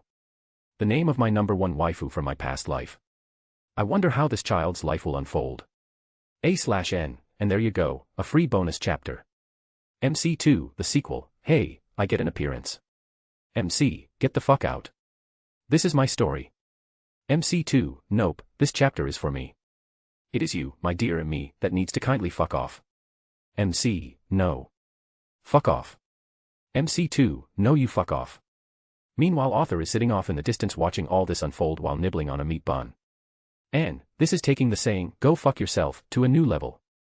Let me know if I missed anything. Also consider dropping some power stones. Chapter 32, Chapter 29 Rebirth. Next day. Mikoto is currently crying. I mean, Shizu died only just last night, there's no way I can hide this, so I made some breakfast for Mikoto before telling her that Shizu is no longer here. Regardless of how long they knew each other, they ended up becoming friends they can confide their secrets in. In this foreign world, finding someone with a familiar origin is comforting, for both Mikoto and Shizu. With those emotions, their friendship skyrocketed. So when Mikoto learned that Shizu died, well, you can see the result. I feel sorry for her, honestly. It's barely been a week since she was officially summoned into this world, and yet, she's experiencing all these emotions. Mikoto doesn't even have the leisure to feel embarrassed about cuddling me in her arms.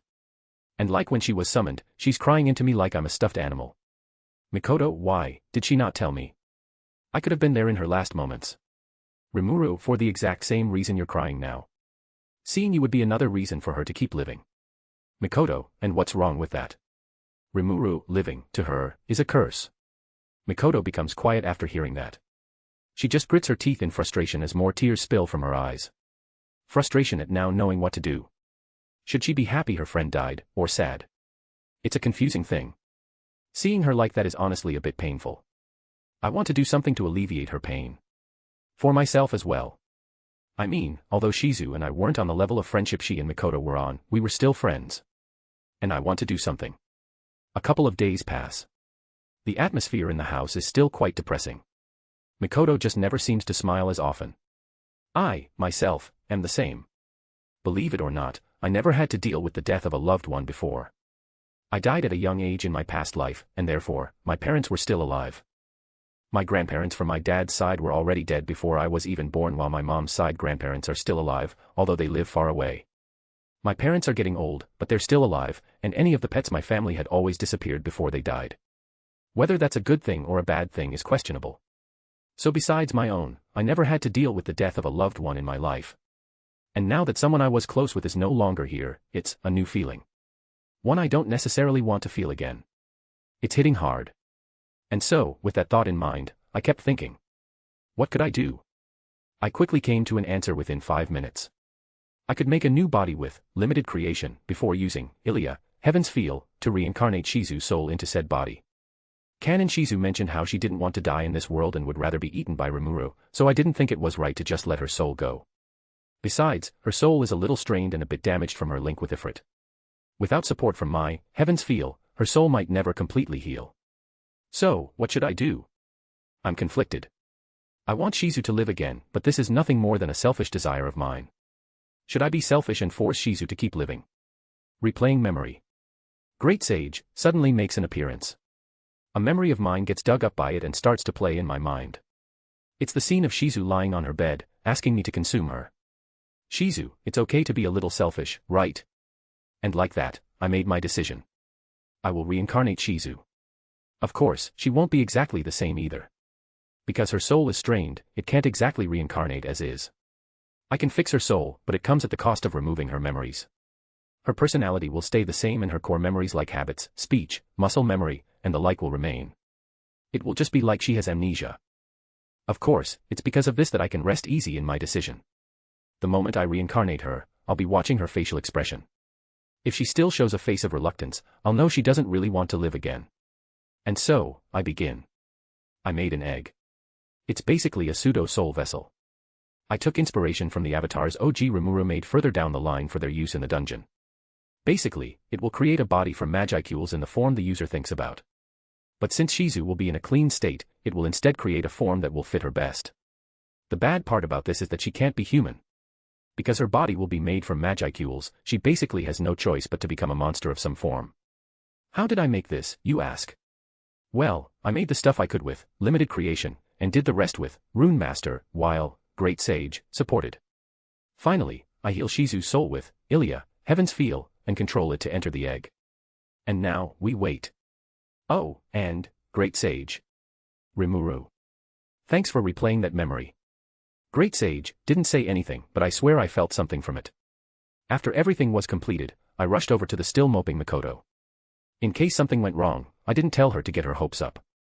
But now that everything's finished, I no longer have to keep things a secret. Arimuru Mikoto. I accidentally called her first name, but she nor I really noticed. For me, it's because I'm excited. For her, however, it's just because she's depressed. She's a strong girl, she'll recover soon. But it's better to recover sooner than later, right? I hold up the egg to her and speak. Rimuru, this is Shizu. Okay, that came out wrong.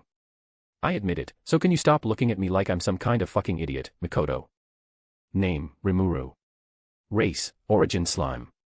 Protection, Crest of Space. Title, Highest Tier Spirit. Ultimate Skills, Ilya, Heaven's Feel. Intrinsic Skills, Infinite Regeneration, Universal Shapeshift, Universal Sense. Unique Skills, Great Sage, Predator, Limited Creation, Rune Master. Extra Skills, Control Water, Lord's Ambition, Thought Communication, Shadow Motion, Cloud Step, Language Comprehension, Control Wind, Far Sight, Snipe, Silent Movement, Evasion, Reinforcement, Greater Prediction, Hinder Senses, plus 14 more. Common Skills, there's a fuck ton, I'm not writing this. Tolerances, Resist Temperature, Resist Melee Attack, Cancel Pain, Resist Electricity, Resist Paralysis, Resist Earth, Resist Water, Resist Wind, Resist Spiritual Attack, Resist Holy Attack, Resist Ranged Attack, plus 7 more. A/N, I know some of you might be like, oh don't resurrect Shizu, let her die, and things like that, but I didn't really feel right to just let her go. I mean, I want to change some things in the series. Shizu died, I didn't like that, so she's alive now. End of story. Well, in a way. She doesn't have her memories, but it's still technically her. MC, it's good enough for me. N, shut up you fucking simp. MC, bitch, you wrote me this way. N, but you're still a simp. Horny boy. MC, you're the horny one here. Go to horny jail. Bonk. Author gets teleported to the interdimensional horny jail where all horny souls go. Let me know if I missed anything. Also consider dropping some power stones. Chapter 33, Chapter 30 New Form. A/N, a slight warning. In this chapter MC will genderbend into a girl for a bit. This won't happen often, I think, so don't worry. I quickly explain to her what this egg is. Rimuru, so basically, this egg is Shizu. She will be reborn as a monster and she won't have her memories, but it's still technically her.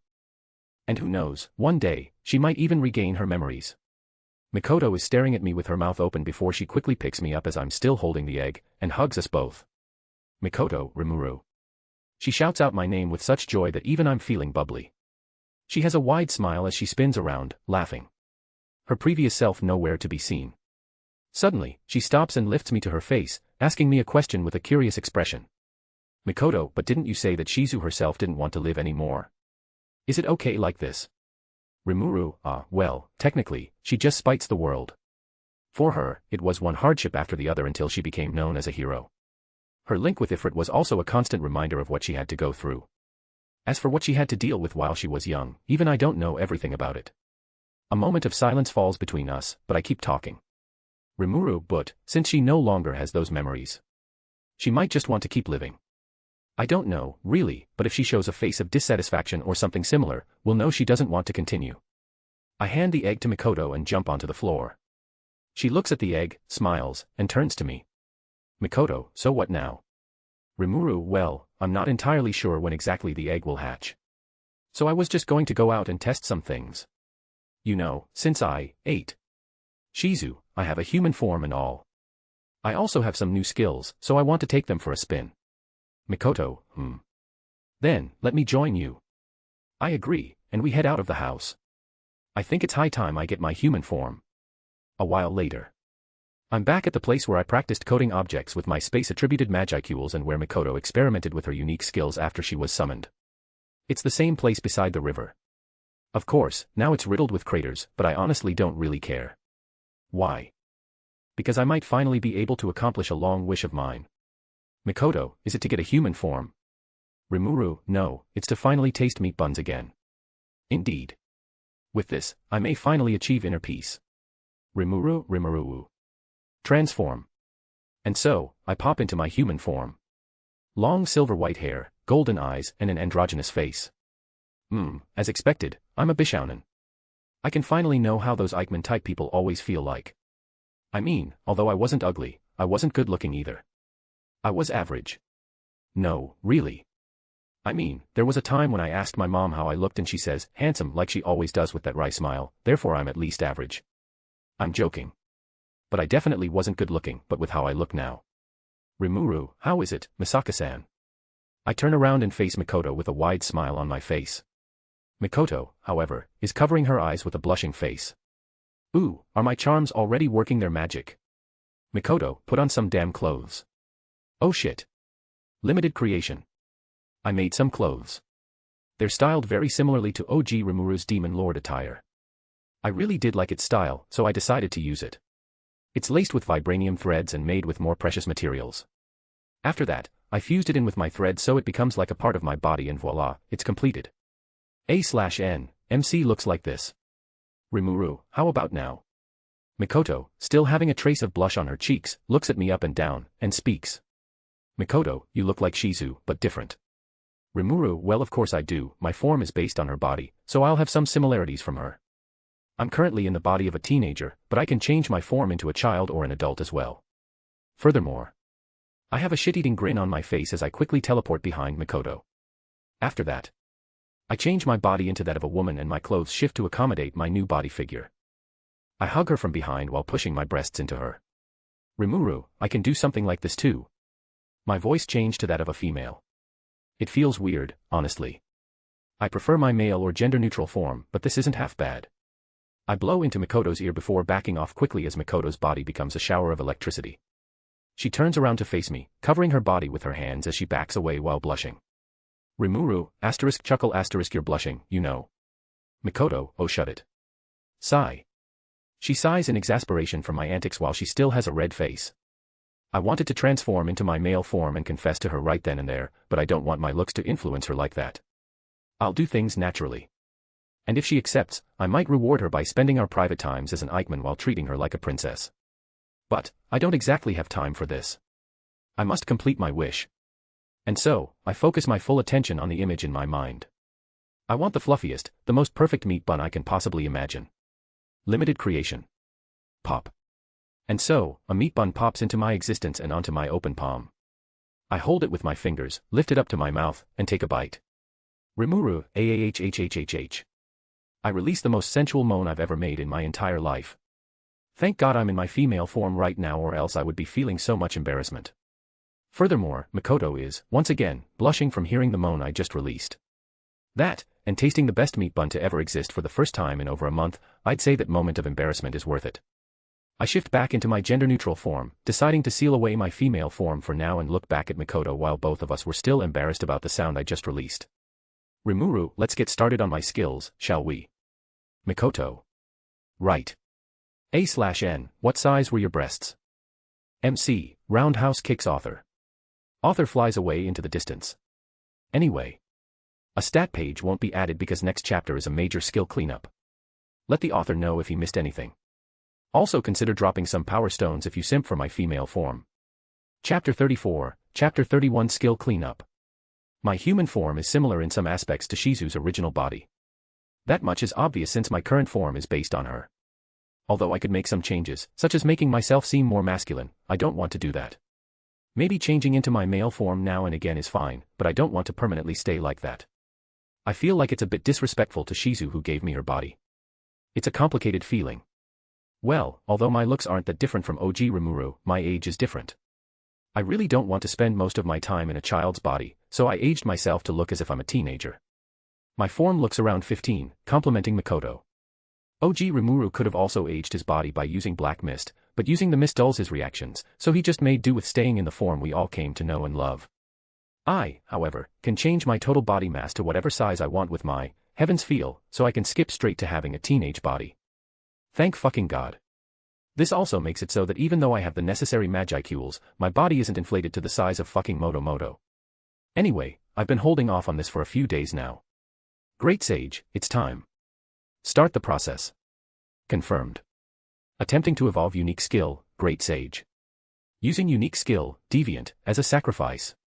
Success. Unique skill, Great Sage, has evolved into ultimate skill, Raphael, Lord of Wisdom. Not yet. Clean up my skills for me, Great Sage. No, Raphael. Confirmed. Executing task. Fusing skills. Success. Extra skills, ranged barrier, replication, spatial motion, and sticky steel thread, have been acquired. Origin slime status has forcefully evolved extra skills, ranged barrier, replication, and sticky steel thread, into intrinsic skills, multilayer barrier, enhanced replication, and universal thread. Reacquiring resistances, completed. Cancel pain, resist melee attack, cancel natural elements, cancel ailments, resist spiritual attack, and resist holy attack, have been acquired. Holy shit, that was a lot. And now. Fusing all miscellaneous skills. Success. There's more. All skills compiled into unique skill, limited creation. Attempting to evolve unique skill, limited creation. Failed. Conditions not met. Salvaging. Success. Unique skill, limited creation, has changed into unique skill, creation. Well poo. That's a bummer. Can't have everything, I guess. As an aside, what's the difference now? Unlike limited creation, unique skill, creation, allows the user to create items with energy contained in them such as magicules. Sweet. Now I can make magi steel items and the like. I can even make items with effects already enchanted into them. Now I can make a bunch of shit like weapons from all those different kinds of anime. Maybe I can fight with it like a knockoff Gate of Babylon. I mean, I already have my predator stomach, so. Food for thought. Anyway, as I was going to say, Raphael made an appearance right here and now instead of later down the line, because, well, I already meet the necessary conditions. I'm already someone that can hold an ultimate skill, I don't need to evolve any further. And so there's no need for Great Sage to stay as a unique skill and can directly evolve into an ultimate skill. I stopped it from evolving until I solved the Shizu problem, so now that it's finished, we're here. Mikoto, Rimuru, are you okay? I've kinda been staring into space this whole time, so Mikoto walked up to me and waved her hand in front of my face, snapping me out of it. Rimuru, oh, right. Yeah. Sorry, a lot of stuff just happened. Mikoto tilts her head and I swear I also saw a question mark. God damn it. She's cute. Rimuru, well, you do deserve to know this. So I guess I'll start with Shizu's skill, Deviant. And so, I explained to her about my new skills. Mikoto. Rimuru. Are you okay? Mikoto, hey, Rimuru. Rimuru, what's up? Mikoto, fight me. What? Rimuru, why? Mikoto, I've always wanted to fight someone from this world to see how I measure up to them, but I've never had the chance. So now that you just had a power boost. Electricity begins to arc off her body as the weak magnetic field around her begins to grow stronger, levitating small rocks around her. She grins. Now that I think about it, Mikoto always wanted to fight Toma, the protag of the Tora series. She's not the kind of person to shy away from a fight. Bring it on. I'm not the type of person that will just let myself be beaten up just because Mikoto is my waifu. I grin, matching Mikoto's and showing my agreement. And then, Mikoto fired off her signature railgun. The battle begins. Insert fight scene here. A/N. I'm not writing this shit. I'd much prefer to finish this event in this chap than adding a fight scene. Plus, I suck at fight scenes, and I'm lazy. A while later. I'm currently standing over Mikoto who is laying on the ground, breathing heavily while covered in dust. Mikoto, why, aren't you tired out? Rimuru, well, my dear Misaka-san, I am a slime. I do not need oxygen, and I technically have limitless stamina. Trying to make this a battle of attrition was a bad move on your end. I reply to her question with a smug smile. We fought each other, as you can guess. At first, we went easy, before slowly ramping things up. Mikoto eventually started fusing her Magicules and Esper ability, giving her even more of a boost, before firing off one streak of lightning after the other. Each one also has enough power to break through my resist electricity easily, if I still had it. Now, it's evolved into, cancel natural elements, so even if it hit me square on, it would only tickle. Not that she knows that, nor does she need to know that. Tee-hee. Don't look down on her though, I'm not even sure if the ogres can take on one of those lightning strikes and remain standing, and that's assuming they were already named. Mikoto. Forget the san. Just call me Misaka. I pause. My body freezes before I drop down to my knees next to the recovering Mikoto at record speed. Rimuru, really? Do you really mean it? Mikoto, yeah. Of course, I guess. We've been through a lot already, and I think that, well, you know. She starts to mumble at the end while she turns her head and looks away with red cheeks, but I understand what she's trying to say. We became closer. I get to call her name without honorifics. This is a big step. Rimuru, right. To celebrate, let's go into the hot spring. Mikoto, I guess that's good. I'm all dirty from the fight. And so, I lend a hand to Mikoto and pull her up as we both head to the hot springs with the destroyed scenery behind us. Man, walking away from the things you destroyed makes you so cool. Mikoto, Rimuru. Rimuru, Mikoto. What are you doing? I stop walking, as sweat appears on my head. How my body can sweat, I honestly don't know, but that's for another time. Mikoto, you can't really be thinking about entering the bath with me, right? Rimuru, but Misaka, I can transform into a female, see? It's okay. Right. Saying that I transform into my female form, but Mikoto isn't buying it. Mikoto, Rimuru. Spark. Gulp. Rimuru, why yes. Mikoto, get out. Name, Rimuru. Race, Origin Slime. Protection, Crest of Space. Title, Highest Tier Spirit. Ultimate Skills, Ilya, Heaven's Feel, Raphael, Lord of Wisdom. Intrinsic Skills, Infinite Regeneration, Universal Shapeshift, Universal Sense, Multi-Layer Barrier, Enhanced Replication, Universal Thread. Unique Skills, Predator, Creation, Rune Master. Extra Skills, Control Water, Lord's Ambition, Thought Communication, Control Wind, Control Flame, Spatial Motion. Tolerances, Cancel Pain, Resist Melee Attack, Cancel Natural Elements, Cancel Ailments, Resist Spiritual Attack, Resist Holy Attack. A/N, stat page is all cleaned up. MC, whoa. And I get to call Mikoto without any honorifics. Anne, that's good. MC, why is that a question? Anne, well, I mean, this is a fantasy world of swords and magic, do you even need honorifics? MC. Anne, and, like, you're not from Japan either, so. MC. N. MC, shut up, let me have this. Let me know if I missed anything. Also consider dropping some power stones. Chapter 35, Chapter 32 plot will resume in the next couple of chapters, don't worry. I am once again asking for your Fina. Cough. I am once again inside the Japanese-styled house I made. What am I doing, you ask? Ha ha ha ha. Why do you even need to ask? For I am living my life the way I please. Specifically, I am on Mikoto's thighs. After a while, Mikoto gradually began to feel less and less embarrassed about carrying me around and hugging me. At least, while I'm in my slime form. I once transformed back into my human form while I was being carried around, and let me tell you, Mikoto did not like it. I had to sleep on the couch. Why? I don't fucking know. We sleep in separate beds in separate rooms. Why did she force me to sleep on the couch? I have no fucking clue, and why I even let her force me to sleep on the couch, I don't know either. I'm joking. But she really didn't talk to me for a while after that. Anyway, it's been a couple of days since I first experimented with my human form and my skills. Since then, my days were spent half of the time in human form. The majority of that time was spent eating. Since I'm a slime, I don't ever feel full from eating too much, so I can eat endlessly. That, combined with creation, let me constantly make and eat as many meat buns as I like. Yes, I live solely on meat buns now. Fight me. Anyway, Mikoto practically lives with me now. This house is the only thing that can be considered modern, so it's a source of comfort for her. I understand it, after all, I would find it difficult to live without any proper showers or toilets if I were still a human. We do spend our days outside, however, and only hang out inside if there's nothing really exciting going on, like feasts the goblins hold and the like. Although my food is good, there's this certain charm to the roasted food hunted and prepared by the monsters. I can't wait until Shuna gets here so we can really pick up the cuisine culture. Speaking of which, should I save the ogre village? Yeah. But not now. Procrastination. Why not now?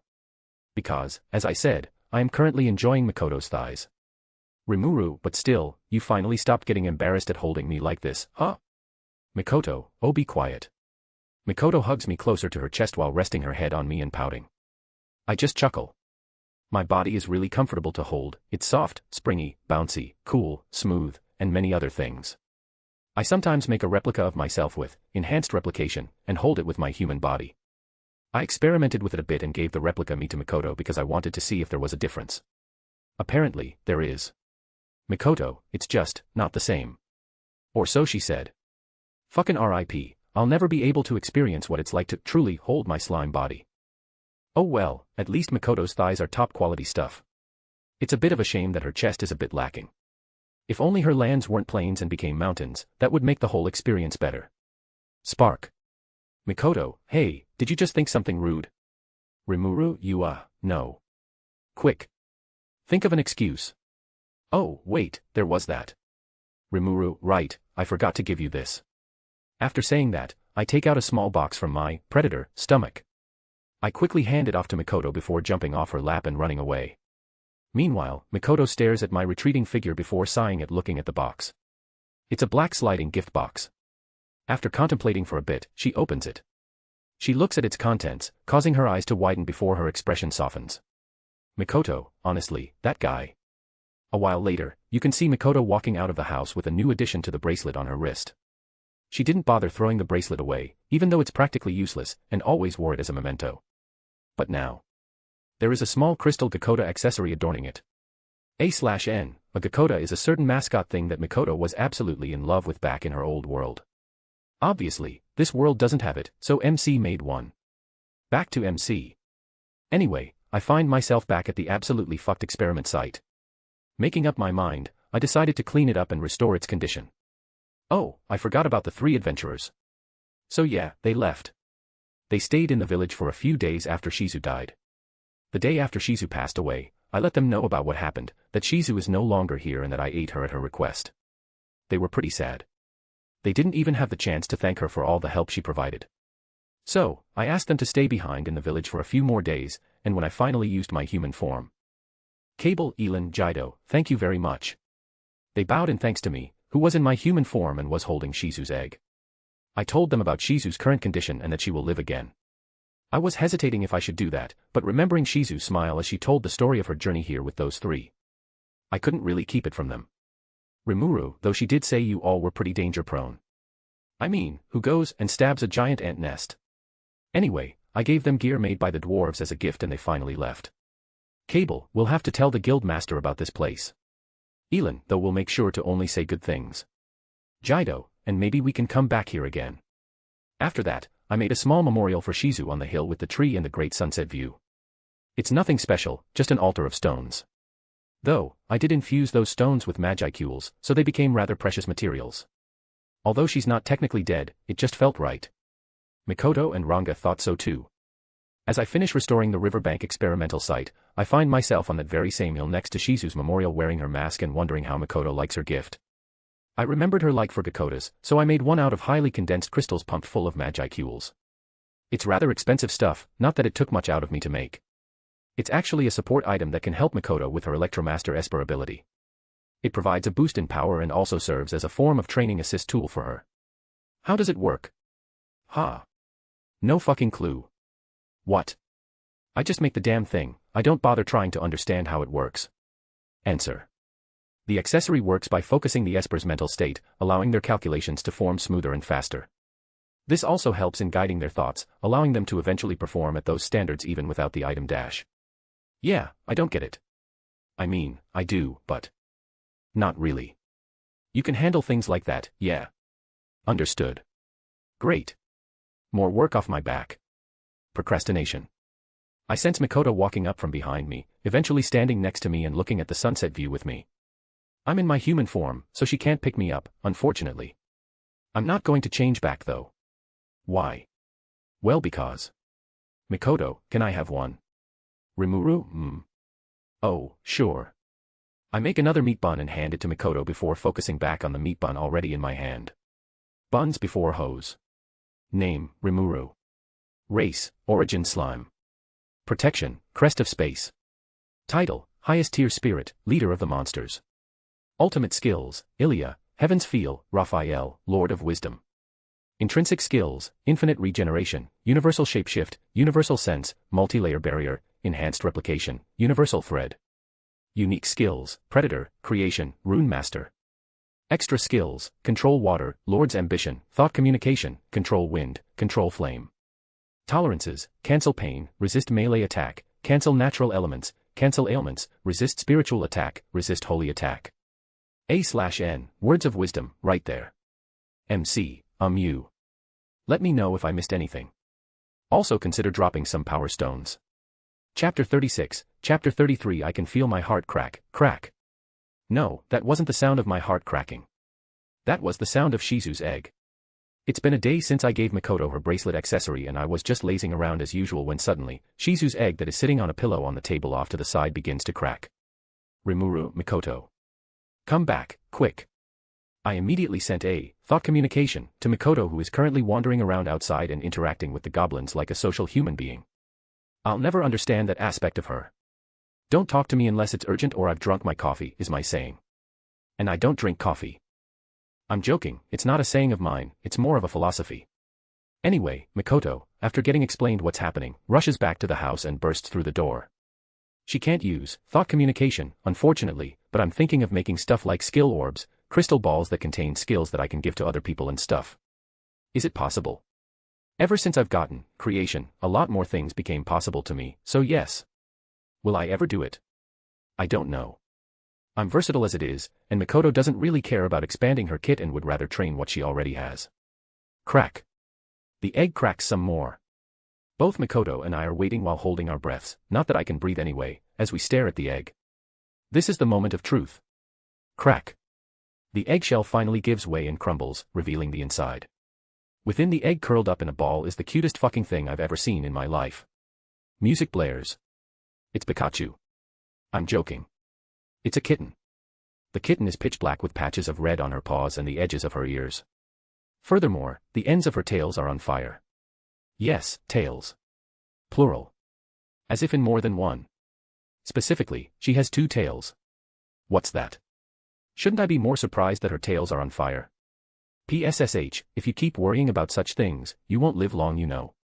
The kitten that was laying in the egg in a curled up position flicks her ears, opens her eyes, blinks, and looks at both Mikoto and me. The kitten opens its mouth, meow. And meows at us with delight. Immediately after, Mikoto picks her up and runs away to her room. A day later. The reincarnation turned into a big success. First off, Mikoto actually named her. She was messing around with the cat when she randomly said her name. Because, you know, the cat is just Shizu in a different body and with no memory, so it makes sense to call her by her old name, right? Well, Mikoto called her that and she officially became a named monster by the name of Shizu. Who fucking knew? Anyway, Shizu is now officially named Shizu, and since she's only in her infancy stage, regardless of how strong Shizu was as a human, right now she's only a newborn kitten, and naming her didn't take that many Magicools out of Mikoto. The crazy thing is Shizu gained Mikoto's limit break skill from the naming ceremony, and she's currently growing at an explosive rate. Her Magicool capacity is literally growing at the hour. Another thing about her is Shizu's race. I was wondering what exactly race she was when Raphael swooped in and saved me from looking fucking stupid again. Raphael is working very hard. Report. Individual Shizu is confirmed to be from the Hellcat race. Their race is known to be masterful users of fire and dark skills. However, they are only ranked around the C rank and are therefore not very powerful. It is currently unknown if they can evolve. Individual Shizu, however, doesn't seem to inherit their dark affinity and instead gained a boost in her fire affinity. Thank you, Raphael. Where would I be without you? Probably dead in a ditch somewhere. Whoa. Beep. We are having difficulties, please stand by. Anyway, I repeated everything Raphael told me to Mikoto. Mikoto, you know about Shizu's race. Rimuru, Kukuku, don't underestimate me. I'm pretty smart, you know. Mikoto, I bet, Great Sage, just told you. Cough. She knows. Fucking run. Well, technically, it wasn't Great Sage, because it's now evolved into Raphael, but I'm wrong. Mikoto is also wrong, but more importantly, Mikoto is wrong. I'm not telling her that though. But should I name Raphael and turn her into a Manus? I mean, I would have done that immediately, but Ilya. I'm conflicted. I'll leave it to the future me. A/N, I genuinely don't know what to do with this. I want to name Ilya, but I don't know much about her and how she acts, so I don't think I can write her well. I could just name both, but two monas in one body. Well, let me know what you think please. Right now, I'm worrying over what I should do for Shizu. What should I feed her? How much should I feed her? What about her bedding? Does she need toys? Should I clean her or can she clean herself? What's that? If I keep worrying about such things, I won't live long. Uft, who said such a stupid thing? But it's good though, Shizu is very smart. It to be expected since she was a former human. I'm not sure at the moment if Shizu can talk or she just doesn't want to, but we'll see in the future. A/N, should I make it possible for Shizu to talk? Or just keep it with meows? I'm leaning towards the former since I don't want to see Shizu as just a pet, but rather a companion. It also seems like Shizu doesn't really have any qualms about living again. She's thoroughly enjoying her second chance. It seems my theory was right and that taking away her memories of the world reignited her will to live. I don't want to keep this up forever, though. I want her to remember her past life and come to terms with it. I want her to have no regrets. To do that, I need to sit her down for a talk with Leon, the demon lord who summoned her and the men who she despises but doesn't hate. Once they explain their thoughts and open up to each other, things will turn for the better. But I can't do that right now, so, forgive me Shizu, I'm keeping your memories for now. Anyway, I'm talking with Rigard about yet another feast the village is holding when I get hit by a sudden thought. I think it's time to meet with the ogres. Name, Rimuru. Race, Origin Slime. Protection, Crest of Space. Title, Highest Tier Spirit, Leader of the Monsters, Fucking Simp.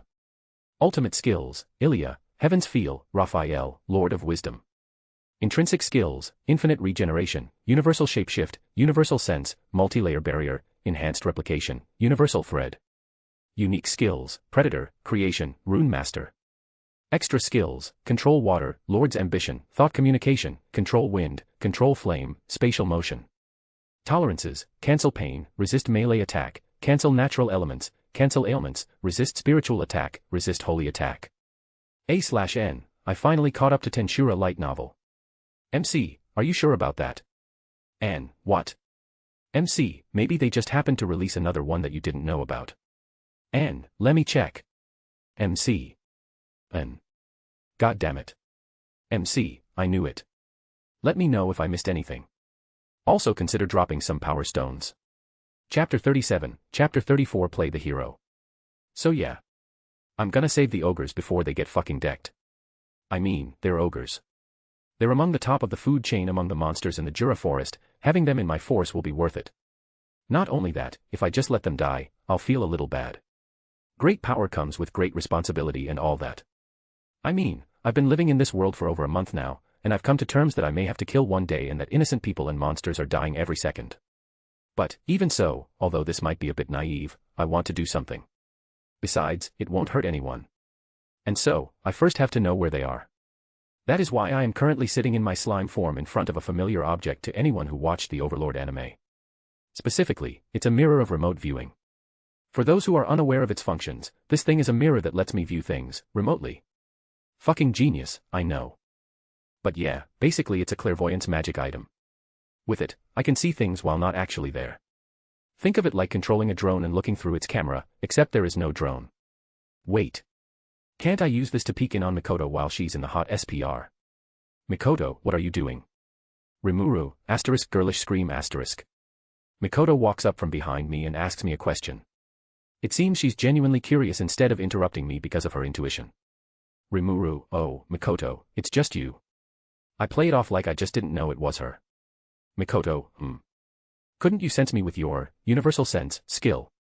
Rimuru, well, Raf dash, Great Sage, is the one handling all of the info I get from my sensing skills. Otherwise, I would constantly get a stream of useless information, and it gets tiring having to file through it. Great Sage doesn't warn me of anyone approaching unless they have hostile intent. Mikoto, that's pretty helpful. I always have to tone down my magic sense skill whenever I don't need it, but with Great Sage, you can keep it on full power at all times, right?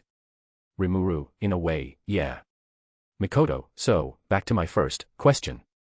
Rimuru, oh, well apparently some orcs are wandering around the forest. I'm looking around to see if something big's happening. While I was talking, I come across a certain scene in the mirror in front of me. It's a village. The thing is, it's on fucking fire. Just like my mixtape, after my family threw it out into a dumpster and lit it on fire. I'm joking. Anyway, the smoke is making it a bit hard to see what exactly is going on from the mirror, so I can't exactly see what's going on. But I'm not an idiot, I know that there is a very good chance that this is the ogre village I'm looking for. But isn't it a bit too early? I was expecting this to happen only after a couple of days. Report. There is a good chance that this event occurred earlier than predicted due to this being a parallel world. Ah, I guess that explains things, huh? Anyway, now isn't the time. I have to hurry. And so, without saying anything, I use spatial motion and disappear from the house, instantly appearing right on the edges of the village. I can't move to any place I haven't seen before, but looking at it through the mirror makes things so much easier. I turn into my human form and call out. Rimuru, Ranga. Ranga, you called, Master. Ranga appears from my shadow and stands next to me while still in his smaller form. He always sits in my shadow, so I can just call him like this whenever he needs it. Rimuru, protect the ogres. Try not to kill any orcs, but if you can't help it, give them a painless death. I want to keep as many orcs alive as possible since they'll eventually work under me, but right now, they're my enemy. I won't hold back if I can't help it. Ranga, understood Master. Ranga runs forward into the still burning village and disappears into the smoke. I'm not worried about him, he's stronger than all of the orcs still in the village and the smoke won't hinder someone of his level. How do I know that there are orcs inside the village? And how do I know there are still ogres to be saved? Well, universal sense is useful in situations like this. Although, Raphael filters all the information coming from universal sense, this doesn't mean it's because I can't process it all. A slime's body is made up of individual cells that can each act as a separate brain. I just can't be bothered having to sift through all the incoming information, so while not in a combat state, Raphael handles all the useless stuff. As soon as I arrived I immediately understood the entire situation in the village and I knew it was the orcs attacking as I expected. Luckily, it seems they're still in the process of raiding the village and there are around half of the ogres left remaining. Okay, first things first, I need to get rid of this fire. Control water. I create a massive ball of water high up in the air before bursting it, causing it to shower the area like rain. Within a minute, most of the fires are gone. I could also get rid of the smoke, but I don't need vision and neither does Ranga. The smoke should work in my favor. Now then. Shall I play the hero? Name, Rimuru. Race, Origin Slime. Protection, Crest of Space. Title, Highest Tier Spirit, Leader of the Monsters. Ultimate Skills, Ilya, Heaven's Feel, Raphael, Lord of Wisdom. Intrinsic Skills, Infinite Regeneration, Universal Shapeshift, Universal Sense, Multi-Layer Barrier, Enhanced Replication, Universal Thread. Unique Skills, Predator, Creation, Rune Master. Extra Skills, Control Water, Lord's Ambition, Thought Communication, Control Wind, Control Flame, Spatial Motion. Tolerances, Cancel Pain, Resist Melee Attack, Cancel Natural Elements, Cancel Ailments, Resist Spiritual Attack, Resist Holy Attack. A/N, sorry, this chapter is a bit shorter than usual. MC, then post a bonus chapter. N, no. MC, why? N, because I can't be fucked. MC. N. MC, fuck you. N, well fuck you too. Let me know if I missed anything. Also consider dropping some power stones. Chapter 38, Chapter 35 Ogres and Orcs. Rimuru, Raphael. Report. 2 ogres are trapped under a collapsed building 30 meters to your left. Raphael is so convenient. Having it draw up the most efficient path to take to rescue as many ogres as possible was a great decision. This way, I don't even have to stress out over saving as many people as possible. The best part is that the skill is even taking in the movements from Ranga. After contacting him with thought communication and giving him instructions, I'll just let everything work on autopilot. It's so nice not having to think. After that, make a U-turn and pause at the stoplights. Fucking what? A/N, GPS Raphael FTW. Anyway, I'm running around the whole place in the smoke trying to save as many ogres as I can. For those who were trapped under the recently burning buildings, I just eat the debris with Predator. If they're too injured I just throw them a full potion. After that, I use spatial motion to teleport them all outside the village. Normally you can't move anyone as you wish with spatial movement, you have to have their permission, or they have to at least be aware of it. But with my crest of space, small restrictions like that are easily bypassed. Unfortunately, I don't have time to explain to everyone about the healing meat buns. So if I just throw it at them and leave, they most likely won't eat it. Therefore I'm not using them. Such a shame. As for the orcs, I just knock them out before they can even do anything. Well, although I say that I rescued them, the ogres are a very strong and warlike species.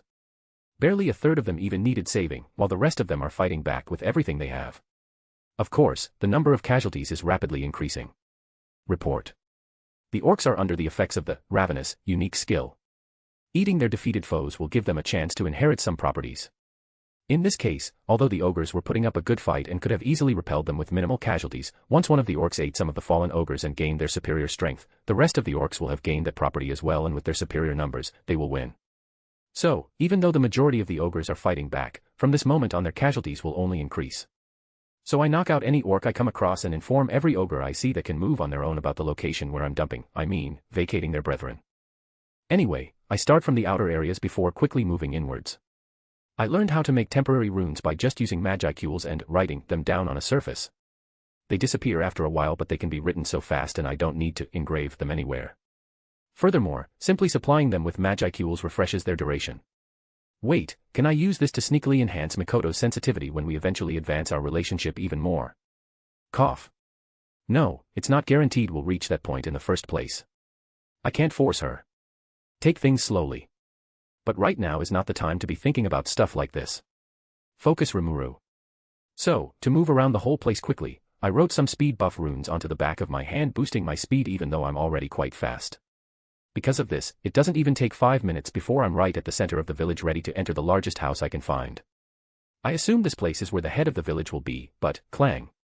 That's the distinct sound of weapons clashing against each other, the sound of people battling it out with each other, the sound of men sizing each other up to compare whose dick is bigger. No, sorry, wrong script. I remove the speed rune and I run into the house normally. The sound of clashing metal resounds within the destroyed building. Even now, parts of the pillars are burning due to the artificial rain I made being unable to reach inside. All in all, they're about as stable as my life. I continue running through the building, this time a bit faster. Inside I send 7 people. One of them is dead, 2 of them are fighting, and the rest are watching. Report. One of those individuals is likely the one from your memories called Footman. Clang. Within a few seconds, I eventually find myself in a large cleared-out place. Like, seriously, this part of the building has already collapsed, so it's quite spacious. 2 large figures are battling with each other to the death. An ogre and an orc. The ogre is already exhausted and tired out while the orc general is looking better worse for wear. The ogre has red skin and hair with a beard, looking like a middle-aged warrior. He's dressed in red armor and is holding a katana, but he's kneeling on the floor. The orc is larger than most of the other orcs I met and is wearing black full-plate armor. He also has a large axe in his hand, currently raised over the kneeling ogre. It also seems like he's magically connected to something. Report, it is most likely a crystal orb someone is using to look in on the situation here from the orc's eyes. Most likely Gelmud. Perhaps even Clayman too. Why, did you suddenly get stronger in the middle of the fight? It doesn't seem like it was a skill. The ogre looks up and asks the orc, who I assume to be an orc general, a question. The orc obviously doesn't seem all too keen to answer. So I decide to take this chance to announce my presence. Rimuru, Orc Lord. You should know of it, yes. This orc is probably a general of the Orc Lord, and while you were having your fight, the other orcs outside must have gotten to one of the ogres, and... I raise my hands in a shrug while closing my eyes and don't say any more. They know what an Orc Lord is capable of, they all could easily understand what I'm trying to say. Though they all have this surprised Pikachu face expression. I reopen my eyes and look at everyone in the room. First off comes the dead body. It was a woman, having pink hair and fair skin. Her eyes are closed, so I don't know exactly what color they are, but I assume it should be pink, assumed by one of the spectating ogres that looks exactly like a younger version of her who also has pink eyes. I'm going to take a wild guess and say Shuna. A/N, well no shit. The other ogres are male, one of them looking like a younger version of the ogre that was recently fighting with no beard while the other is an old man with white hair. Once again, a wild guess, but Ima say Benimaru and Hakuru. A/N, well no shit. Rimuru, want me to help? I speak to the still kneeling red-haired ogre. He just looks at me for a while, before chuckling lightly. No, I lost. This is where my journey ends. Oh, fuck me, not again. Rimuru, ***, is that so? Well, I wish you luck on your journey to the afterlife. I thank you. It seems he felt that I was somewhat strong. He knew I could have done something, but chose not to. He looks at the body of the dead woman and sighs. It seems he wants to rejoin his wife. He closes his eyes, and the orc general that was frozen to do anime fight rules to not interrupt when someone is speaking steps forward, raises his axe and brings it down. Shing. This would be a good moment for the masked mageon, footman, to act all sinister, but I just point a figurative giant middle finger at him and use spatial movement to bring all of the ogres outside, including the dead bodies. It wouldn't feel right to just leave them there to be eaten. I appear where I sent all the other ogres to with future Shuna, Benimaru, and Hakuru. Ranga is also waiting here. Those three are surprised to see all of them here, but they don't have time to just dawdle. I open my mouth and speak. Name, Rimuru. Race, Origin Slime. Protection, Crest of Space. Title, Highest Tier Spirit, Leader of the Monsters. Ultimate Skills, Ilya, Heaven's Feel, Raphael, Lord of Wisdom. Intrinsic Skills, Infinite Regeneration, Universal Shapeshift, Universal Sense, Multi-Layer Barrier, Enhanced Replication, Universal Thread. Unique Skills, Predator, Creation, Rune Master. Extra Skills, Control Water, Lord's Ambition, Thought Communication, Control Wind, Control Flame, Spatial Motion. Tolerances, Cancel Pain, Resist Melee Attack, Cancel Natural Elements, Cancel Ailments, Resist Spiritual Attack, Resist Holy Attack. I open my mouth and speak. Rimuru, you are Mom Gai LMAO. N. B.A. Ha ha ha ha. MC, oi. What are you making me say? MC, but still, it's a bit disrespectful. I mean, lots of people just died, and some of them could be mothers. N. Yeah, you right. I'm sorry. MC, scum. N. Oi. You're the scum. Let me know if I missed anything. Also consider dropping some power stones. Chapter 39, Chapter 36 Ogres Get. Rimuru, can I have everyone attention please? I raise my voice and try to get everyone's attention. The ogres stop talking among themselves and turn to look at me, the majority having grateful looks in their eyes. Rimuru, right, first things first, my name is Rimuru. And I'm a slime. I say that while transforming into my slime form while jumping onto Ranga's back. This creates a wave of murmurs from the 200 or so remaining ogres. First of all, I'm named. Once again, a name is a kind of symbol of status for a monster. But what really surprised them is, look at his form. So majestic. Such a streamlined shape. They seem more odd at my looks, the fuck. I was expecting them to be all, over me being a slime, but I wasn't expecting this. Well, my form does resemble a meat bun. These ogres have promise it seems. Rimuru, cough anyway, I need to bring you all up to speed on what exactly is going on. And so, I began to explain to them their situation. I told them that their village is totally ruined and nearly completely burnt to the ground. Furthermore, I told them that nearly 100 ogres have already died. This brought a few of them to tears. Even I'm getting affected by the mood. Rimuru. I was late. I apologize. I bow, I'm a fucking slime, to all of the remaining ogres. It's true, if I didn't procrastinate, I could have saved them all. I got too complacent in this familiar world that I forgot that some things are destined to change since this is an alternate world. The young master, the red-haired ogre, quickly stepped up. Please do not bow to us. If it were not for you, many more would have died. Furthermore, there would even be a chance that the old man, my sister, and I wouldn't have even been able to escape from that orc general. Every single ogre present nodded their heads. A few of them even voiced out their agreements. Hold on, isn't that Cheyenne?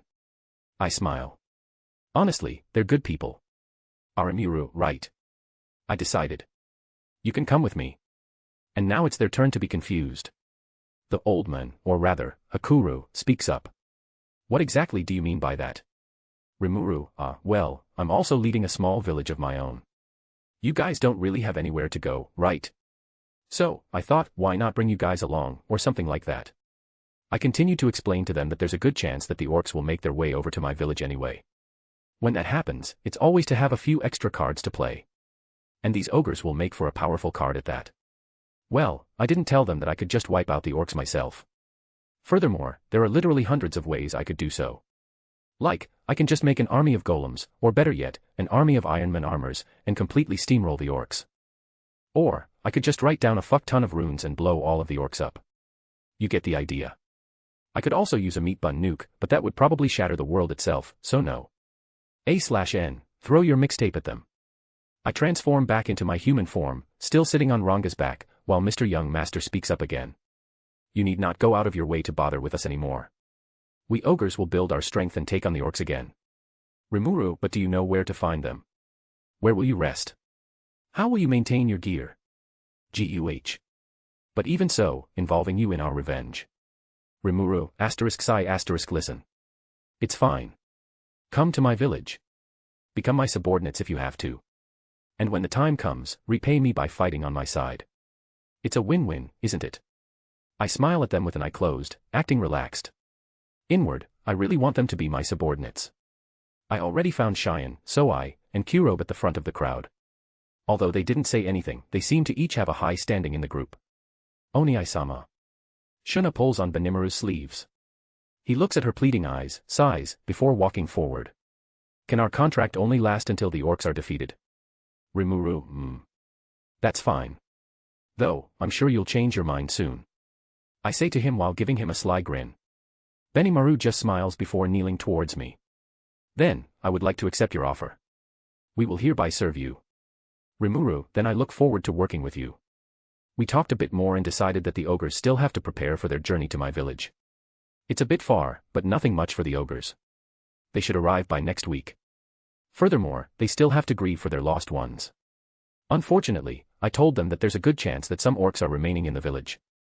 I didn't explicitly mention why, but Benimaru, Hakuru and Shuna knew since they overheard me mentioning an orc lord just before the ogre warrior died. They then explained it to Soai, Cheyenne, and Kurobe while the rest of the ogres were left in the dark for now. I asked Ranga to return to my shadow. I then prepare to use spatial movement to return home before I suddenly stop as I was hit by a sudden thought. What the fuck happened to my dark flame? I didn't realize it before, but talking with Benimaru reminded me, report. Due to your infinite magicules, those skills were deemed useless and thus were not synthesized. A/N, this is an excuse. I just forgot about them and I'm adding them now. Sorry. My dear Raphael, it is not a matter of useless or not, it's a matter of style. Please synthesize them. Understood. Extra skills, control flame, control water, and flame transform, have been synthesized. Extra skills, dark flame, and control particles, have appeared in their place. Thank you. A/N, flame transform, was from the Ifrit mimic. Once again, this is an excuse, but deal with it. And so, I complete the travel back home with spatial movement, and come face to face with Mikoto sitting on the couch looking at me with an unamused expression. Mikoto, so. Care to explain why you just left me behind to have fun by yourself? Ah fuck. Name, Rimuru. Race, Origin Slime.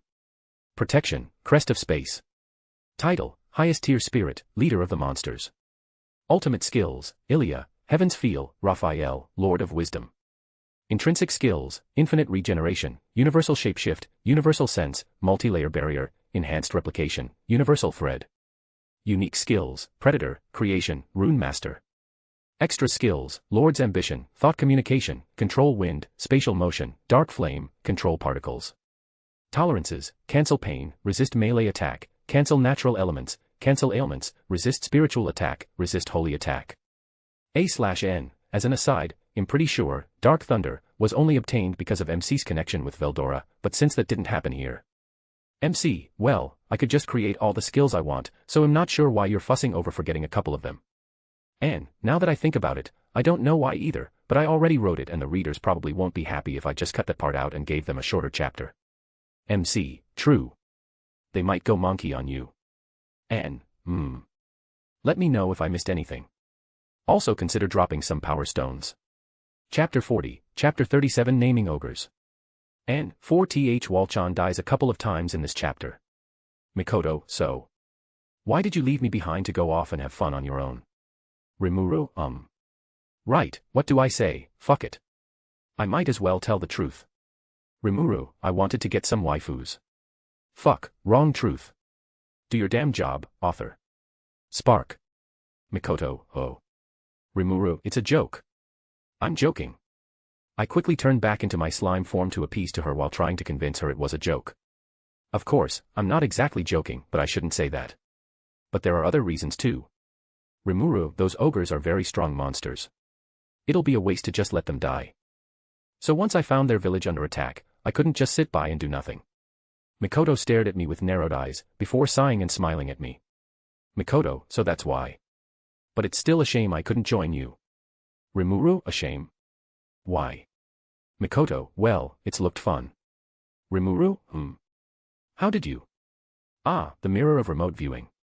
I left it activated when I left and Mikoto must have seen everything through that.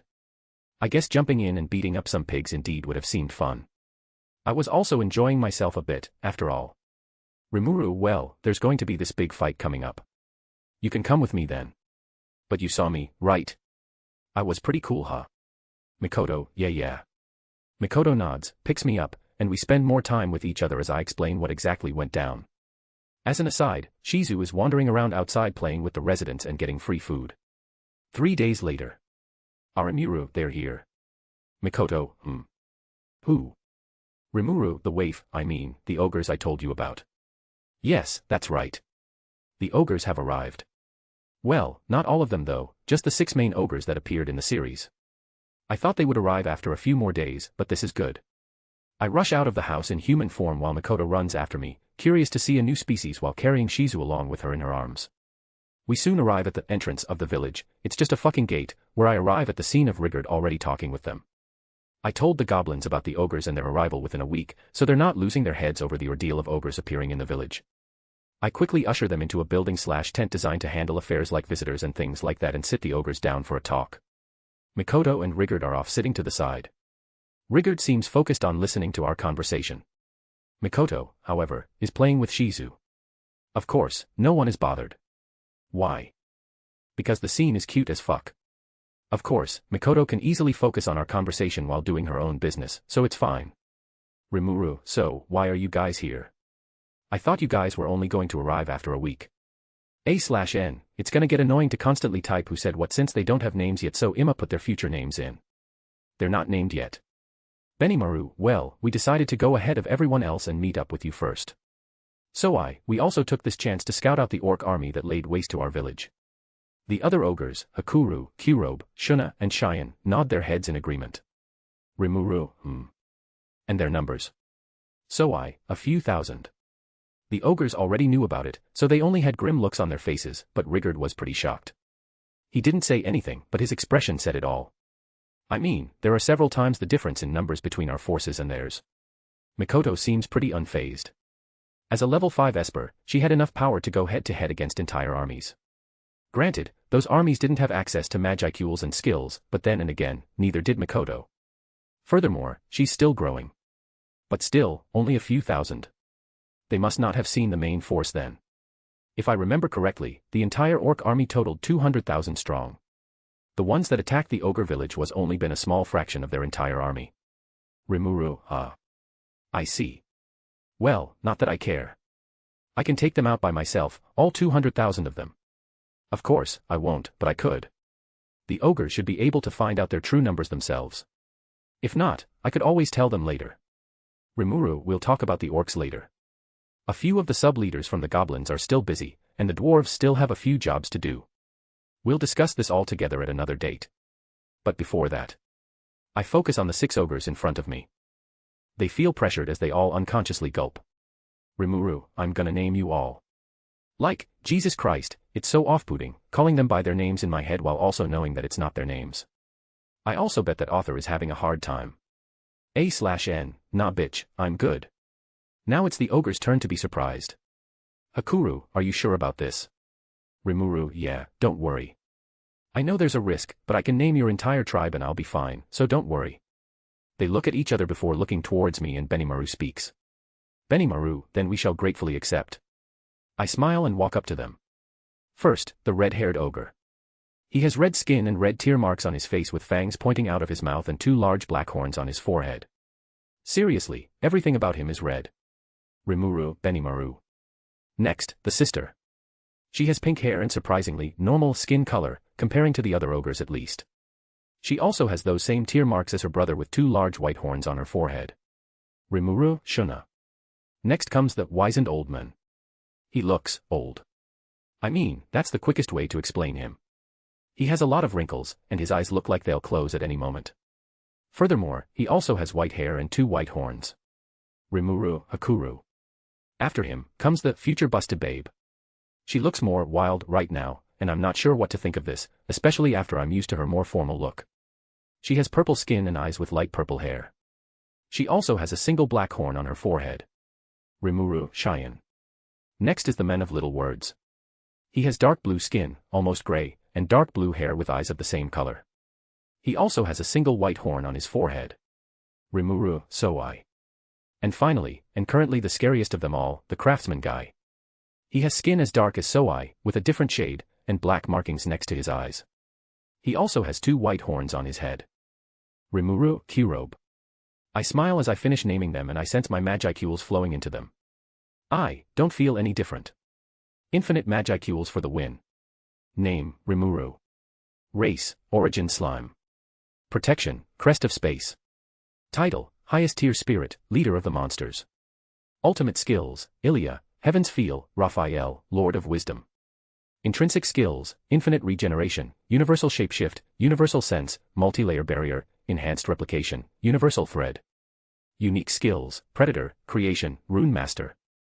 Extra Skills, Lord's Ambition, Thought Communication, Control Wind, Spatial Motion, Dark Flame, Control Particles. Tolerances, Cancel Pain, Resist Melee Attack, Cancel Natural Elements, Cancel Ailments, Resist Spiritual Attack, Resist Holy Attack. A/N, so, I've been thinking about the Manus problem for a while, and... well, I don't really want to do it. I just don't feel like writing it. I mean, things are fine as it is right now, the skills don't need to be upgraded into a Manus, furthermore I'm not confident in my knowledge of Manus and how they work. MC, you're just lazy again, aren't you? And, well, that is a reason, true, but I'm also serious. But then and again, this isn't set in stone yet. MC, so, have the readers comment. Anne, yup. Give me your thoughts. Let me know if I missed anything. Also consider dropping some power stones. Chapter 41, Chapter 38 How to Trick a Tsundere Waifu. A/N, info dump in first half. Sorry. I just wanted to explain things to some people. After I name the ogres and talk with them for a bit about their lodging and basic needs with Rigard, I leave the room no worse for wear. Meanwhile, the ogres are still shocked and amazed that I named all of them at the same time without any backlash. Mikoto follows me out with Shizu still in her arms but now asleep. Shizu's body is still that of a newborn after all, regardless of how fast she's growing.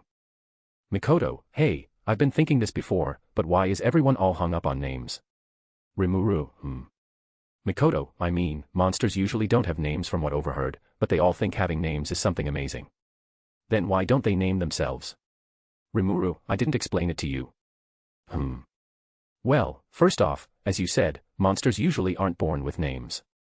However, getting named will give them a boost in power, so much so that it can even become a catalyst for evolution. You felt my magicules pour into the ogres with your magic sense, right? Mikoto nods. Rimuru, well, that happened because I named them. When someone strong names a weaker monster, it takes magicules from the namer and gives it to the named while engraving the name onto their soul. Furthermore, if the difference in power between one giving the name and the one receiving it is small, the former might even permanently lose magicules and become weakened. And sometimes death isn't uncommon. This becomes all the more likely when you name a large number of monsters at once. Mikoto, then why weren't you weakened? Rimuru, ha ha ha. My dear Misaka, my magicule reserves are so large, even naming hundreds of ogres at once won't even make a dent in it. I continue to explain why naming a monster is normally such a huge affair. I specifically used Shizu as an example.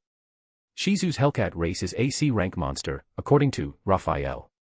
Meaning, normally, she wouldn't have grown any stronger than C rank. However, after being named, she inherited Mikoto's limit break, unique skill and can grow even beyond that. Normally, of course, monsters would have to evolve to continue to grow stronger than their race limit, but naming monsters can induce that evolution, so it's pretty much the same. Rimuru, well, when you named Shizu, she was just born and was also pretty weak, so you should be fine. Though that was a rather dumb move. Mikoto, oh be quiet. We finally arrive back at our house and I suddenly get the urge to eat some meat buns. I mean, I always have this urge, but it's stronger now, so I listen to my heart and make a meat bun to nibble on. Mikoto, can I have one? Rimuru, I nod my agreement and make one for her too, and we just sit on the couch nibbling on meat buns, not saying anything.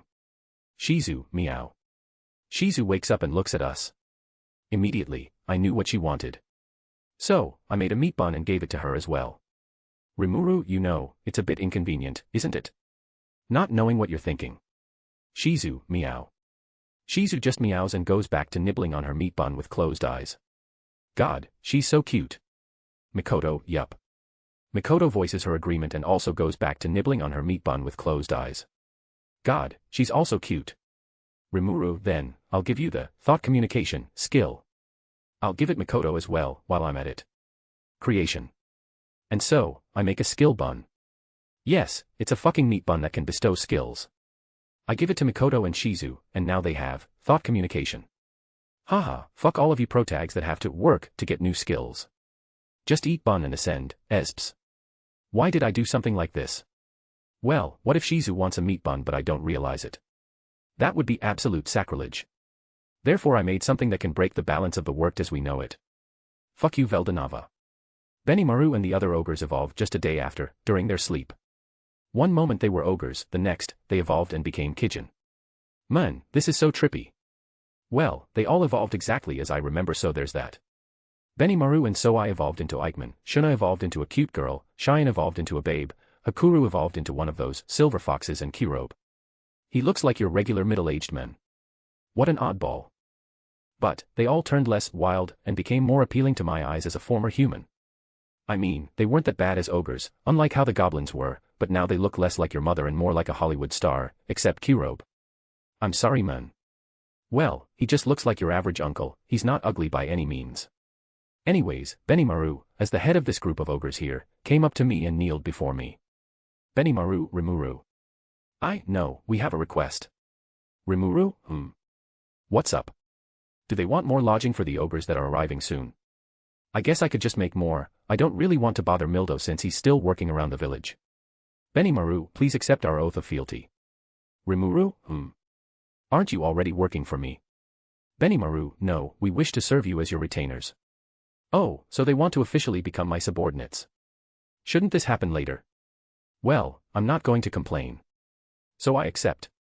A couple of days later, the rest of the ogres are finally here. I've had a plan in mind ever since I had my talk with Mikoto about names and monsters. He. As soon as they arrive I line up all of the ogres and immediately start the process of naming them.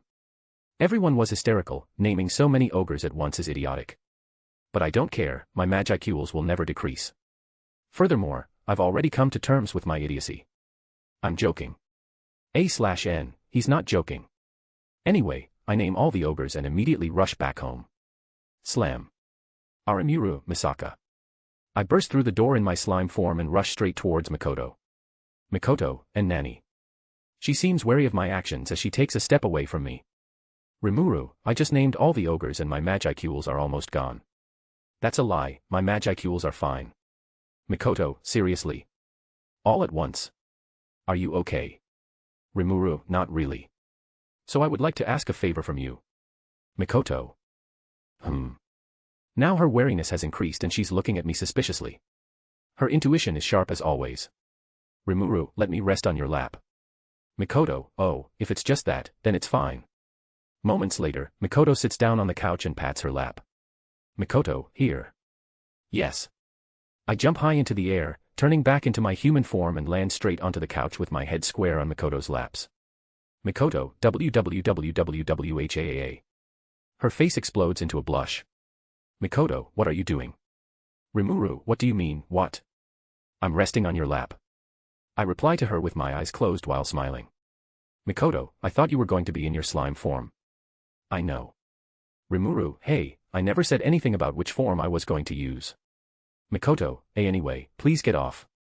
She continues to stutter and she tries to push my head off. But I become stubborn and refuse to move. Rimuru, what, you're going to go back on your words? Mikoto, but dash. Rimuru, **I didn't know you were this type of person. I act like I just got betrayed and begin to get off her lap slowly. Mikoto, fine. Just this once. Success. And that is how I tricked Tsundere waifu to give me a lap pillow. Best day of my life. The whole time her face was red but it calmed down after a while. In the end, she just played with my hair while staring at my sleeping face. But I can't sleep though, so I sensed everything. He. She's gonna kill me later. Name, Rimuru. Race, Origin Slime. Protection, Crest of Space. Title, Highest Tier Spirit, Leader of the Monsters. Ultimate Skills, Ilya, Heaven's Feel, Raphael, Lord of Wisdom. Intrinsic Skills, Infinite Regeneration, Universal Shapeshift, Universal Sense, Multi-Layer Barrier, Enhanced Replication, Universal Thread. Unique Skills, Predator, Creation, Rune Master. Extra skills, Lord's ambition, thought communication, control wind, spatial motion, dark flame, control particles. Tolerances, cancel pain, resist melee attack, cancel natural elements, cancel ailments, resist spiritual attack, resist holy attack. A/N, there's a wee little bonus chap. Just a small one. Enjoy. Let me know if I missed anything. Also consider dropping some power stones. Chapter 42, Chapter 38.5 I got killed by a Tensura waifu. A/N, MC died, Mikoto found out and killed him. The end. Chapter 43, Chapter 39 Beats by Dad. The OG ogres arrived, I named them, they turned into Kijin, the rest of the ogres arrive, I also named them, and I got a lap pillow from Mikoto. Although I kind of skipped over it, a couple more things happened during that time. So, first off, I gave official classes to the Kijin. Something I learned from the series is that giving titles and such things to your subordinates will give them a boost in power. I'm not sure if this works on humans, but this works for monsters.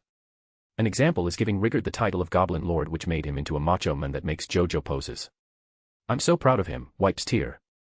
And so, I gave such titles to the Kijin as well. Benimaru became my samurai general, Shuna became my oracle/priestess, Hakuru became my chief instructor, Soai became my covert agent, Cheyenne became my royal guard, and Kurobi became my weapons master smith. Basically, these titles also turned them into macho men that make JoJo poses. Wait, what the fuck? Beep. We are having difficulties, please stand by. Anyway, at first, Cheyenne didn't become my secretary. I was hopeful that this alternate world will change Cheyenne into a better secretary, but nope. She's horrible. She almost accidentally made another shelf. Luckily I stopped her before that happened. But, alas, she doesn't fit anywhere else, especially in the kitchen, and so I took a little pity on her and eventually followed in OG Rimuru's footsteps and made her my secretary. At least she looks the part. Is this what Rimuru felt like? Is this why he tolerated her? Well, I eventually grew to not mind her little slip-ups and even enjoy them. Of course, Mikoto became extremely territorial of me and would not let anyone else carry me around for too long, so RIP. Can't feel Cheyenne's tatas. But I'm still happy Mikoto is acting like this. Mikoto, so comfortable. Maybe she's only doing this for herself. Well, this led to Mikoto, Shuna, and especially Cheyenne verbally clashing with each other whenever they meet. Of course, this only happens when it comes to me, but otherwise, they forget about all of their previous spats and talk like good friends. Rimuru, I don't understand women. Benimaru just nods sagely from the side. Anyway, the rest of the ogres arrive and I name them all and I get a lap pillow. The day after that, Soai appears in front of me out of nowhere, nothing personal, kid style, while kneeling. Soai, Rimuru-sama, I have a report. Rimuru, Soai continues to explain that while he was scouting ahead for the rest of the ogres as they were making their way here just after he was named, he sensed something. So he sent a clone of his using his replication skill he inherited from me to investigate. Soai, I spotted a group of lizardmen. Seeing them so far away from the marshes they call home struck me as odd, so I followed them for a few hours. It seems they're going around negotiating with the nearby goblin villages. They may one day come here as well, so I thought it best to inform you. Rimuru, oh. Well, good work. After that, Soai disappears. Man, he's good. Still, I wonder why he didn't tell me yesterday. Flashback to MC getting a lap pillow. Cough, maybe it's for the best. But still, that should be Gabble and his group. God, I hope Gabble is different from his canon self. He's so annoying before he goes under Rimuru. A/N, ha ha ha ha ha, you should not have said that. So yeah, I send a pulse scan with my universal perception to find out when exactly his group will arrive. Report. The lizardmen should arrive in approximately 3 days. Or so, Raphael said. That's good. Rigard, the dwarves, and the other sub-leader goblins should be free at that time. We'll have our Orc Lord meeting then. Anyway, true to his title as chief instructor, Hakuru immediately started training some of the hobgoblins, Kabuta being among them. He nonchalantly said he wanted to learn swordsmanship while Hakuru was passing by and ended up getting dragged away by the ankle. I decided to also take this chance to learn swordsmanship myself. Sure, I could just learn swordsmanship instantly myself with Rune Master, or Creation, or I could have Raphael analyze all of Hakuru's movements and have it control my body for me, but where's the fun in that? Sure, if it was the old me, I would probably decline to learn it the old-fashioned way and just use my skills, but that's because it would just be too tiring. But with my current body that has infinite stamina, learning should be more fun than anything else. And so I asked Hakuru to teach me. Long story short, I got fucking wrecked. Without Raphael speeding up my thought process, I can't do shit.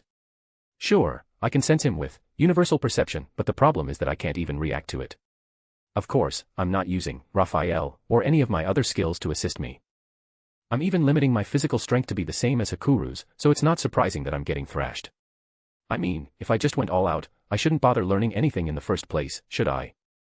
Well, there was a moment where I did get a little impatient and swap my wooden sword with a replica I made with creation that can let me fight like a master swordsman, but Hakuru found out that I cheated somehow and beat the shit out of me. I ended up giving him a meat bun to appease him. Sniff reminds me of my dear father. I'm joking. A/N, I'm not, send help.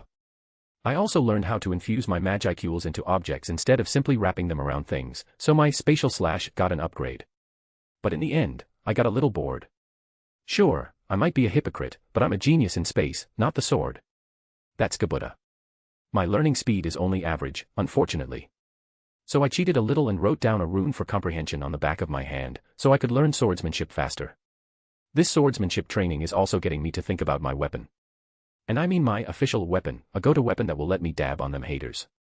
A/N, I am so sorry. I can make Excalibur so I can fire off one giant energy blast after the other like it's no big deal just for the lols. Gate of Babylon was talked about briefly, but it's not a bad idea. EA maybe. And these are just from the Fate series, there's no need to limit myself to just these. Boosted gear, cardinal weapons from the Shield Hero series, Murasame or other Taigu, hell, even Fukin lightsabers. There are so many options. I'll deal with it later. Procrastination. Name, Rimuru. Race, Origin Slime. Protection, Crest of Space. Title, Highest Tier Spirit, Leader of the Monsters. Ultimate Skills, Ilia, Heaven's Feel, Raphael, Lord of Wisdom. Intrinsic Skills, Infinite Regeneration, Universal Shapeshift, Universal Sense, Multi-Layer Barrier, Enhanced Replication, Universal Thread. Unique Skills, Predator, Creation, Rune Master. Extra Skills, Lord's Ambition, Thought Communication, Control Wind, Spatial Motion, Dark Flame, Control Particles. Tolerances, Cancel Pain, Resist Melee Attack, Cancel Natural Elements, Cancel Ailments, Resist Spiritual Attack, Resist Holy Attack. A/N, so yeah I decided to keep the status quo with the Manus problem. At least for now. MC, Nuu. N, what? MC, I want a lowly Amudo. N, shit, there was that wasn't there. Okay, I'll put it off for now. If I ever want a Manus, I'll write it them, but for now, no Manus. MC, dash. Let me know if I missed anything. Also consider dropping some power stones. Chapter 44, Chapter 40 Enlightenment. It's been a few days, time passed like normal. I would walk around the village while Mikoto carries me around either in her arms or on her head, depending on where Shizu was. If Shizu was on Mikoto's head, I would be in her arms, or vice versa. We all would talk to each other about random things with Shizu making use of her new, thought communication, skill. Sometimes we would say hello to any passing ogre, goblin, or wolf. Mikoto once carried both of us on her shoulders, but Mikoto, my shoulders are so stiff. It wasn't very comfortable for her. I would always reduce my size for this, and I'm not even originally that heavy. Rimuru, is it because you aren't used to the weight? Mikoto popped a vein and I ended up getting launched into the fucking stratosphere. It was only later that I realized it could be interpreted that I was making fun of her lacking chest. I really don't understand women. Of course, Mikoto realized I wasn't poking fun of her and apologized with yet another lap pillow. Worth. The ogres are making use of their superior physique to speed up construction. As an aside, none of them evolved into Kijin. It's not exactly unexpected, I'd say, after all, Kijins are apparently very rare evolutions of ogres. Instead, they all evolved into something new called a high ogre. They're like physically enhanced ogres, but their magiceuls didn't increase as much as Benimaru and the others. If put into game stats, high ogres would specialize in STR and VIT while Kijin would specialize in INT or MAG. Well, in the end, magiceuls determine how strong a monster is overall, so Kijin still ended up being the better evolution path, but none of the high ogres are complaining. Sometimes I would call Ranga and we would just go on a run, just the two of us. Other times I would be with Akuru getting advice on swordsmanship. During this time Mikoto and Shizu would be working on their own skills. Mikoto isn't interested in swordsmanship and Shizu can't hold a sword, so they wander into the experimental site and train there. They aren't slacking off, you know. There were even times when everyone just stopped their work and sat down to have lunch together in a big feast. Everyone enjoyed it. And that was how the last few days went. I'm in my absolutely beautiful slime form, wandering around the village by myself, looking around to find something of interest. It's near the end of the day, everyone is finishing up their work and getting ready to rest. Ha. Look at them, living a productive life and shit. Pathetic. I happen to see both Shuna and Cheyenne walking together in a certain direction. I bounce up to them and say hello. Rimuru, hey, Vsauce, Rimuru here. Cheyenne, Rimuru-sama. What's? Vsauce. Rimuru, don't mind it. Shuna, Rimuru-sama. How are you? Rimuru, oh, I'm fine. What are you guys up to? Shuna, Cheyenne and I were just about to head into the hot spring. Rimuru, Shouldn't it be the guy's turn right now? Cheyenne, they finally separated it by gender, so now there's no need to designate certain times by gender. Rimuru, Rimuru, can I join you? Shuna, of course. Cheyenne, we would love to. Rimuru, then let's go. And so we all head to the hot springs together. I can't wait to enter. I've been deprived of anything stimulating for so long, it's getting unbearable. But in the hot spring, I can peek at their legs and ass, maybe even accidentally brush them. Ho ho ho. What's that? What about their breasts? Well, I have stopped being indecisive and have settled on the following statement. Ahem. Boobs are overrated. I am hereon-forth an ass and legs man. I am a true man of culture. But this is a bit interesting. I remember OG Rimuru being asexual, meaning he has northwest sexual drive, but I still feel horny now and again. It's nothing bad, just interesting to think about. But just as I was about to enter paradise, I mean, the changing rooms. Mikoto, Rimuru. Shet. Rimuru, OH. Mikoto. So nice to see you. Mikoto, So. What were you doing? Rimuru, well, I was just about to take a dip in the hot spring with Shuna and Cheyenne. Mikoto, ***. Hey, Shuna, Cheyenne. You know this guy is a male, right? Mikoto turns to Shuna and Cheyenne while pointing at me. Hey, unfortunately, your plan won't work. Shuna, is that so? Cheyenne, I thought slimes were genderless. Rimuru, well, I am genderless, I just identify as a male. My choice is heavily influenced by my past life. Shuna, well. Cheyenne, you see. Shuna/Cheyenne, I don't see the problem. See? I fucking knew it. Therefore, I can have a free pass. Mikoto immediately breaks out into a blush. Mikoto, BB but you're okay with bathing with a male. Cheyenne, of course. He is Rimuru-sama, he only needs to ask and I would be glad to show him my body. Cheyenne proudly declares while Shuna nods from the side. Even in canon, they didn't mind Rimuru bathing in the hot spring with them. Mikoto has now completely broken down, her face is completely red while she keeps on stuttering and her head starts emitting steam. Mikoto, anyway. I'm not comfortable with this. Shuna, Cheyenne, come on. Rimuru, just a little is okay, isn't it? Mikoto snaps her head and gives me a death stare. Mikoto, Rimuru. Spark. Gulp. Rimuru, why yes. Mikoto, get out. And so, I dejectedly leave the area. Mikoto, meanwhile, is still heavily blushing. She stares absent-mindedly into space, seemingly thinking about something, before her face blushes even more, somehow, and she shakes her head, dispelling any thought she had. She then follows Shuna and Cheyenne who already went ahead of her into the changing rooms. Meanwhile, outside, you can see me in my human form, staring up at the moon with a peaceful face. Benimaru and So I were on their way to the hot spring when they come across me. Benimaru, Rimuru-sama, it's good to see you. So I just nods. He always was the quiet type. Benimaru, out of curiosity, what are you doing? Aren't you going into the hot spring? I just stop gazing at the moon and look at them both. And then, with a face filled with enlightenment that Buddha can only hope to reach, I shake my head and speak. Rimuru, I do not wish to be horny anymore. I just want to be happy. Sad music plays in the background. Benimaru, So I, and every passing male are suddenly overcome with emotion and look up at me with awe. Meanwhile, Shizu, who doesn't like water since she became a cat and is nibbling on a self-regenerating meat bun at home, thinks to herself. Shizu, there's slow Naya. Name, Rimuru. Race, origin slime. Protection, crest of space. Title, highest tier spirit, leader of the monsters. Ultimate skills, Ilya, heaven's feel, Raphael, lord of wisdom. Intrinsic skills, infinite regeneration, universal shapeshift, universal sense, multi-layer barrier, enhanced replication, universal thread. Unique skills, predator, creation, rune master. Extra skills, Lord's ambition, thought communication, control wind, spatial motion, dark flame, control particles. Tolerances, cancel pain, resist melee attack, cancel natural elements, cancel ailments, resist spiritual attack, resist holy attack. A/N, Dorimi, int irimo adapare Dorimi.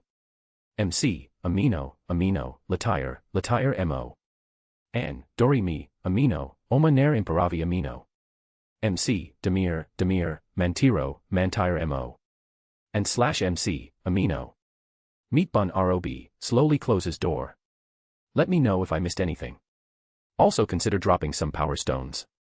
Chapter 45, Chapter 41 Gabble arrives. Next day after I achieved enlightenment.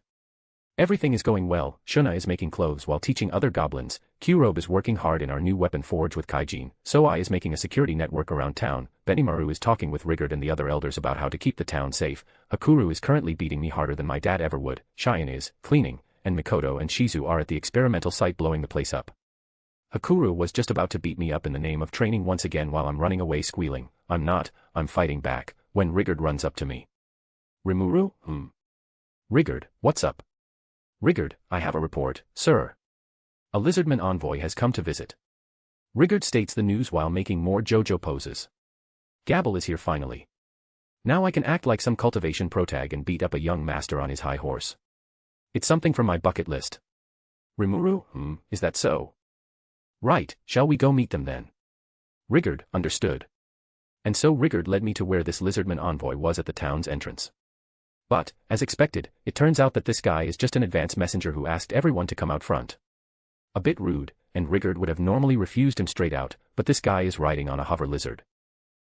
A lizard riding on a bigger lizard. If put in human terms it would look like a man riding a bigger and weirder looking man. God, that was an off-putting thought. Get it out of my head, Jesus Christ. Anyway, riding a hover lizard means that this guy is a night class lizardman, which means that the rest of the lizardmen would be night class as well. And considering that we would be destroyed if this was just a normal goblin village, Rigard thought it best to at least notify me. Rimuru, you can turn away people like this next time. Rigard, understood. My apologies, Rimuru-sama. Rimuru, nah, it's fine. I wanted to meet with these lizardmen too. If it was just a random group of monsters acting all pompous and the like, I would just outright ignore them.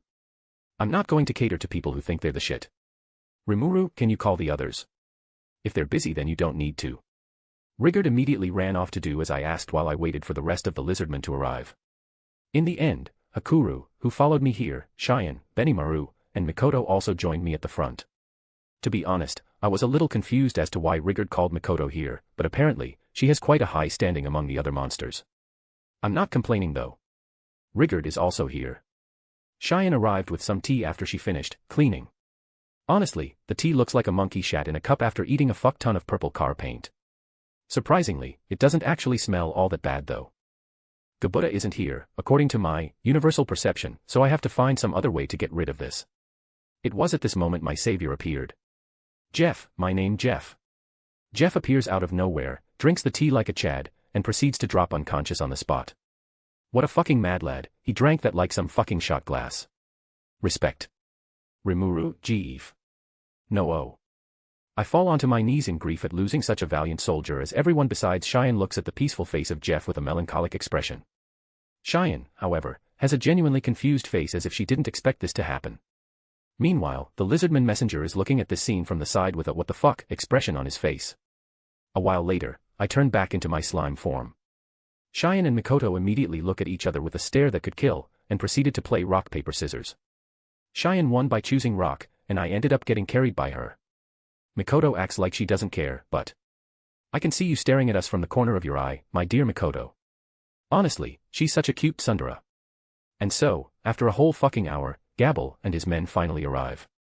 Honestly, I had to break out my stash of meat buns for everyone here to pass the time. And I mean my personal stash, meaning they're meat buns I made by hand without creation. There are about 10 of them, all in line before they get off their hover lizards and begin to bash their spear butts against the ground, making this imposing thundering sound.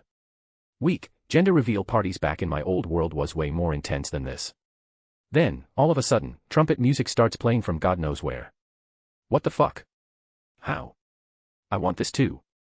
A more majestic, or rather, unique, lizardman rides up slowly to the front. His lizard stops before he jumps into the air, fucking backflips, and lands back on the ground like a gymnast. Gabble, I am Gabble of the Lizardmen. You will all serve under me. Consider this a great honor. A few of the surrounding lizardmen then point their shields to Gabble, reflecting the sunlight making for some makeshift spotlights. Amazing, even my own subordinates can't do that. Should I teach them that too? Anyway, Cheyenne is currently squeezing my body into a noodle because she's pissed, and I had to tap her arms to remind her that I'm still here. Rigard, *ahem Sir Gabble, was it? Your request for us to serve you is rather sudden. Gabble, puffed. Have you not heard yet? Those pigs, the orc race, are on the move. They will attack this very village before long. And I am the only one who can save your puny, pathetic hides. Listening to him, I can't say I'm getting angry. It's more comedic to me. Of course, everyone else is getting quite pissed at him. Now, what should I do? Should I accept his condition just for fun? What one should fear is not a competent enemy, but an incompetent ally, is a saying from my old world, so even if it's just playing around, I don't really want to agree. This saying was from, notice. The quote is commonly attributed to Napoleon Bonaparte. Ah yes, thank you, that has not helped a single bit because I'm shit at history and I have no idea who that is, but I appreciate your input. Now then, what should I do now? Name, Rimuru. Race, Origin Slime. Protection, Crest of Space. Title, Highest Tier Spirit, Leader of the Monsters. Ultimate Skills, Ilya, Heaven's Feel, Raphael, Lord of Wisdom. Intrinsic Skills, Infinite Regeneration, Universal Shapeshift, Universal Sense, Multi-Layer Barrier, Enhanced Replication, Universal Thread. Unique Skills, Predator, Creation, Rune Master. Extra Skills, Lord's Ambition, Thought Communication, Control Wind, Spatial Motion, Dark Flame, Control Particles. Tolerances, Cancel Pain, Resist Melee Attack, Cancel Natural Elements, Cancel Ailments, Resist Spiritual Attack, Resist Holy Attack. A/N, Personal Stash. Why couldn't you just make those meat buns with your skill? MC, it's coming. Whenever I make something with creation, I innately get knowledge on how it's made. And, so you learned how to make a meat bun through that. MC, pfft, no way. As if I could understand the sheer amount of divinity that goes into making each individual bun. I had, Raphael, dumb it down for me. Is. Raphael, okay. MC, I almost had to sacrifice the skill, but it turned out alright. Damn, can I have one? MC, of course. Let me know if I missed anything. Also consider dropping some power stones. Chapter 46, Chapter 42 Big Fight Scene. Well, I want to get on good terms with the lizardmen, so forming a united front would be good, but I don't want to talk to Gabble here. I guess I'll send So-I like planned and have him talk to the lizardman chief. What could go wrong? I'm joking. I am aware that this will lead to the lizardman chief playing defense against the orc army, which will cause Gabble to stage a coup. I could prevent this, but honestly, I think it's a good personality growth opportunity for him. I mean, I want Gabble to serve under me, but looks at Gabble who somehow has sparkling effects. Yeah, I don't want this narcissistic version of him. I'll wait for him to mature first.